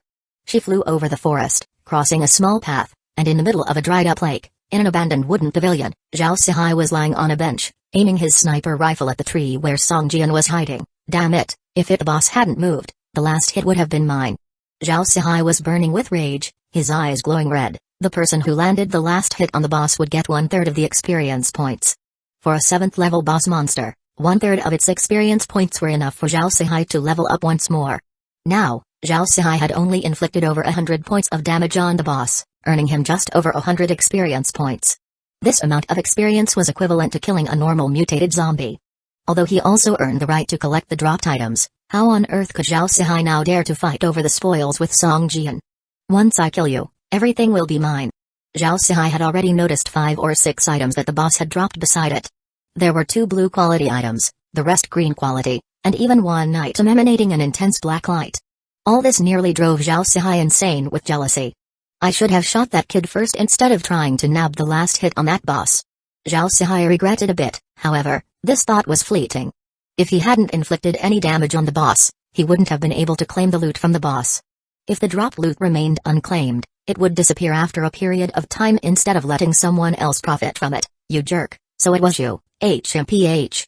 With her eyes closed, Li Ke huffed softly and looked towards the direction where Song Jian was hiding. At this moment, while Song Jian was hidden behind a tree, he was unsure of what to do next. He knew the range of the sniper rifle was wide, and only from hearing the gunshots could he tell that the person aiming at him was in the direction of the park entrance, but he had no idea where exactly the person was. What should I do? Just drag it out until nightfall? Song Jian furrowed his brow. If it dragged on until nightfall, he could take advantage of the night to search for that person. However, monsters became more violent at night, and that person wouldn't keep watching him. Furthermore, even if that person were to leave, Song Jian wouldn't know. Just as he was pondering this, he suddenly heard Li Ke's voice. Little cheap brother, I found that guy. I'm sharing my vision with you, accept it. Soon, a system notification popped up in front of Song Jian. System, player Li Ke has requested vision sharing with you, do you agree? Shared vision? What kind of skill is that? Song Jian was confused but chose to accept nonetheless. Song Jian immediately felt as if he had gained another pair of eyes, which were looking at the ground from the air. For a moment, he felt slightly dizzy, and quickly closed his eyes to feel better. That's the little pavilion in the middle of the park? Through Little Purple's vision, Song Jian surveyed the surroundings, finally identifying the person's whereabouts. This little pavilion was at least 500 to 600 meters away from the ghost tree forest where Song Jian was hiding. No wonder he had only vaguely sensed someone's gaze but couldn't identify that person's location. So it's you, HMPH, as long as I know where you are, things will become much easier. Just you wait. Song Jian's eyes flashed with a murderous intent. In this game, Song Jian had always been reluctant to hunt down players. After all, everyone only had one life in the game. If you die in the game, you die in real life as well. But now, Song Jian had sentenced Zhao Sihai to death in his heart. Chapter 76 to 76, 76. Small pavilion. Zhao Sihai's 8-fold scope was always aiming at the ghost tree where Song Jian was hiding. Each shot with the M24 required the bolt to be pulled back. The time it took was short for ordinary people, but for Song Jian, who was already at level 7, a second or two was enough time to do a lot of things. Therefore, even though Zhao Sihai still had the upper hand, he was panicking on the inside, daring not to let his guard down for a moment. Sweat was slowly seeping from Zhao Sihai's forehead. Afraid to wipe it away, he watched as a drop slid past his eyebrows, and fell into his eye. Zhao Sihai felt a sting and involuntarily twitched his eye. Just then, the ghost tree he had been aiming at suddenly had a shadow dart out from the left. Zhao Sihai pulled the trigger instinctively. Bang! With a loud bang, a look of joy filled Zhao Sihai's face. Hit! He exclaimed. But before Zhao Sihai could even get up, through his 8-fold scope, he saw another figure dash out from the right side of the ghost tree. The object he hit earlier turned out to be nothing more than a worn-out blood-stained shirt. Damn, how can this be? Zhao Sihai was momentarily panicked, quickly pulled the bolt back, but when he went to aim at Song Jian again, he found the man had begun to serpently move. After Song Jian used his shirt to obscure Zhao Sihai's view, he rushed from behind the ghost tree towards Zhao Sihai's position, zigzagging his way through treetops and rocks, avoiding the enemy's line of sight. With Song Jian's agility of level 5, his running speed could already rival an elite human athlete. Zhao Sihai was caught off guard, trying to predict Song Jian's movement to secure a hit. Bing! Another ghost tree behind Song Jian was shot, leaving a large crater the size of a bowl. Zhao Sihai's right hand shook slightly as he pulled back the rifle bolt again, searching for Song Jian. Bang, bang, bang, wood chips flew, rocks crumbled. Song Jian managed to avoid several attacks from Zhao Sihai by relying on his own speed and surrounding objects. After several empty shots, Zhao Sihai slowly began to panic. Seeing his ammo pouch was reduced to only 5 or 6 bullets, he didn't dare to shoot recklessly. He took a glance at the dry lake in the center of the pavilion and the wide open area dozens of meters around him and felt a little relieved. Even if he manages to close in, without any cover around here, he can only be an easy target for me. Zhao Sihai muttered to himself. Sniper bullets were too expensive. Zhao Sihai had only managed to buy regular bullets for his sniper rifle. The higher damage explosive and armor-piercing bullets were merely a fantasy for him.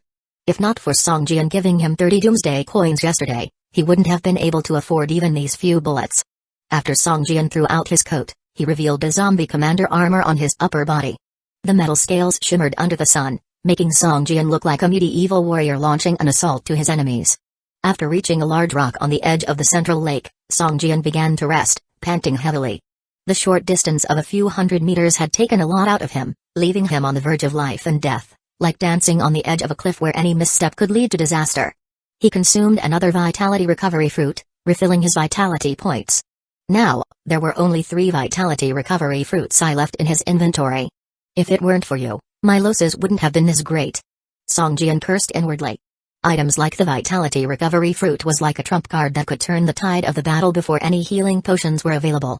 If not for it, Song Jian wouldn't have dared to charge at Zhao Sihai. Instead, he would have picked up the loot dropped by the boss and run away immediately. Come on, I want to see how you're going to cross. Zhao Sihai was staring at the rock several dozen meters away, mumbling to himself. Song Jian, hiding behind the rock, was out of ideas for a moment. The emptiness in front of him was a wide open field plus a dried-up central lake. If he wanted to get to the pavilion in the middle of the lake, it would take at least 10 seconds, enough time for the other side to shoot 5 to 6 rounds. Without any cover, Song Jian didn't dare to bet his life on the opponent's accuracy. Can you distract him for a bit? Give me a few seconds, that would be enough. Song Jian turned to Li Care who was hiding a few ghost trees away from him. Little cheap brother, I can let Little Purple distract him, but Little Purple's attack is too weak, I'm afraid she couldn't last long. Care seemed hesitant. It's fine, a few seconds will do. Song Jian's spirit perked up. With just a few seconds, he could rush within 10 meters of the man. By the time, an earth teeth assault would surely make the man regret his life. Alright then. Care seemed a bit hesitant. Little Purple had just been summoned, her attack was extremely weak. Even an ordinary human being could kill her easily if they managed to grab her. Little Purple, attack that man.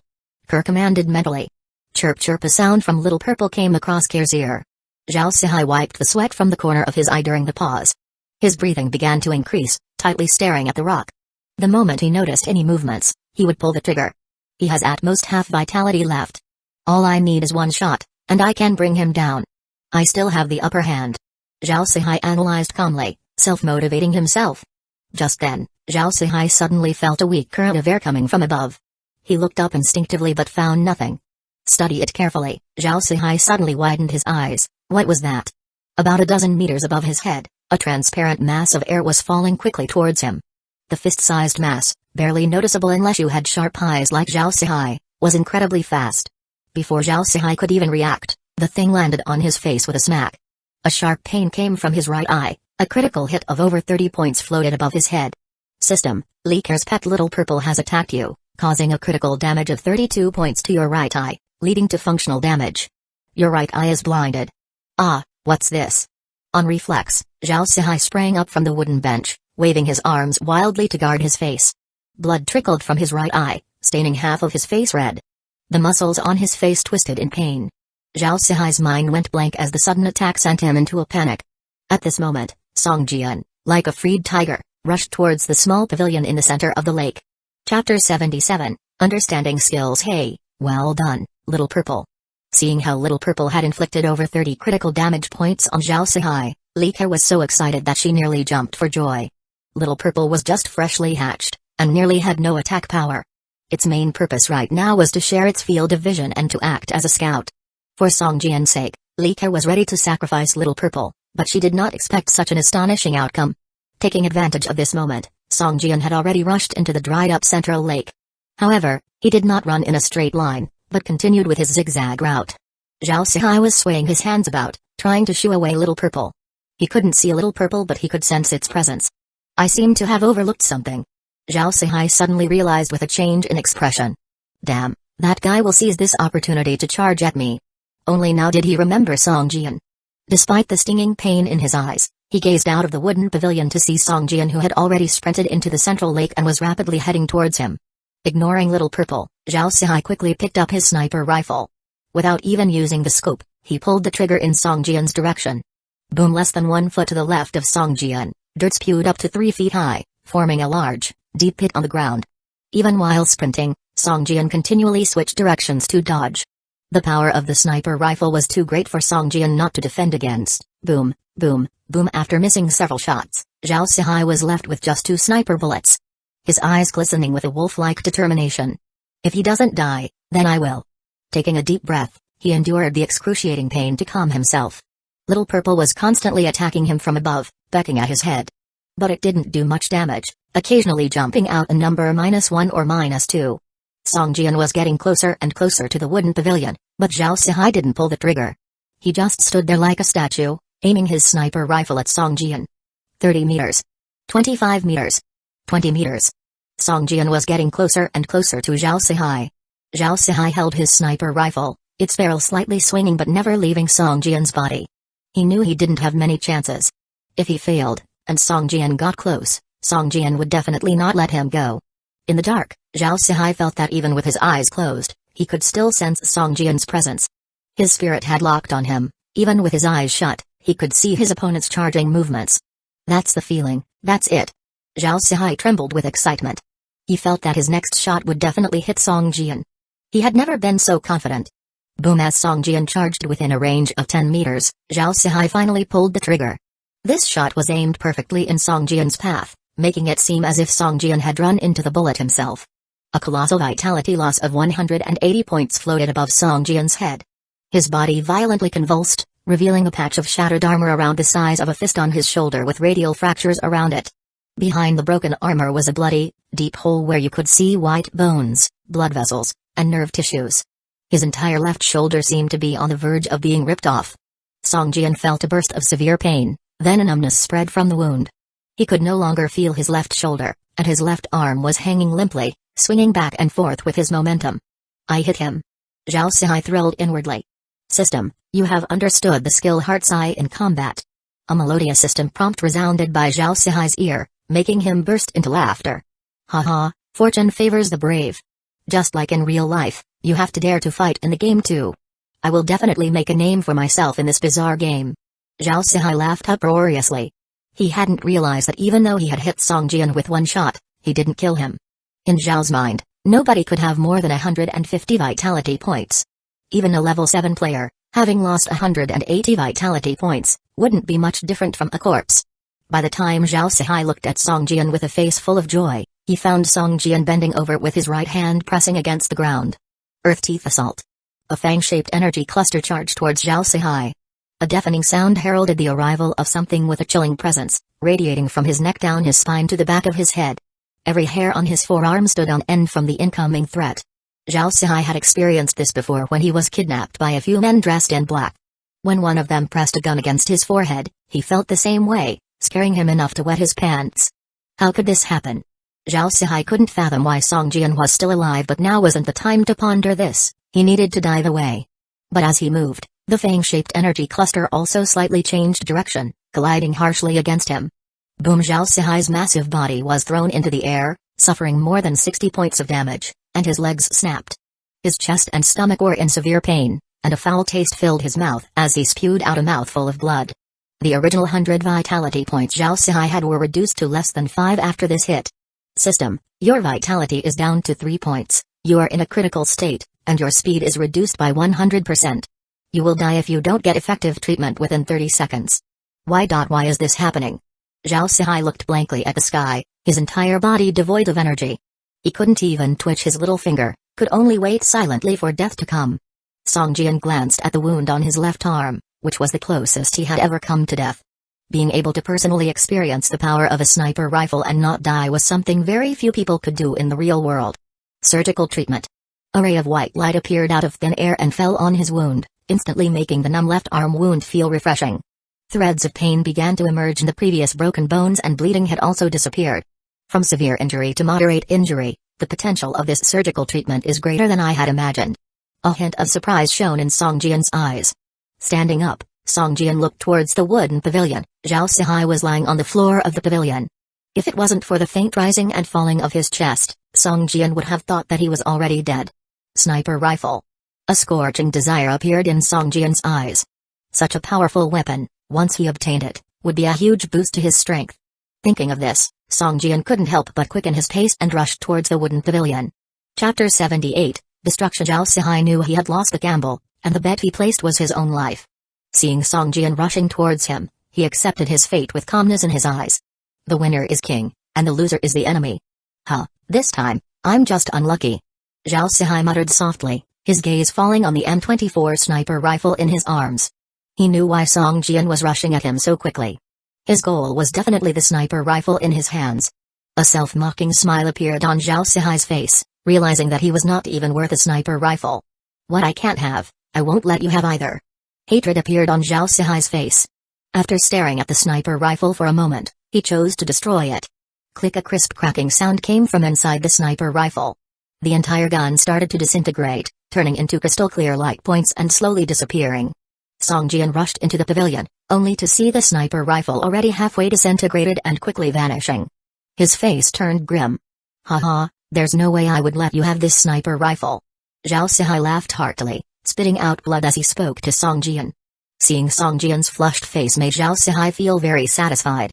This sniper rifle had immense power.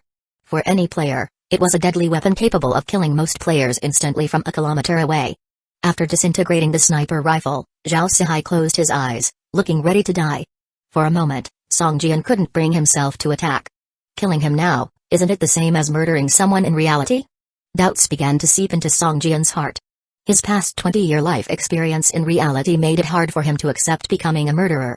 While hesitating, Song Jian suddenly noticed the ring on Zhao Sihai's right index finger starting to disintegrate into tiny pieces of light.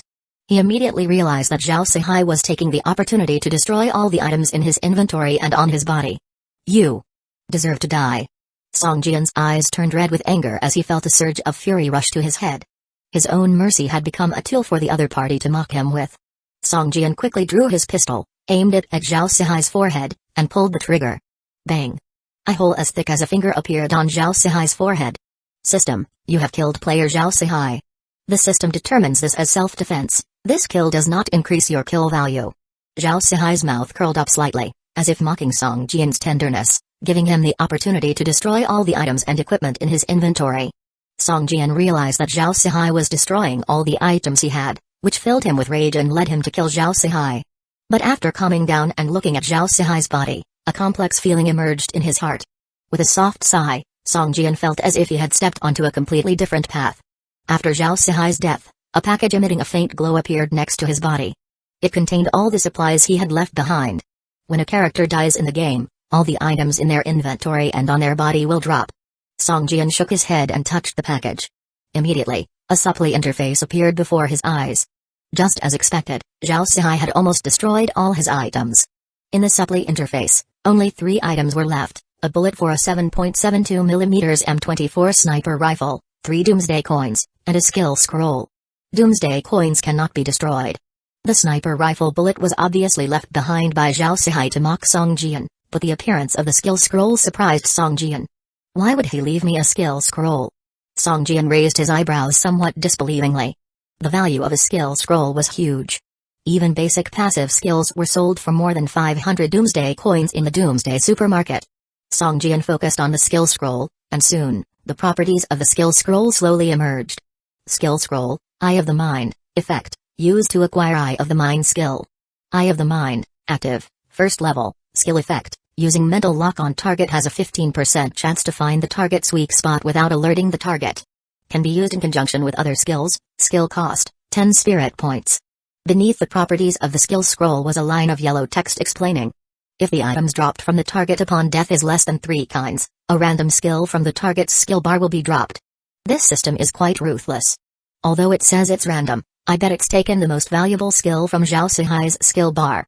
Song Jian took a deep breath, realizing that if it wasn't for Zhao Sihai destroying all his items and equipment, this skill wouldn't have appeared in the supply interface. This is clearly a support skill, and what's more, it consumes spirit points. I finally have a mainstream skill. Song Jian always believed that skills should consume spirit points, not vitality points. The active skills he had before all consumed vitality points, which made Song Jian feel that those skills consuming vitality points were all non-mainstream. Emptied the supply interface, Song Jian decided to use the skill scroll. Little cheap brother, let's quickly pick up the items dropped by the boss. Li Ke shouted from the dried-up lakeside. Right, there are still the items dropped by the boss. Song Jian slapped his forehead, almost forgetting about it. He threw a glance back at Zhao Sihai's body, let out a sigh, and rushed to the stone forest. The two quickly returned to the stone forest. In the middle of the toppled stone tablets lay the body of the undead zombie beast, with several items dropped next to it. Why is this item emitting black light? Li Ke curiously picked up the only item emitting black light. Items in the game were categorized based on their quality, ranging from damaged, ordinary, excellent, to outstanding, assigned the colors gray, white, green, and blue respectively. Beyond these were the rare silver and gold items. But black items were unheard of. This looks like the stone tablet carried on the back of the boss. It's an accessory, but the attributes are trash, only increases 1 vitality point. Li Ke read the black item's attributes and immediately scrunched her face, tossing it to Song Jian. Little cheap brother, this item can be brought back to the real world. You should keep it. Li Ke smiled cutely as she spoke. Unknown tablet, black, accessory, equip effect, increase 1 vitality point, use requirement, none, can be brought out of the game, yes. Song Jian shook his head and placed the stone tablet into the inventory column. Li Ke then picked up 2 blue quality items, one in each hand, scrutinizing them with furrowed brows, seemingly finding it difficult to make a decision. After a long while, Li Ke handed the item in her right hand to Song Jian and said, Little cheap brother, we each get a blue quality item. This one is for you. Chapter 79, Pendant. Song Jian could naturally see the properties of these 2 items. The remarkable item given to him by Li Ke was called Reality Pouch Extension Slot, which could expand the pouch column to carry an additional item into the real world, and the item Li Ke chose was a blue quality hat. This hat, fashioned like an owl, came with an eagle eye skill that offered a +10 vision effect. Li Ke must have liked the design of this hat, as she hesitated for a while before choosing it. Of the other remaining green quality materials, Song Jian only chose the ones useful for making medicine, giving the rest to Li Ke. After splitting the loot, the two shared a smile and continued to gather Yin Soul Ghost trees. Song Jian immediately used a Reality Pouch Extension slot. His pouch originally had just 1 gold-bordered slot. Now, there were 2, meaning that Song Jian could bring 2 items from the game into the real world each time he exited the game. Song Jian was unsure whether further Yin Soul Ghost trees would appear after these ones had been gathered. While ordinary trees used to grow back the day after they were chopped down, some special trees, like the pine tree that emitted a golden light, would not reappear. Heave ho, heave ho. Just as Song Jian was gathering the Yin Soul Ghost trees, he glanced at Li Ke and saw her wielding a small pickaxe, hammering at a steel. Song Jian was shocked and hurriedly asked, Ke, what are you doing? Li Ke turned her head and smiled, Little cheap brother, I'm gathering stone materials. It's easier to extract than tree materials. These steels could also be gathered? Song Jian was taken aback. After all, these steels had perhaps been around for hundreds of years, and the inscriptions on them might have been written by someone famous. Each one was a historical relic. Looking at the shattered steels that Li Ke struck apart, Song Jian was left speechless. Alright then, it's just a game after all, Song Jian thought to himself. Time flew by quickly. Hours later, Song Jian had completely gathered all the Yin Soul Ghost trees around him, leaving behind nothing but low stumps. By now, he had more than 100,000 units of wood in his inventory, including 13 Yin Soul woods. Glancing at the sky, he noticed that quite some time remained before sunset. Song Jian looked at Li Ke then began walking toward a steel. Thump, thump, thump. After 3 hits, the steel shattered, and a white light flew into Song Jian's inventory. 368 units of stone materials. How can there be so many? Song Jian was startled. Looking at the steels, there were several hundred. This made Song Jian excited. Seems like I can gather all the resources for my safe house construction today. Haha. System, your mining skill has upgraded to level 2. The efficiency of mining rocks increased by 10%. System, your mining skill has upgraded to level 3. The efficiency of mining rocks increased by 15%. System, your mining skill has upgraded to level 4. The efficiency of mining rocks increased by 20% in just a few hours. Song Jian gathered hundreds of steels. Perhaps because these steels have a higher level than the usual stones, Song Jian's mining skill improved rapidly. In a matter of hours, it had already upgraded to level 4. Little cheap brother, it's getting dark. Should we leave? Li Ke checked the sky. It was about 6 or 7 in the evening, half an hour more till nightfall. Glancing at his inventory, his stone materials were nearly 100,000 units. Ahead were around 30 to 50 steels. After some hesitation, Song Jian gritted his teeth and said, let's gather all these steels before we go. Monsters regained their original properties and doubled their strength at night. Ordinary players couldn't compete with them. Only Song Jian dared to venture out in the night. The world gradually grew darker and quieter. Li Ke was no longer gathering stones but stayed close to Song Jian instead. From time to time, she looked fearfully into the pitch darkness. There's one last steel. We'll go back after gathering it. Song Jian rubbed Li Ke's head comfortingly. Alright. It feels scary here at night. Li Ke nodded. Song Jian swung his fists at the last steel, clang few it so hard. Song Jian felt as though he had hit an alloy of steel. The steel did not budge, and the recoil made it feel as if his hand bones would snap. Just then, a silver gleam from the crescent moon in the sky fell on the steel, which immediately absorbed it, plunging the surroundings back into darkness. Song Jian blinked. What had just happened was momentary and felt like an illusion. He turned to look at Li Ke, who was staring with her mouth agape and a surprised look on her face. This steel seems different from the others. Song Jian mumbled, stroking his chin. Has this steel become spirit-possessed? Li Ke suddenly suggested, I hope not. Song Jian frowned. The moonlight being absorbed earlier by the steel was very reminiscent of the shadow he saw on the roof. This made him start to have second thoughts. After waiting for a long time without anything unusual happening, Song Jian threw a punch out of curiosity. Crack! A crack on the steel surface appeared, running from top to bottom. Crack, crack watch. In shock, the steel emitted a series of cracking sounds. And in just a short while, the entire meter-high steel shattered before Song Jian's eyes. Song Jian glanced at his fist. The pain from the first punch had just subsided and the second one had managed to shatter the entire steel. It felt a bit unrealistic. System, you have gathered 3,000 units of stone materials. System, your mining skill has upgraded to level 5. Mining skill, passive, level 5. Efficiency of mining rocks increased by 30%, and chances of obtaining rare stones increased by 10%. The 3,000 units of stone materials were 5 to 6 times more than what he got from the other steels. Furthermore, Song Jian had only recently reached level 4 in his mining skill. There was still a long way to go before reaching level 5. But now, it had unexpectedly maxed out. Is this what sudden happiness feels like? Song Jian felt like a giant pie had hit him in the head, leaving him feeling slightly dizzy and hypoxic. The last steel had disintegrated into a pile of rubble, leaving behind a 3-inch high stump. On the smooth surface of the stump was a pendant-like item that appeared out of nowhere and was gleaming. This pendant-like item looked like a hollow hexagram array and was made of a peculiar metal. Whoosh! The moment the pendant appeared, before Song Jian could react, it flew toward him as if it had a mind of its own, disappeared into his body. Suddenly, Song Jian felt a burning sensation in his chest. When he lifted his armor, he saw a pattern identical to the pendant on his chest.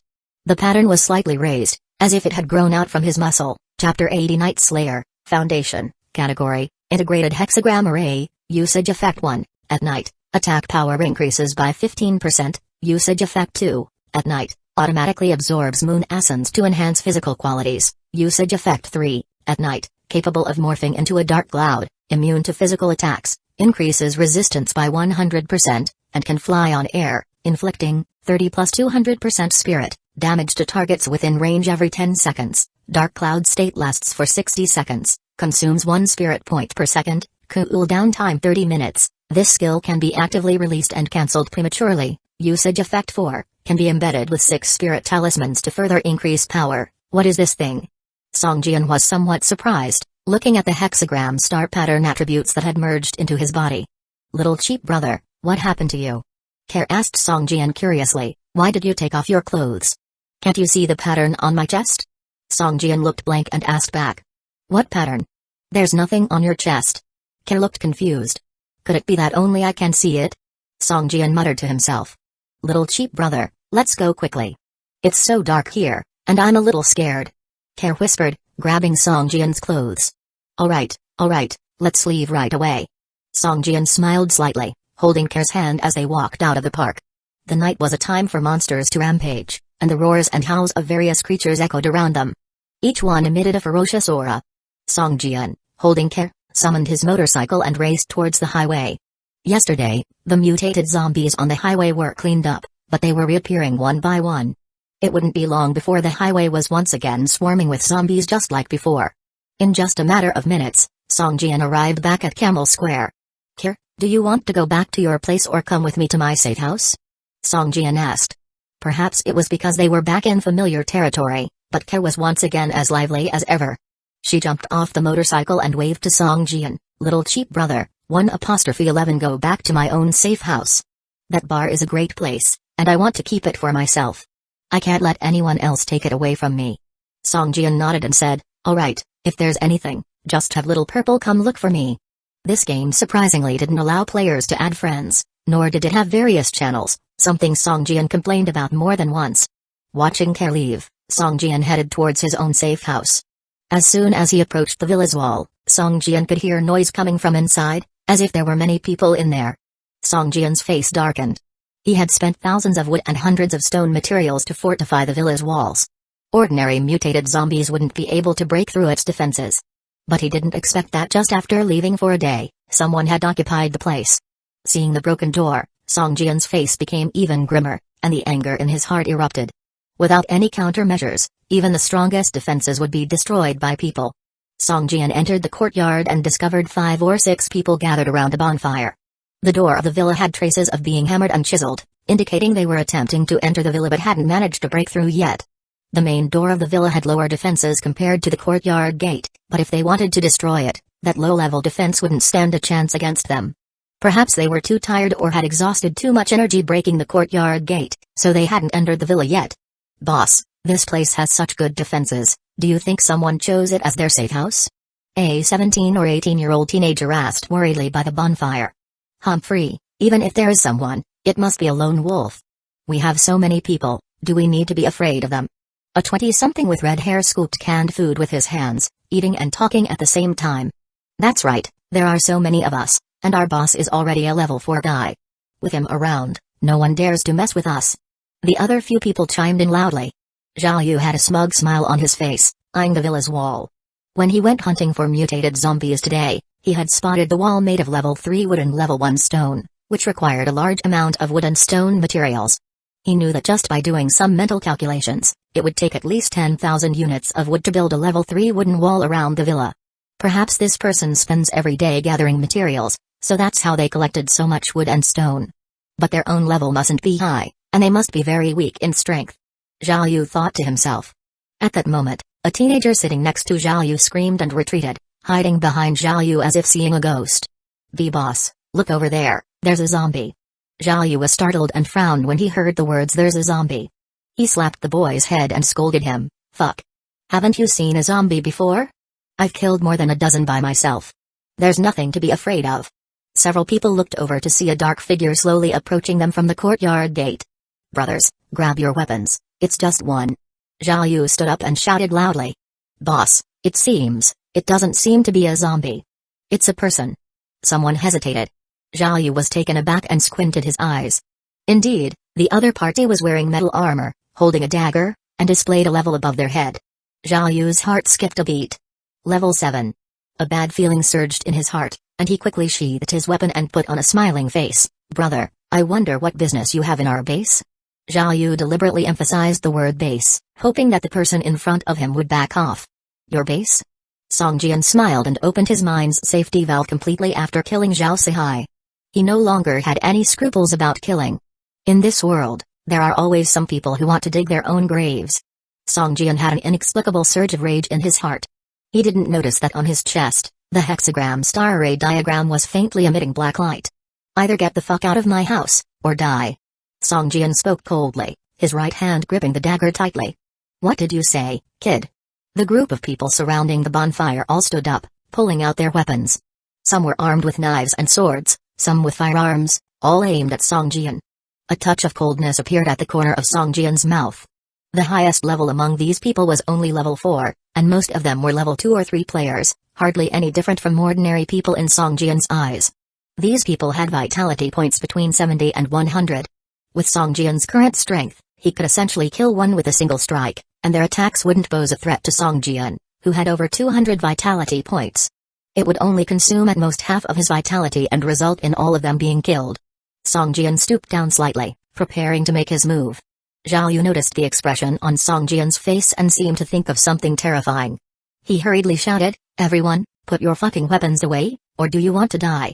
Hurry, put them away." The crowd, hearing Zhao Yu's words, froze simultaneously. Even Song Jian paused, suppressing the rage boiling within him, and looked over at Zhao Yu. "Apologies. We didn't know that this villa was already occupied." Zhao Yu moved forward with his face full of smiles and bowed. "I'm sincerely sorry for the intrusion. We will leave at once." "Damn it, you got me all mixed up."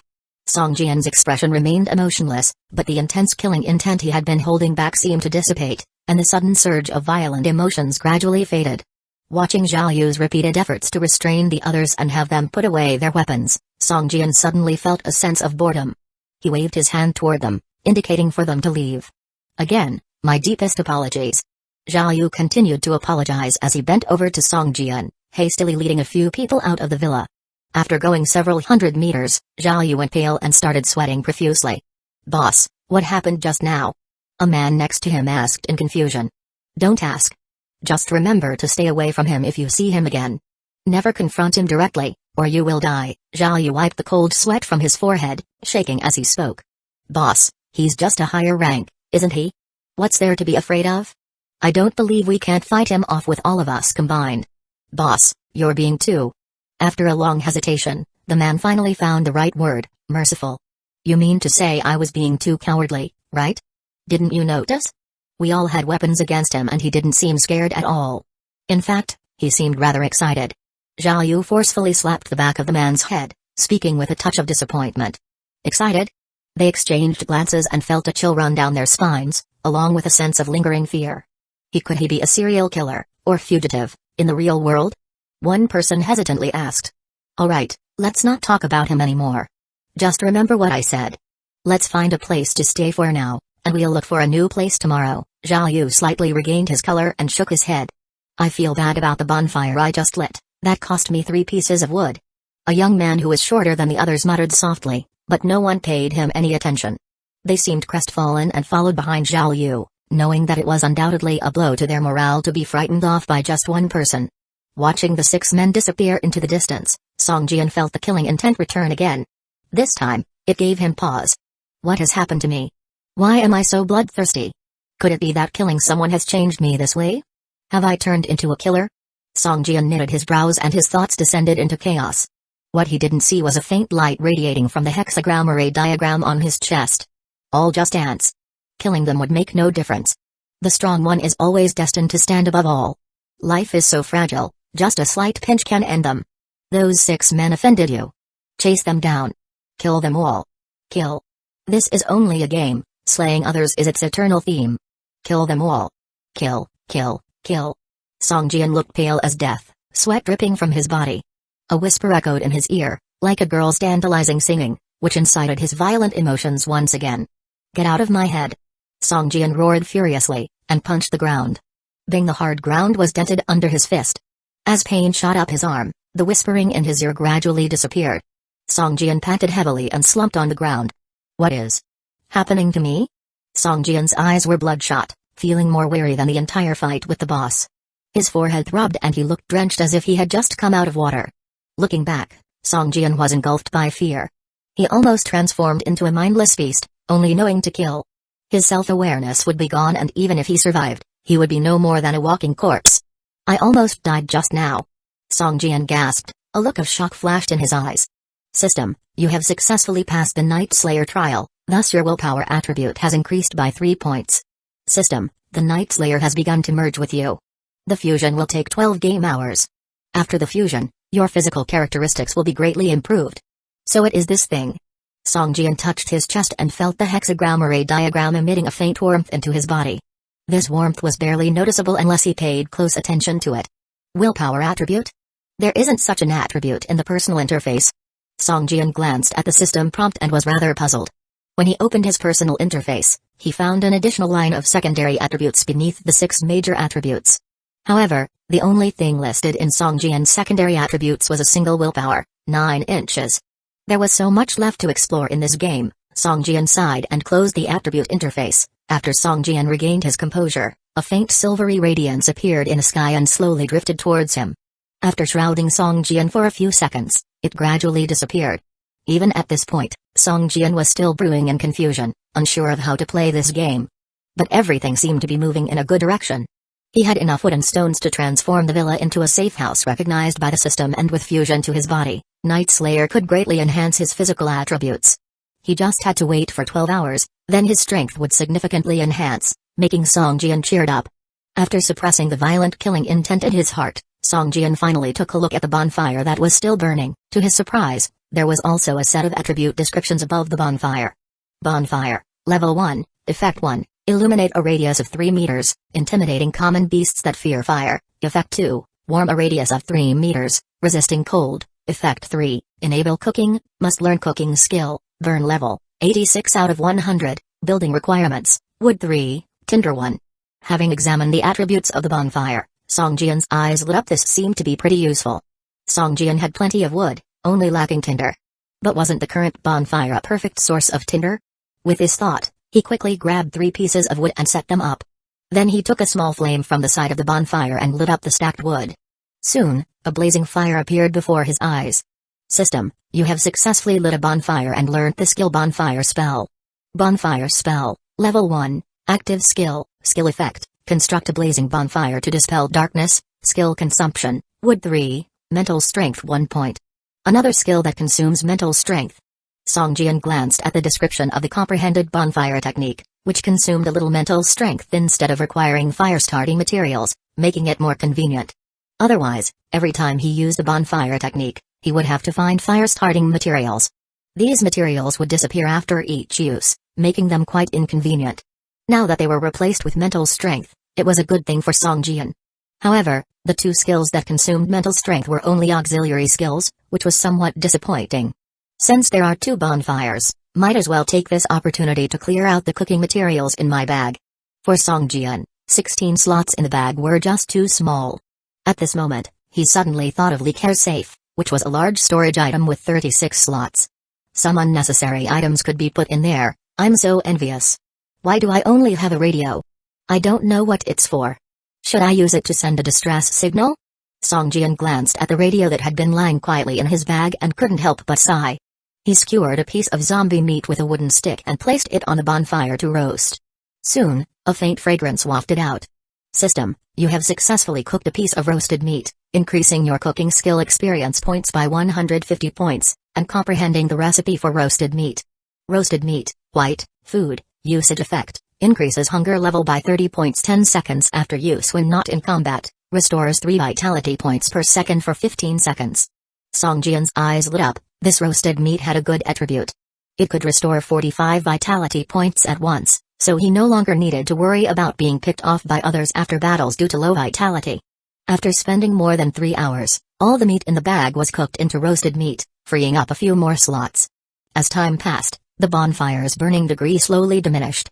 When the last bit of burning degree was consumed, the once blazing bonfire visibly weakened rapidly and eventually extinguished, turning into a wisp of blue smoke, leaving only a pile of charred ashes on the ground. At this point, it was already dawn, and all monsters seemed to be returning to their hideouts like tired birds, seeking the dark and cold corners. The entire city fell into dead silence. It's time to complete the main mission. Song Jian looked at the rising sun and thought to himself. Back then, the first player who created a safe house chose to do so at night. They probably didn't know that when creating a safe house it would cause a disturbance of monsters within a 1-kilometer radius. During the nighttime, monsters' attributes would return to normal, but during the day, their attributes would be halved. Put simply, creating a safe house during daylight would have a difficulty reduced by half compared to creating it at night. Song Jian stood up and stared at the entire villa. Soon, a light green border appeared in his sight.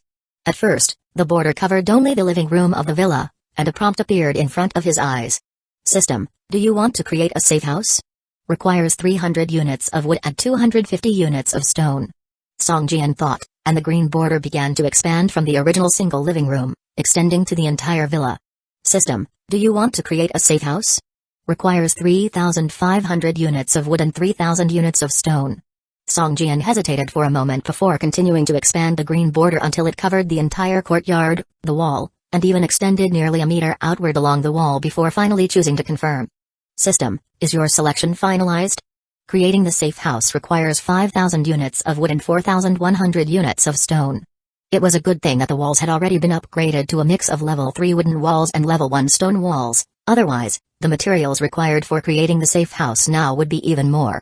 The confirm option in front of him kept flashing, reminding Song Jian to make a choice.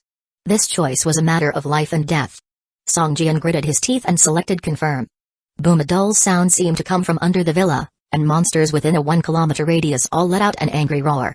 Most of the sleeping monsters gradually awoke, opening their scarlet eyes and looking in the direction of Song Jian's villa. A thick green beam of light descended from the sky, enveloping the area Song Jian had chosen. Daytime was when most players ventured out.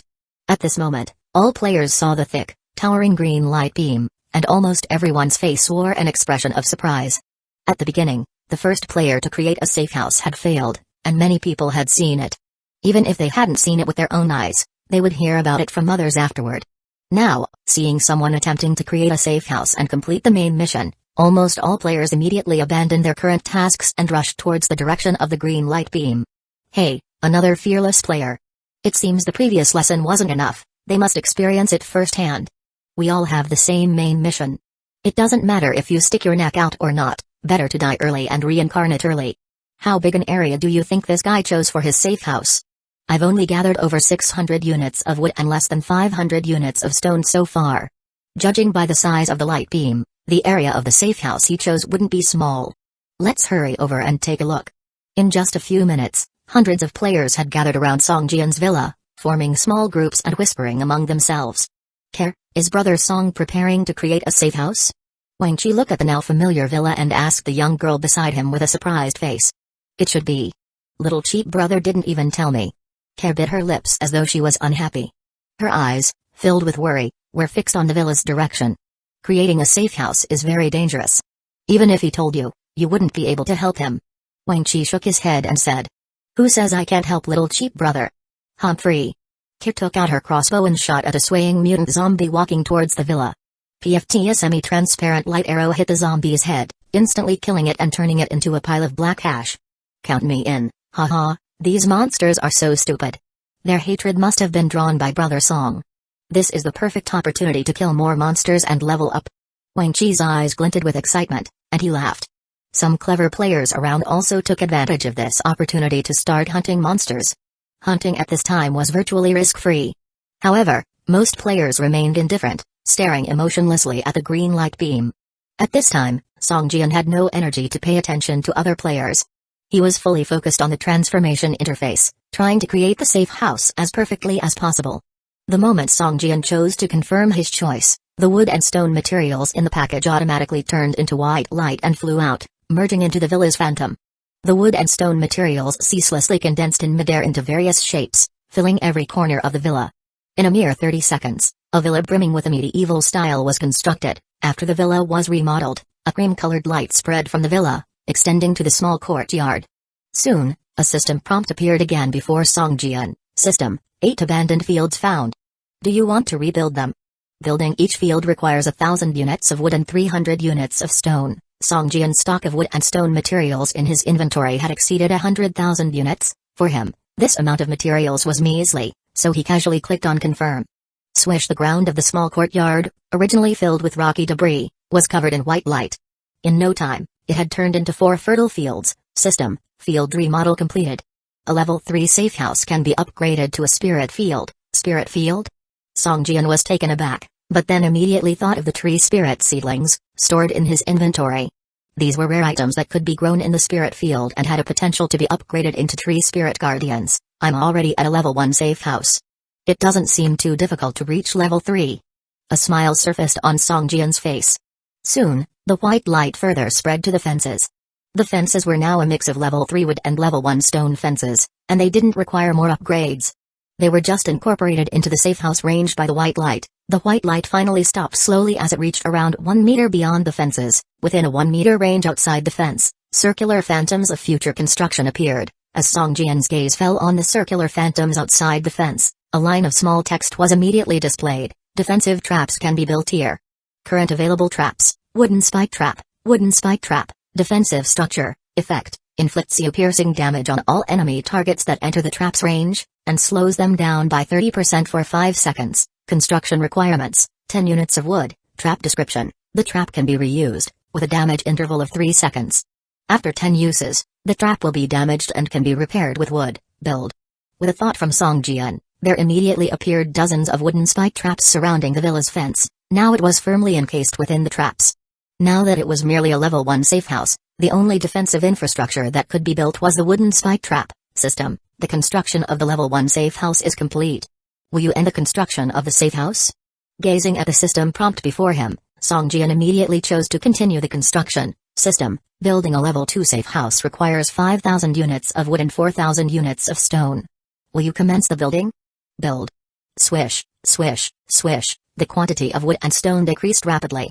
After a few minutes, the entire 3-story villa was constructed more solidly, and its defense had significantly improved. The onlookers, who were watching with great interest, initially thought they'd find some fun in seeing the supposed destruction of this newly constructed safe house by monsters. They never expected that after nearly 10 minutes or so, the green light pillar would still be present, with the renovations inside still ongoing. Holy smokes, this guy, how many materials had he collected?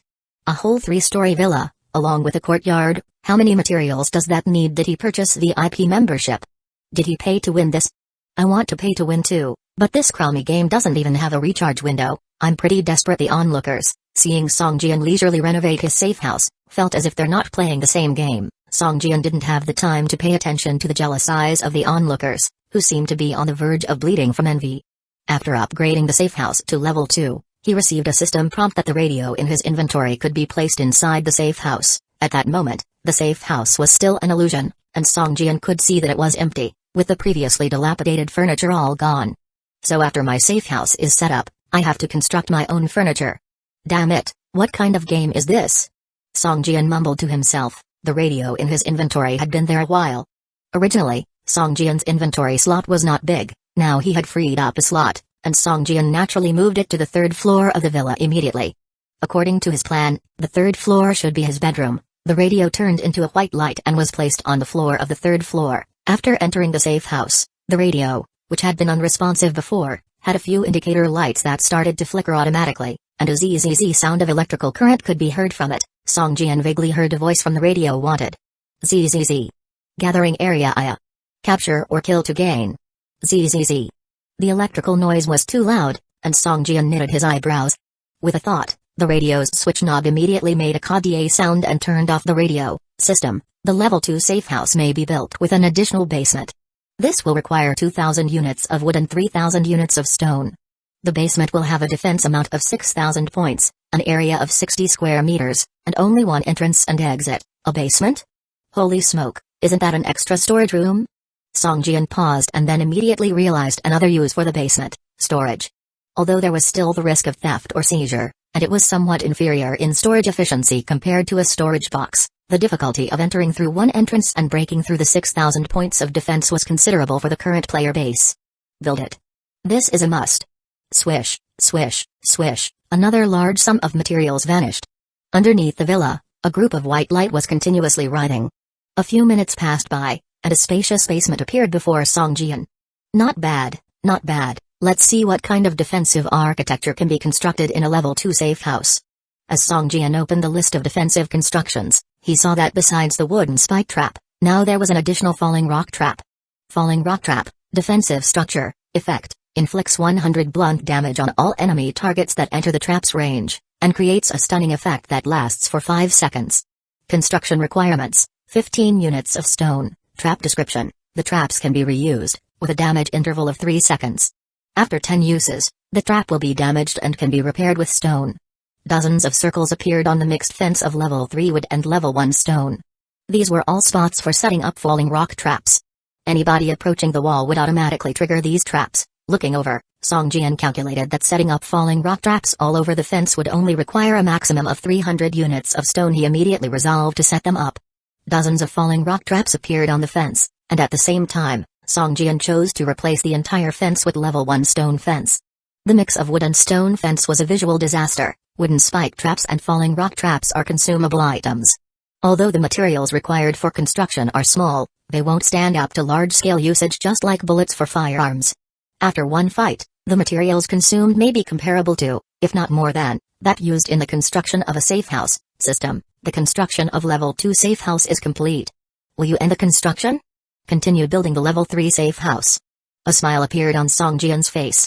Why had he collected so many materials? To have a place that was as impregnable as an iron fortress. If he doesn't use these materials now, is he supposed to hold on to them forever?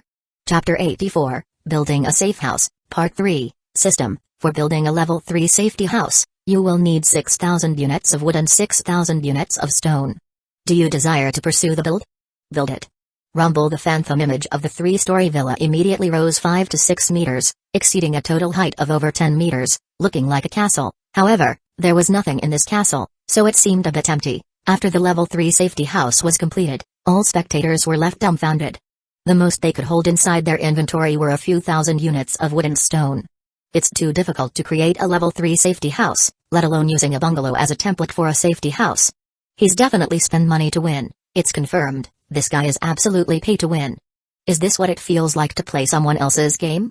Why do I feel like I am not playing the same game as him? The world is so unfair. I work day and night chopping wood until I have a 1-inch thick callus on my hands. Why can't I even match a fraction of his resources? Dude, are you sure the callus on your hand is from chopping wood and not from doing something else? Could it be that this guy is the illegitimate son of the game's developer? Upon opening the construction list for the level 3 safety house, Song Jian can now upgrade the 8 fields in the yard to spirit fields. For a single spirit field upgrade, you only need 1,000 units of wood, which for Song Jian was a drop in the bucket. Swish, swish, swish. 8 fields simultaneously emit an opalescent halo. The fresh air permeates the courtyard. One whiff gives off a refreshing and unburdening sensation, as though it can intoxicate your soul. Is this spiritual energy? It feels so nice. Song Jian's face filled with pleasure. Let me see what else can be built. Arrow tower. A level 3 safety house can build an arrow tower? Haha, this is a defensive godsend. Song Jian instantly lit up upon realizing that he could build 4 arrow towers at the 4 corners of the walls. The construction cost for an arrow tower is 1,200 units of wood and 500 units of stone.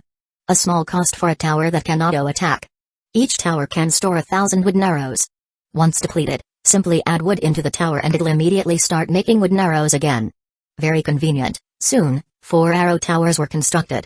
Along with a wooden spike trap and falling rock trap on top of the 4 towers, Song Jian's safety house could be described as an iron fortress of defenses. Not bad, not bad. Now the safety house is finally starting to take shape. Song Jian nodded in satisfaction.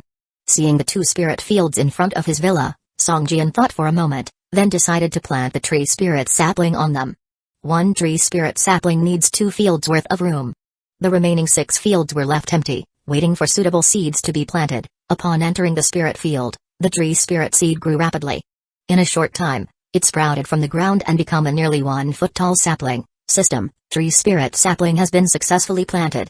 It will take 37 days and 18 hours to grow into its mature form. You can use various treasures to nourish the sapling and shorten its growth time. It still needs such a long time to mature, then I can't use it during the upcoming defense battle. Song Jian was slightly disappointed. Regarding the use of treasures, Song Jian expressed that he himself doesn't even have enough to use, much less sparing for them. The overall defense of the current safety house has already reached 3,200 points. It was several tens of times higher than the first player who built a safety house. Now, I'm here extremely well defended. I should be able to resist monsters attacking within a radius of 1 kilometer, right? Song Jian was full of pride, excitedly looking towards the dense swarm of monsters outside the green columns of light. These are all my experience points. This time, I should be able to level up to at least level 8. No, level 9. Even level 10 might be possible considering the density of the monsters within a kilometer. Haha. Song Jian looked at the monsters, as though he was looking at a package full of experience points and equipment. After the level 3 safety house was completed, the system prompted whether to construct a level 1 manor. System, level 1 manor construction requires 8,000 units of wood and 16,000 units of stone. Do you wish to continue the construction? Song Jian looked at his inventory, which still held an abundant amount of wood and stone materials. He hesitated for a moment, then grit his teeth and chose to continue construction. Proceed. Rumble. Another bout of rumbling. From the outside, the area of the green light column did not increase, but within it, Song Jian saw his villa, or rather, now it should be called the castle, visibly swell and expand. Though it's still 3 stories high, the total height had exceeded 15 meters. 2 side towers, 7 to 8 meters high, appeared on either sides of the main castle. Both towers were closely connected to the main castle. On top of each tower flew a flag, but there were no patterns on these flags. The roof of the main castle transitioned from its initial people-shaped villa roof to a conical tower-shaped roof. A large flag floated above the roof. This manor is practically identical to a medieval castle. Absolutely splendid, haha. Song Jian excitedly said. He didn't even own a two-bedroom apartment in the real world, but in this game, he owned a castle. This gave Song Jian a fantastical feeling. However, in the next moment, the system brutally shattered his fantasy with news that felt like a bucket of ice water poured over him. System, Level 1 manor construction completed. System, with the appearance of the manor, it attracted the attention of numerous monsters and even bosses beyond the 1-kilometer range. They gained a keen interest in the manor. Elite bosses will randomly join the monster's siege. The higher the manor level, the higher the joining elite boss level, and the larger the quantity. System, do you wish to continue constructing the Level 2 manor? Holy cow, it even has elite bosses joining randomly. Song Jian was stunned. It's known that the first player to build a safety house had a few Level 5 elite bosses appear, resulting in his safety house being shattered in only 10 minutes. System, are you kidding me? Previously, creating a safety house would only bring in elite bosses, and now, it even attracted bosses outside the 1-kilometer range. What level are they going to be? If a level 30 boss comes, how am I supposed to continue playing? System, do you wish to continue constructing the Level 2 manor? Once again, the system issued a prompt. Song Jian, looking at the tens of thousands of wood and stone units in his inventory, felt like weeping. Built. You bloody build it. Cancel, I'm not building anymore. Song Jian said through gritted teeth. Open the defensive structures that can be built by a Level 1 manor, quick. Song Jian knew that he didn't have much time left. His initial sure-win mainline quest had been thrown back into uncertainty due to his relentless upgrading of the safety house level. Now, Song Jian could only do his utmost to improve the manor's defense measures. Chapter 85. Don't mess with a foodie. When he opened the construction list for the Level 1 manor, a new defensive structure appeared before Song Jian's eyes. Catapult, a defensive building. Effect, inflicts 150 physical damage to all enemy targets within 100 meters and causes splash damage. Each attack has a 5-second interval. Construction requirements, 300 units of wood, 150 units of stone. Building explanation, this building consumes 100 units of stone every 60 seconds. If there is no stone supply, the building will cease to function. Build, keep building. Within the projection of the Level 1 manor, a red circle appeared atop 2 sub-towers and the main castle. These were the spots to place the catapults. 3 catapults could be placed in a Level 1 manor. Song Jian quickly finished placing the catapults. Just at this moment, another line of red text from the system appeared. System, the appearance of a Level 1 manor has attracted the attention of the Level 8 elite boss, Skin-Flaying Zombie Cooler. This boss will appear in 30 minutes. Level 8 elite boss? Song Jian's face changed, and his heart pounded even harder. He had barely survived against an ordinary zombie, but this Skin-Flaying Zombie was a named boss, obviously more formidable. What was he to do? Looking around, all of the walls of the manor had been advanced from Level 1 stone walls to Level 3 stone walls. They were over 2 meters tall and more than half a meter thick. An average mutated zombie could break its claws without causing any damage to these walls. Everything that needed to be promoted had been promoted, everything that needed to be upgraded had been upgraded. He couldn't continue constructing the manor. The higher the building's level, the better the defenses, but it would also attract stronger bosses in larger numbers. It would be like drinking poison to quench thirst. It seems that I will have to rely on other methods. After looking around, Song Jian eventually focused on a small tree in the courtyard that was just over a foot tall. Treasure, damn it, are you telling me to spend more money to stay alive?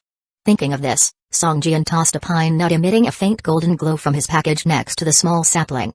Before it could even fall, a delicate root shot out of the soil with a whoosh and wrapped the pine nut, pulling it underground. The tree spirit sapling grew at a visible rate and stopped when it had grown about 5 inches tall. Checking the time, this pine nut had saved nearly 1 day's worth of growth. My god, this is a treasure that can increase vitality points by 50. If I sell it, it's definitely worth a lot of money. Well, never mind, you're lucky this time, foodie. Song Jian shook his head and threw all the mutated pine nuts in the package over there.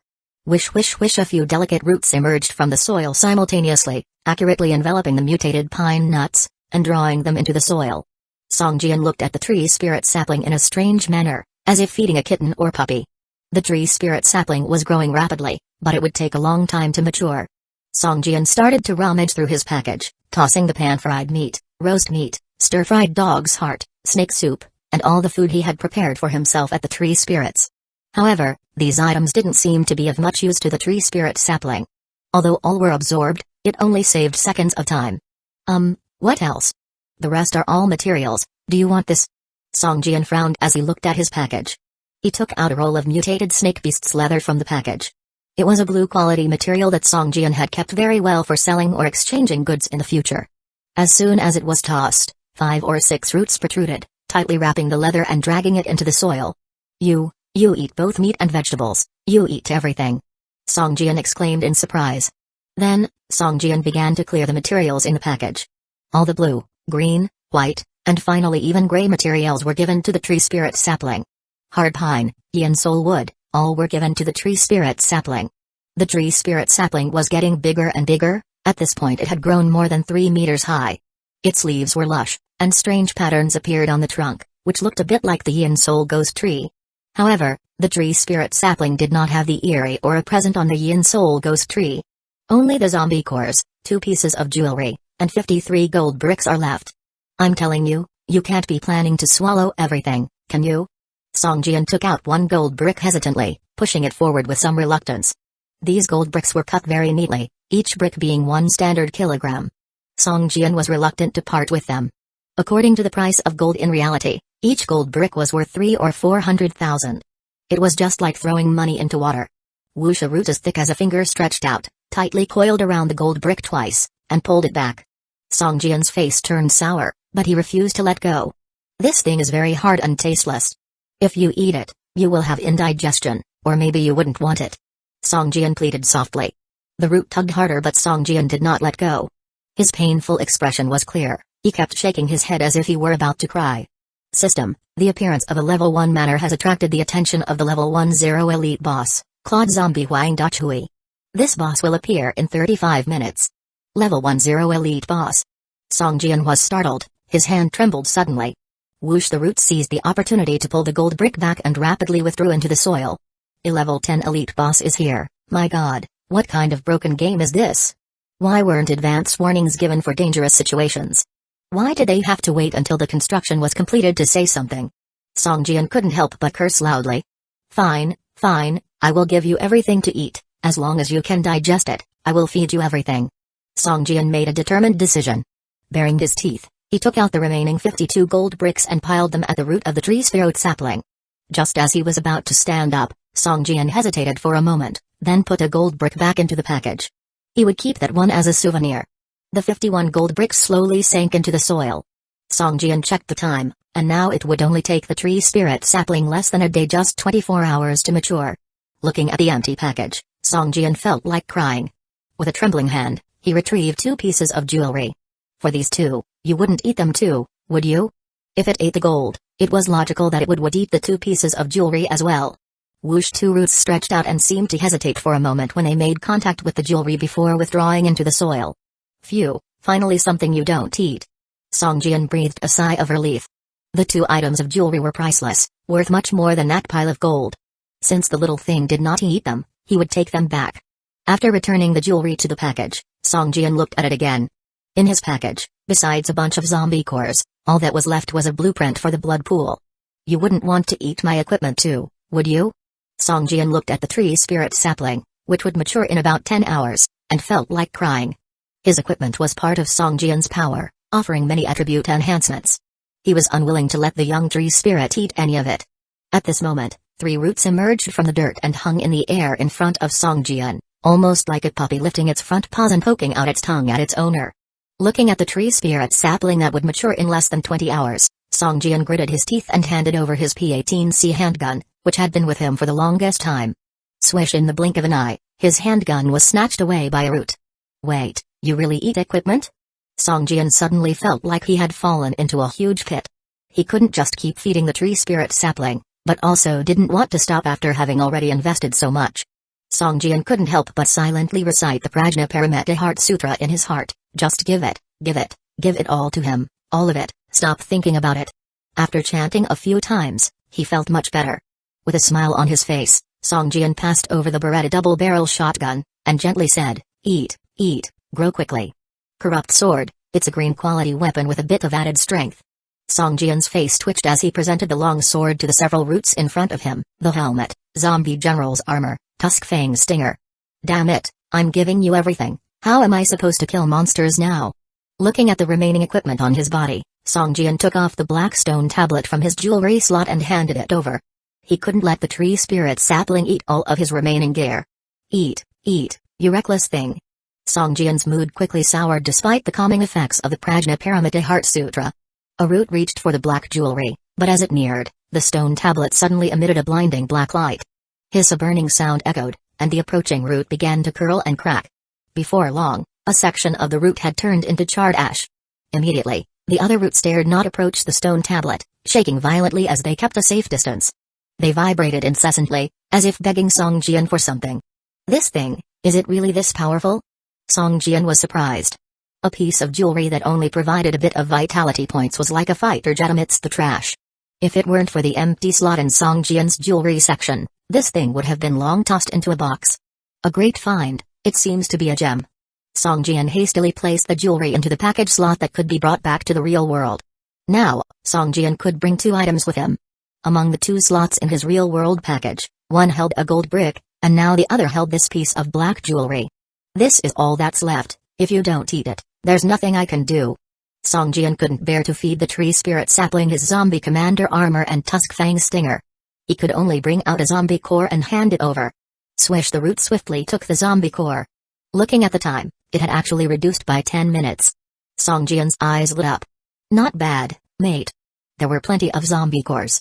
Clatter. Song Jian pulled out a large pile of zombie cores and stacked them on the ground, but in the end, he still held on to 100, to be used to build a blood pool.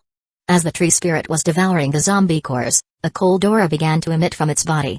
Eerie black stripes gradually formed on its trunk and branches, creating a face-like design on the tree spirit sapling's trunk. At this point, the tree spirit sapling couldn't be called a sapling anymore. It was over 10 meters tall with a diameter close to 3 meters. Its canopy spread wide, blocking the entire front yard of the villa. It was only a meter or 2 shorter than the spire of the manor castle. The tree spirit sapling, which had grown across 2 spirit fields, had finally matured. System: the tree spirit sapling has grown into a mature entity. It requires watering with spirit spring water to develop consciousness. Please water with 100 standard units of spirit spring water. Son of a bitch. Song Jian felt an unnameable fire burning from the depths of his heart, rushing straight to his crown. Spirit spring water? What spirit spring water? The what spring water? You need spirit spring water? Why didn't you say it earlier? Why didn't you say it earlier, huh? Why didn't? Song Jian's face turned red with anxiety. For this sapling, Song Jian had virtually poured all hope onto it, almost breaking the bank. But now you're telling me it needs spirit spring water? Where am I supposed to get that now? System: in 3 minutes, if spirit spring water is not used to water, the sapling's self-awareness cannot be activated, and it can only become a resource tree spirit that can generate 100 logs every day. 100 pieces of log. Do I need 100 pieces of log? I have tens of thousands of logs in my inventory. I could literally beat you to death with them. Do you believe me? An angry Song Jian started cursing. System: time left, 2 minutes and 58 seconds. System: time left, 2 minutes and 53 seconds. System: time left, 2 minutes and 4.8 seconds. Spirit spring water, spirit spring water. Song Jian felt helpless. Suddenly, he spotted the blueprint for a blood pool in his inventory and a fierce determination filled his eyes. Damn it, there's no spirit spring water, but would you take zombie blood pool water instead? Song Jian immediately opened the construction interface, selected to use the blood pool blueprints. Instantly, the phantom of a blood pool 20-something square meters in size appeared before Song Jian's eyes. After reviewing the blood pool phantom, Song Jian initially intended to place it next to the tree spirit sapling in the yard, but there wasn't enough space, so he could only reposition it within Manor Castle. However, after several attempts, he realized that neither the first, second, nor the third floor had enough room to accommodate it. System: the blood pool needs to be placed in a cool, dark area, away from any sunlight. System: time left, 1 minute and 57 seconds. Will it suffice if I just block all your goddamn doors and windows? Frustrated, Song Jian had no choice but to put the blood pool in the basement. The pool took up a third of the 60 square meter basement. Its size was 2 meters deep, 7 meters long, and 3 meters wide. As it appeared in the basement, the blood water within churned and gave off a sweet, metallic scent. I don't have spirit spring water, but I have more than enough bloody water. With resolve, Songjian began to water the tree spirit sapling with the blood from the blood pool. System, you're using an unknown type of water to water the tree spirit sapling. The sapling has a high chance of mutating, which cannot be controlled. Repeated, this mutation cannot be controlled. This mutation cannot be controlled. So what, as if a bit of sapling could overturn the heavens? I've chopped down who knows how many tree spirits, what have I got to be afraid of? Songjian snorted coldly, as the blood from the blood pool surged towards the tree spirit sapling. Growl. The human-like face on the tree spirit's trunk seemed to be in great pain, continuously twisting. The black patterns on the tree spirit's surface gradually turned into a dark red, looking very eerie. A long crack appeared on its trunk which seemed to howl, and fang-like protrusions slowly started to poke through it. A human face emerged on the main part of the tree, its eyes slowly opened, revealing a bloodthirsty madness. I have awoken. The tree spirit roared, with all its branches flailing wildly. A chilling atmosphere filled the air. System, the sapling of the tree spirit has grown into maturity and underwent an uncontrollable mutation. The mature tree spirit has transformed into an elite level boss LV1 bloody shadowy poisonous tree. Elite level boss at level 1? That's quite a high starting point. Songjian rubbed his chin, looking at the stats of the once sapling, or rather, the now bloody shadowy poisonous tree. Bloody shadowy poisonous tree, elite, vitality points, 400 out of 400, characteristics, super toxic, super vitality, super defense, super resistance, super roots, super devouring. With 400 vitality points, it has already surpassed quite a few level 5 elite level bosses. Its 6 superb traits left Songjian flabbergasted. What kind of monster had he created? Master, Alex heeds your summoning. A red light flashed in the eyes of the bloody poisonous tree and it respectfully said to Songjian. Phew, thankfully it hasn't turned against me, otherwise I really would have shot myself in the foot. Songjian finally breathed a sigh of relief. Protect and eliminate all enemies invading the mansion. Songjian commanded. As you command, Master. The moment the bloody poisonous tree spoke, the name above its head also changed. It transformed into the LV1 bloody shadowy poisonous tree Alex, becoming a boss with a unique name.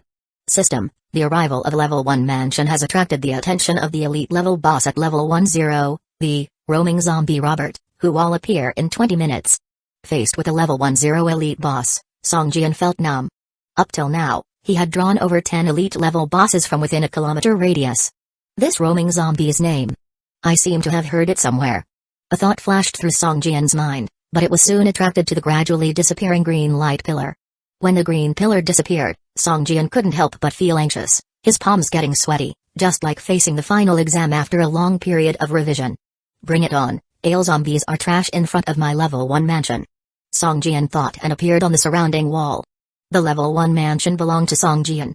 Within this territory, he could instantaneously teleport to any corner, but he wouldn't have this kind of teleportation ability outside the mansion. The spectating players had waited for more than an hour until the light pillar finally collapsed, which made them excited too. Hey, this monster siege seems grander than the first players. I've seen at least a dozen elite bosses alone. Can't you see the shelter this big shot established is more of a castle than an actual shelter? Have you seen that tree? This big shot cultivated his own elite boss, we can't compare. Big shot with the elite boss, asking for support. Big shot with the elite boss, asking for support +1. Big shot with the elite boss, asking for support plus 10,086. Although the green light column was intense, the outside players could still see Songjian's movements. They personally witnessed the bloody poisonous tree grow from a sapling to an elite boss. If only I also had such a big tree in my shelter. K thought enviously, 1'11 ask a little cheap brother where he got it from and I'll raise one too. Boom, a crisp shattering sound accompanied the disappearance of the green light column, turning into glittering fragments scattering in all directions. Roar at the same time. All the monsters roared and charged towards Songjian's mansion. Swish at the same time, hundreds of mutant zombies drew near to the walls of the manor.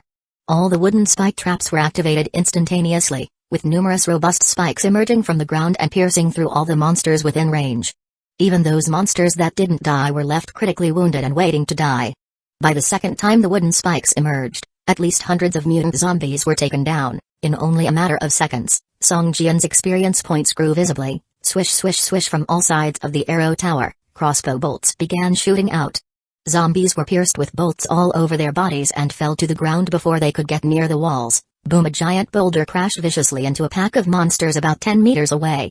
With this strike, 5 to 6 monsters were crushed into mush. The catapult had opened fire. Song Jian stood on the wall, expressionless as he watched the monster horde surging towards him like a flood. Wave after wave of monsters reached the wall's base just to end up collapsing. The bloody poison tree also roared into action. Countless roots sprouted from the mud, climbing up the wall covering both sides of the main gates.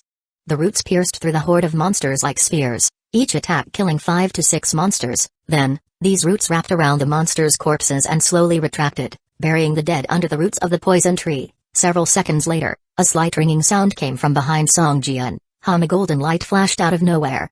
The bloody bayou poison tree had leveled up, climbing from level 1 to level 2. Then, after about 10 more seconds, the bloody bayou poison tree once again emitted a golden light as it rose to level 3. However, very soon, a golden glow emitted from Song Jian as well.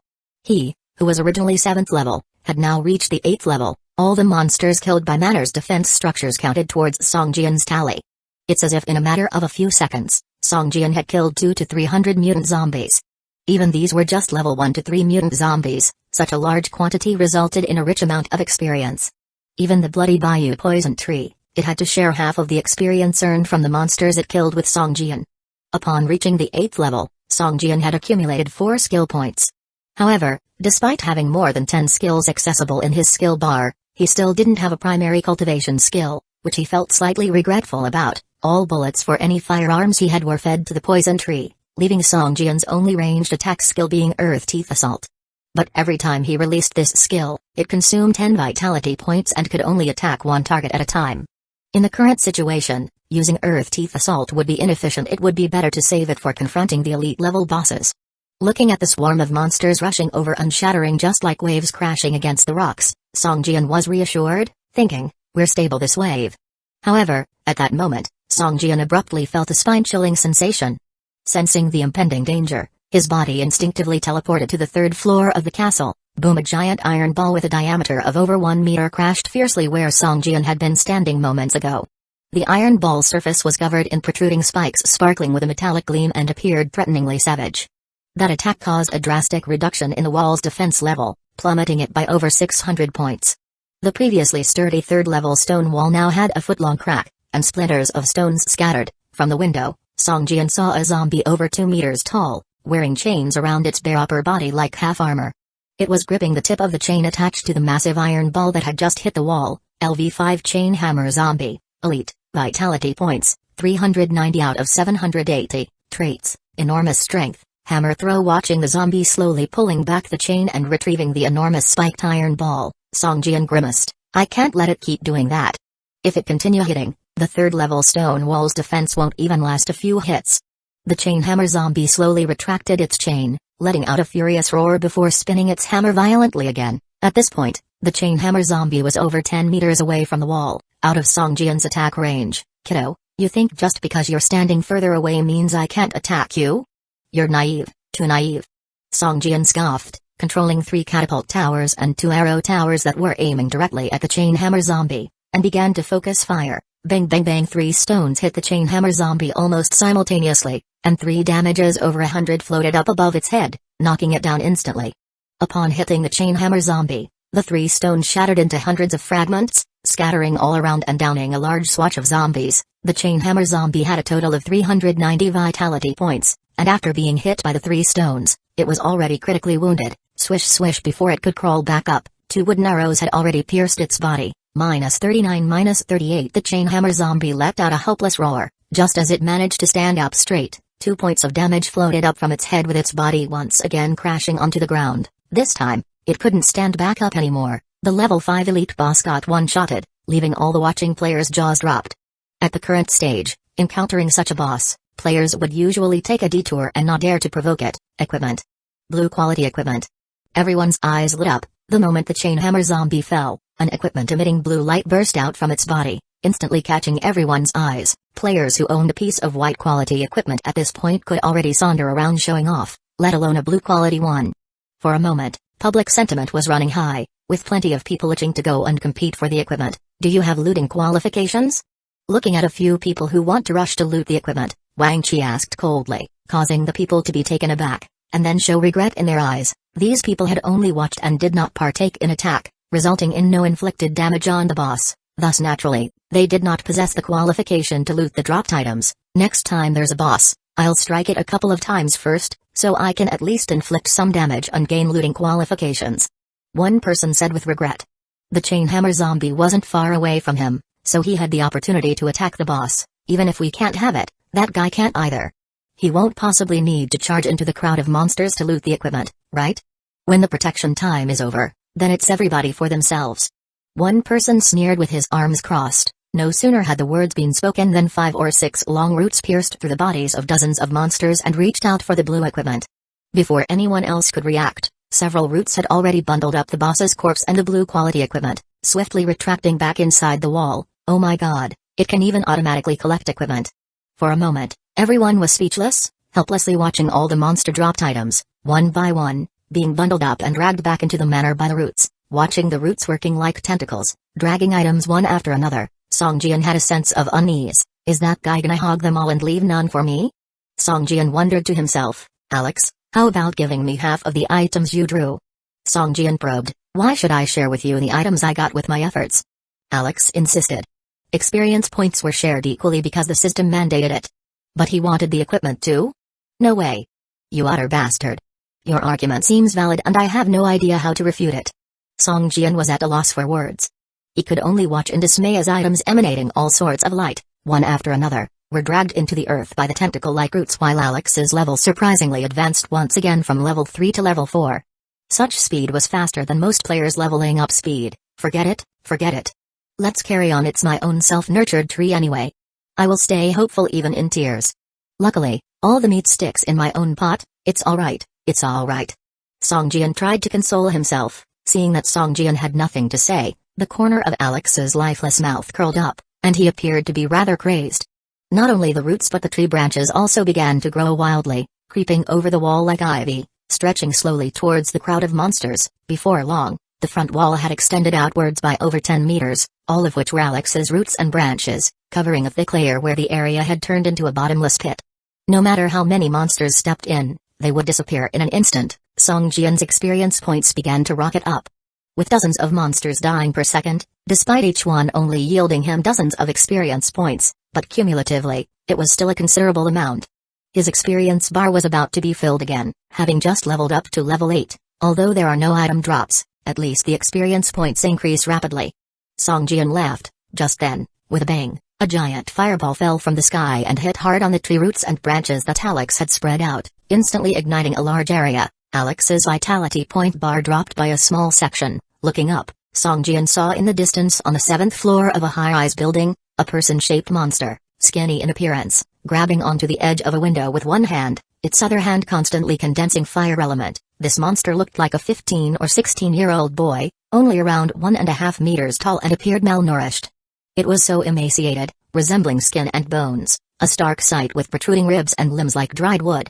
What was amazing was that this monster had an abnormally large head, at least twice the size of a regular adult, and its right hand was grotesque, with red skin, a full hand of wrinkles, and 4 fingers shimmering metallically, just like 4 sharp blades. Claw Zombie Wangdochui, Level 10 Elite Boss, Vitality 800 out of 1600, Traits, Ultra Flame, Ultra Speed. This is a boss drawn by the manor, a Level 10 Elite. Upon looking at the figure of the Claw Zombie in the distance, Songjian felt a chill in the heart. Bosses that are 1 kilometer away are about to make their appearances in succession. It should be noted that within 1 kilometer, the level of the bosses does not exceed 5. But outside 1 kilometer, the highest boss level can reach 10, which, even with their abilities halved during the day, Songjian alone can't handle it. Another boss with long-range attacks, and it seems to counter Alex too. Songjian squinted his eyes and sized up Claw Zombie. It was out of the range of the arrow tower, but still within the range of the catapult. Songjian controlled the catapult and aimed a fierce attack at Claw Zombie, but the moment the 3 stone balls approached it, Claw Zombie leapt sideways with a lightning speed. The 3 stone balls landed harshly on the spot where Claw Zombie just was, instantly creating a large hole in the wall. The Claw Zombie revealed a mocking look in its eyes, turned around, and showed its butt cheekily to Songjian, all the while spanking it. Provocation, barefaced provocation. Songjian narrowed his eyes, and a trace of coldness flashed through them. It's just a level 10 elite boss. If this were in the wild, Songjian would definitely avoid it from a distance, but now within his manor, even if there were several such bosses, he wouldn't be afraid. Alex, "Retract your roots and branches," Song Jian ordered. The roots and branches that covered the wall slowly retracted. The clawed zombie, seeing this, thought Song Jian was afraid, becoming more excited and jumping around. It raised its right claw to the sky, and fire elements quickly gathered, forming a huge fireball out of thin air.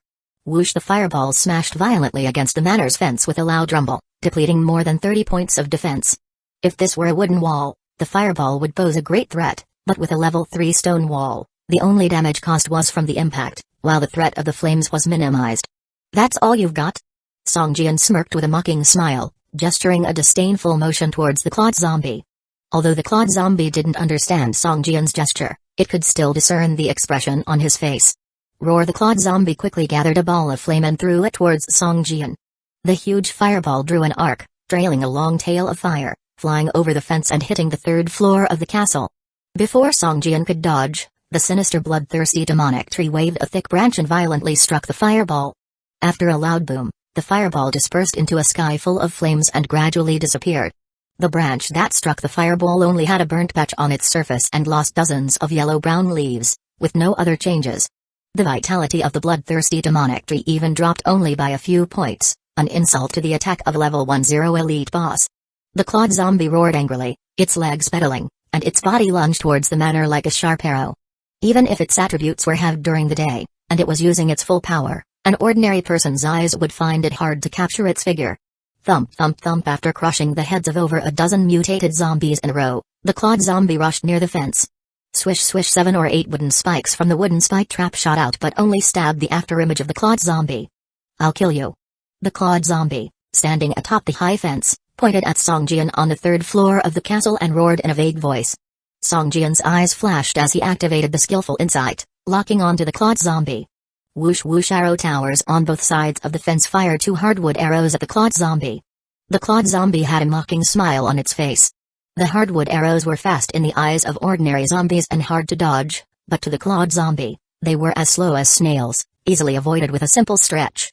Standing still on the fence, the clawed zombie only dodged when the arrow was near, twisting its head to avoid the trajectory of the arrows.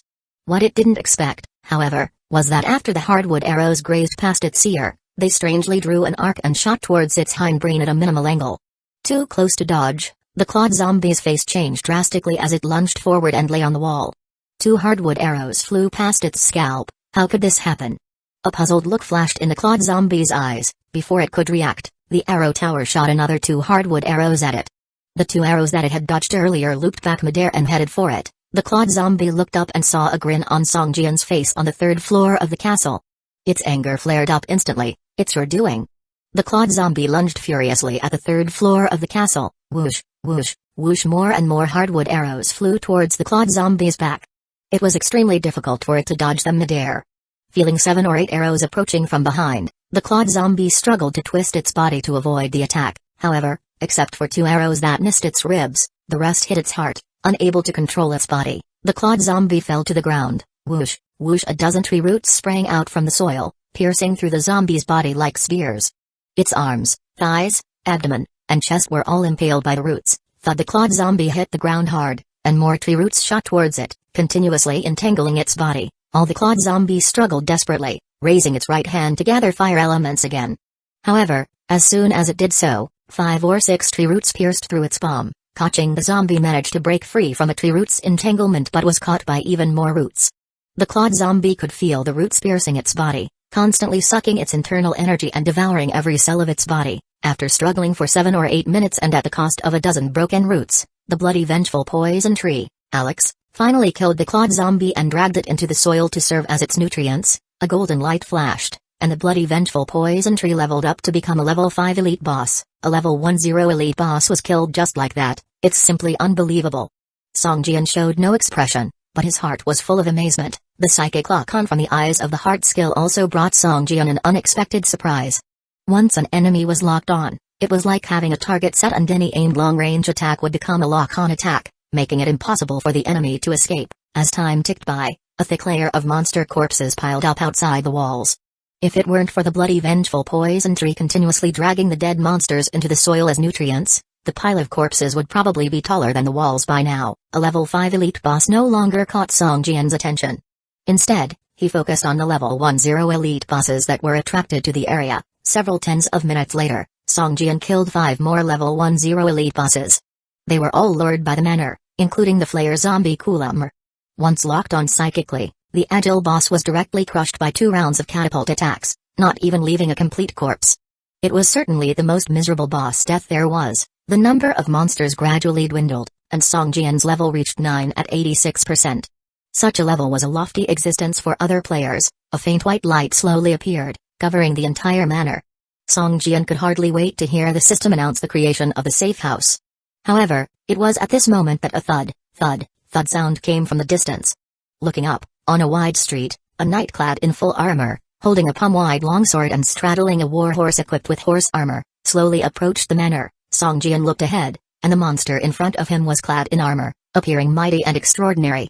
If not for the red text above its head that read, Volvio Patrol Zombie Robert, it would be difficult for people to associate it with a zombie monster. Volvio Patrol Zombie Robert, Elite, Vitality, 900 out of 1800, Characteristics, exceptionally strong, super psychic power, high-level horsemanship, skills, precise throw, charge, arc slash, ta-ta-ta. The sound of horse hooves stamped on the street, crisp and clear, even amidst the roar of hundreds of monsters, one could still hear it clearly. Boom. Under the attack of the estate's defense equipment, yet another elite-level boss was killed.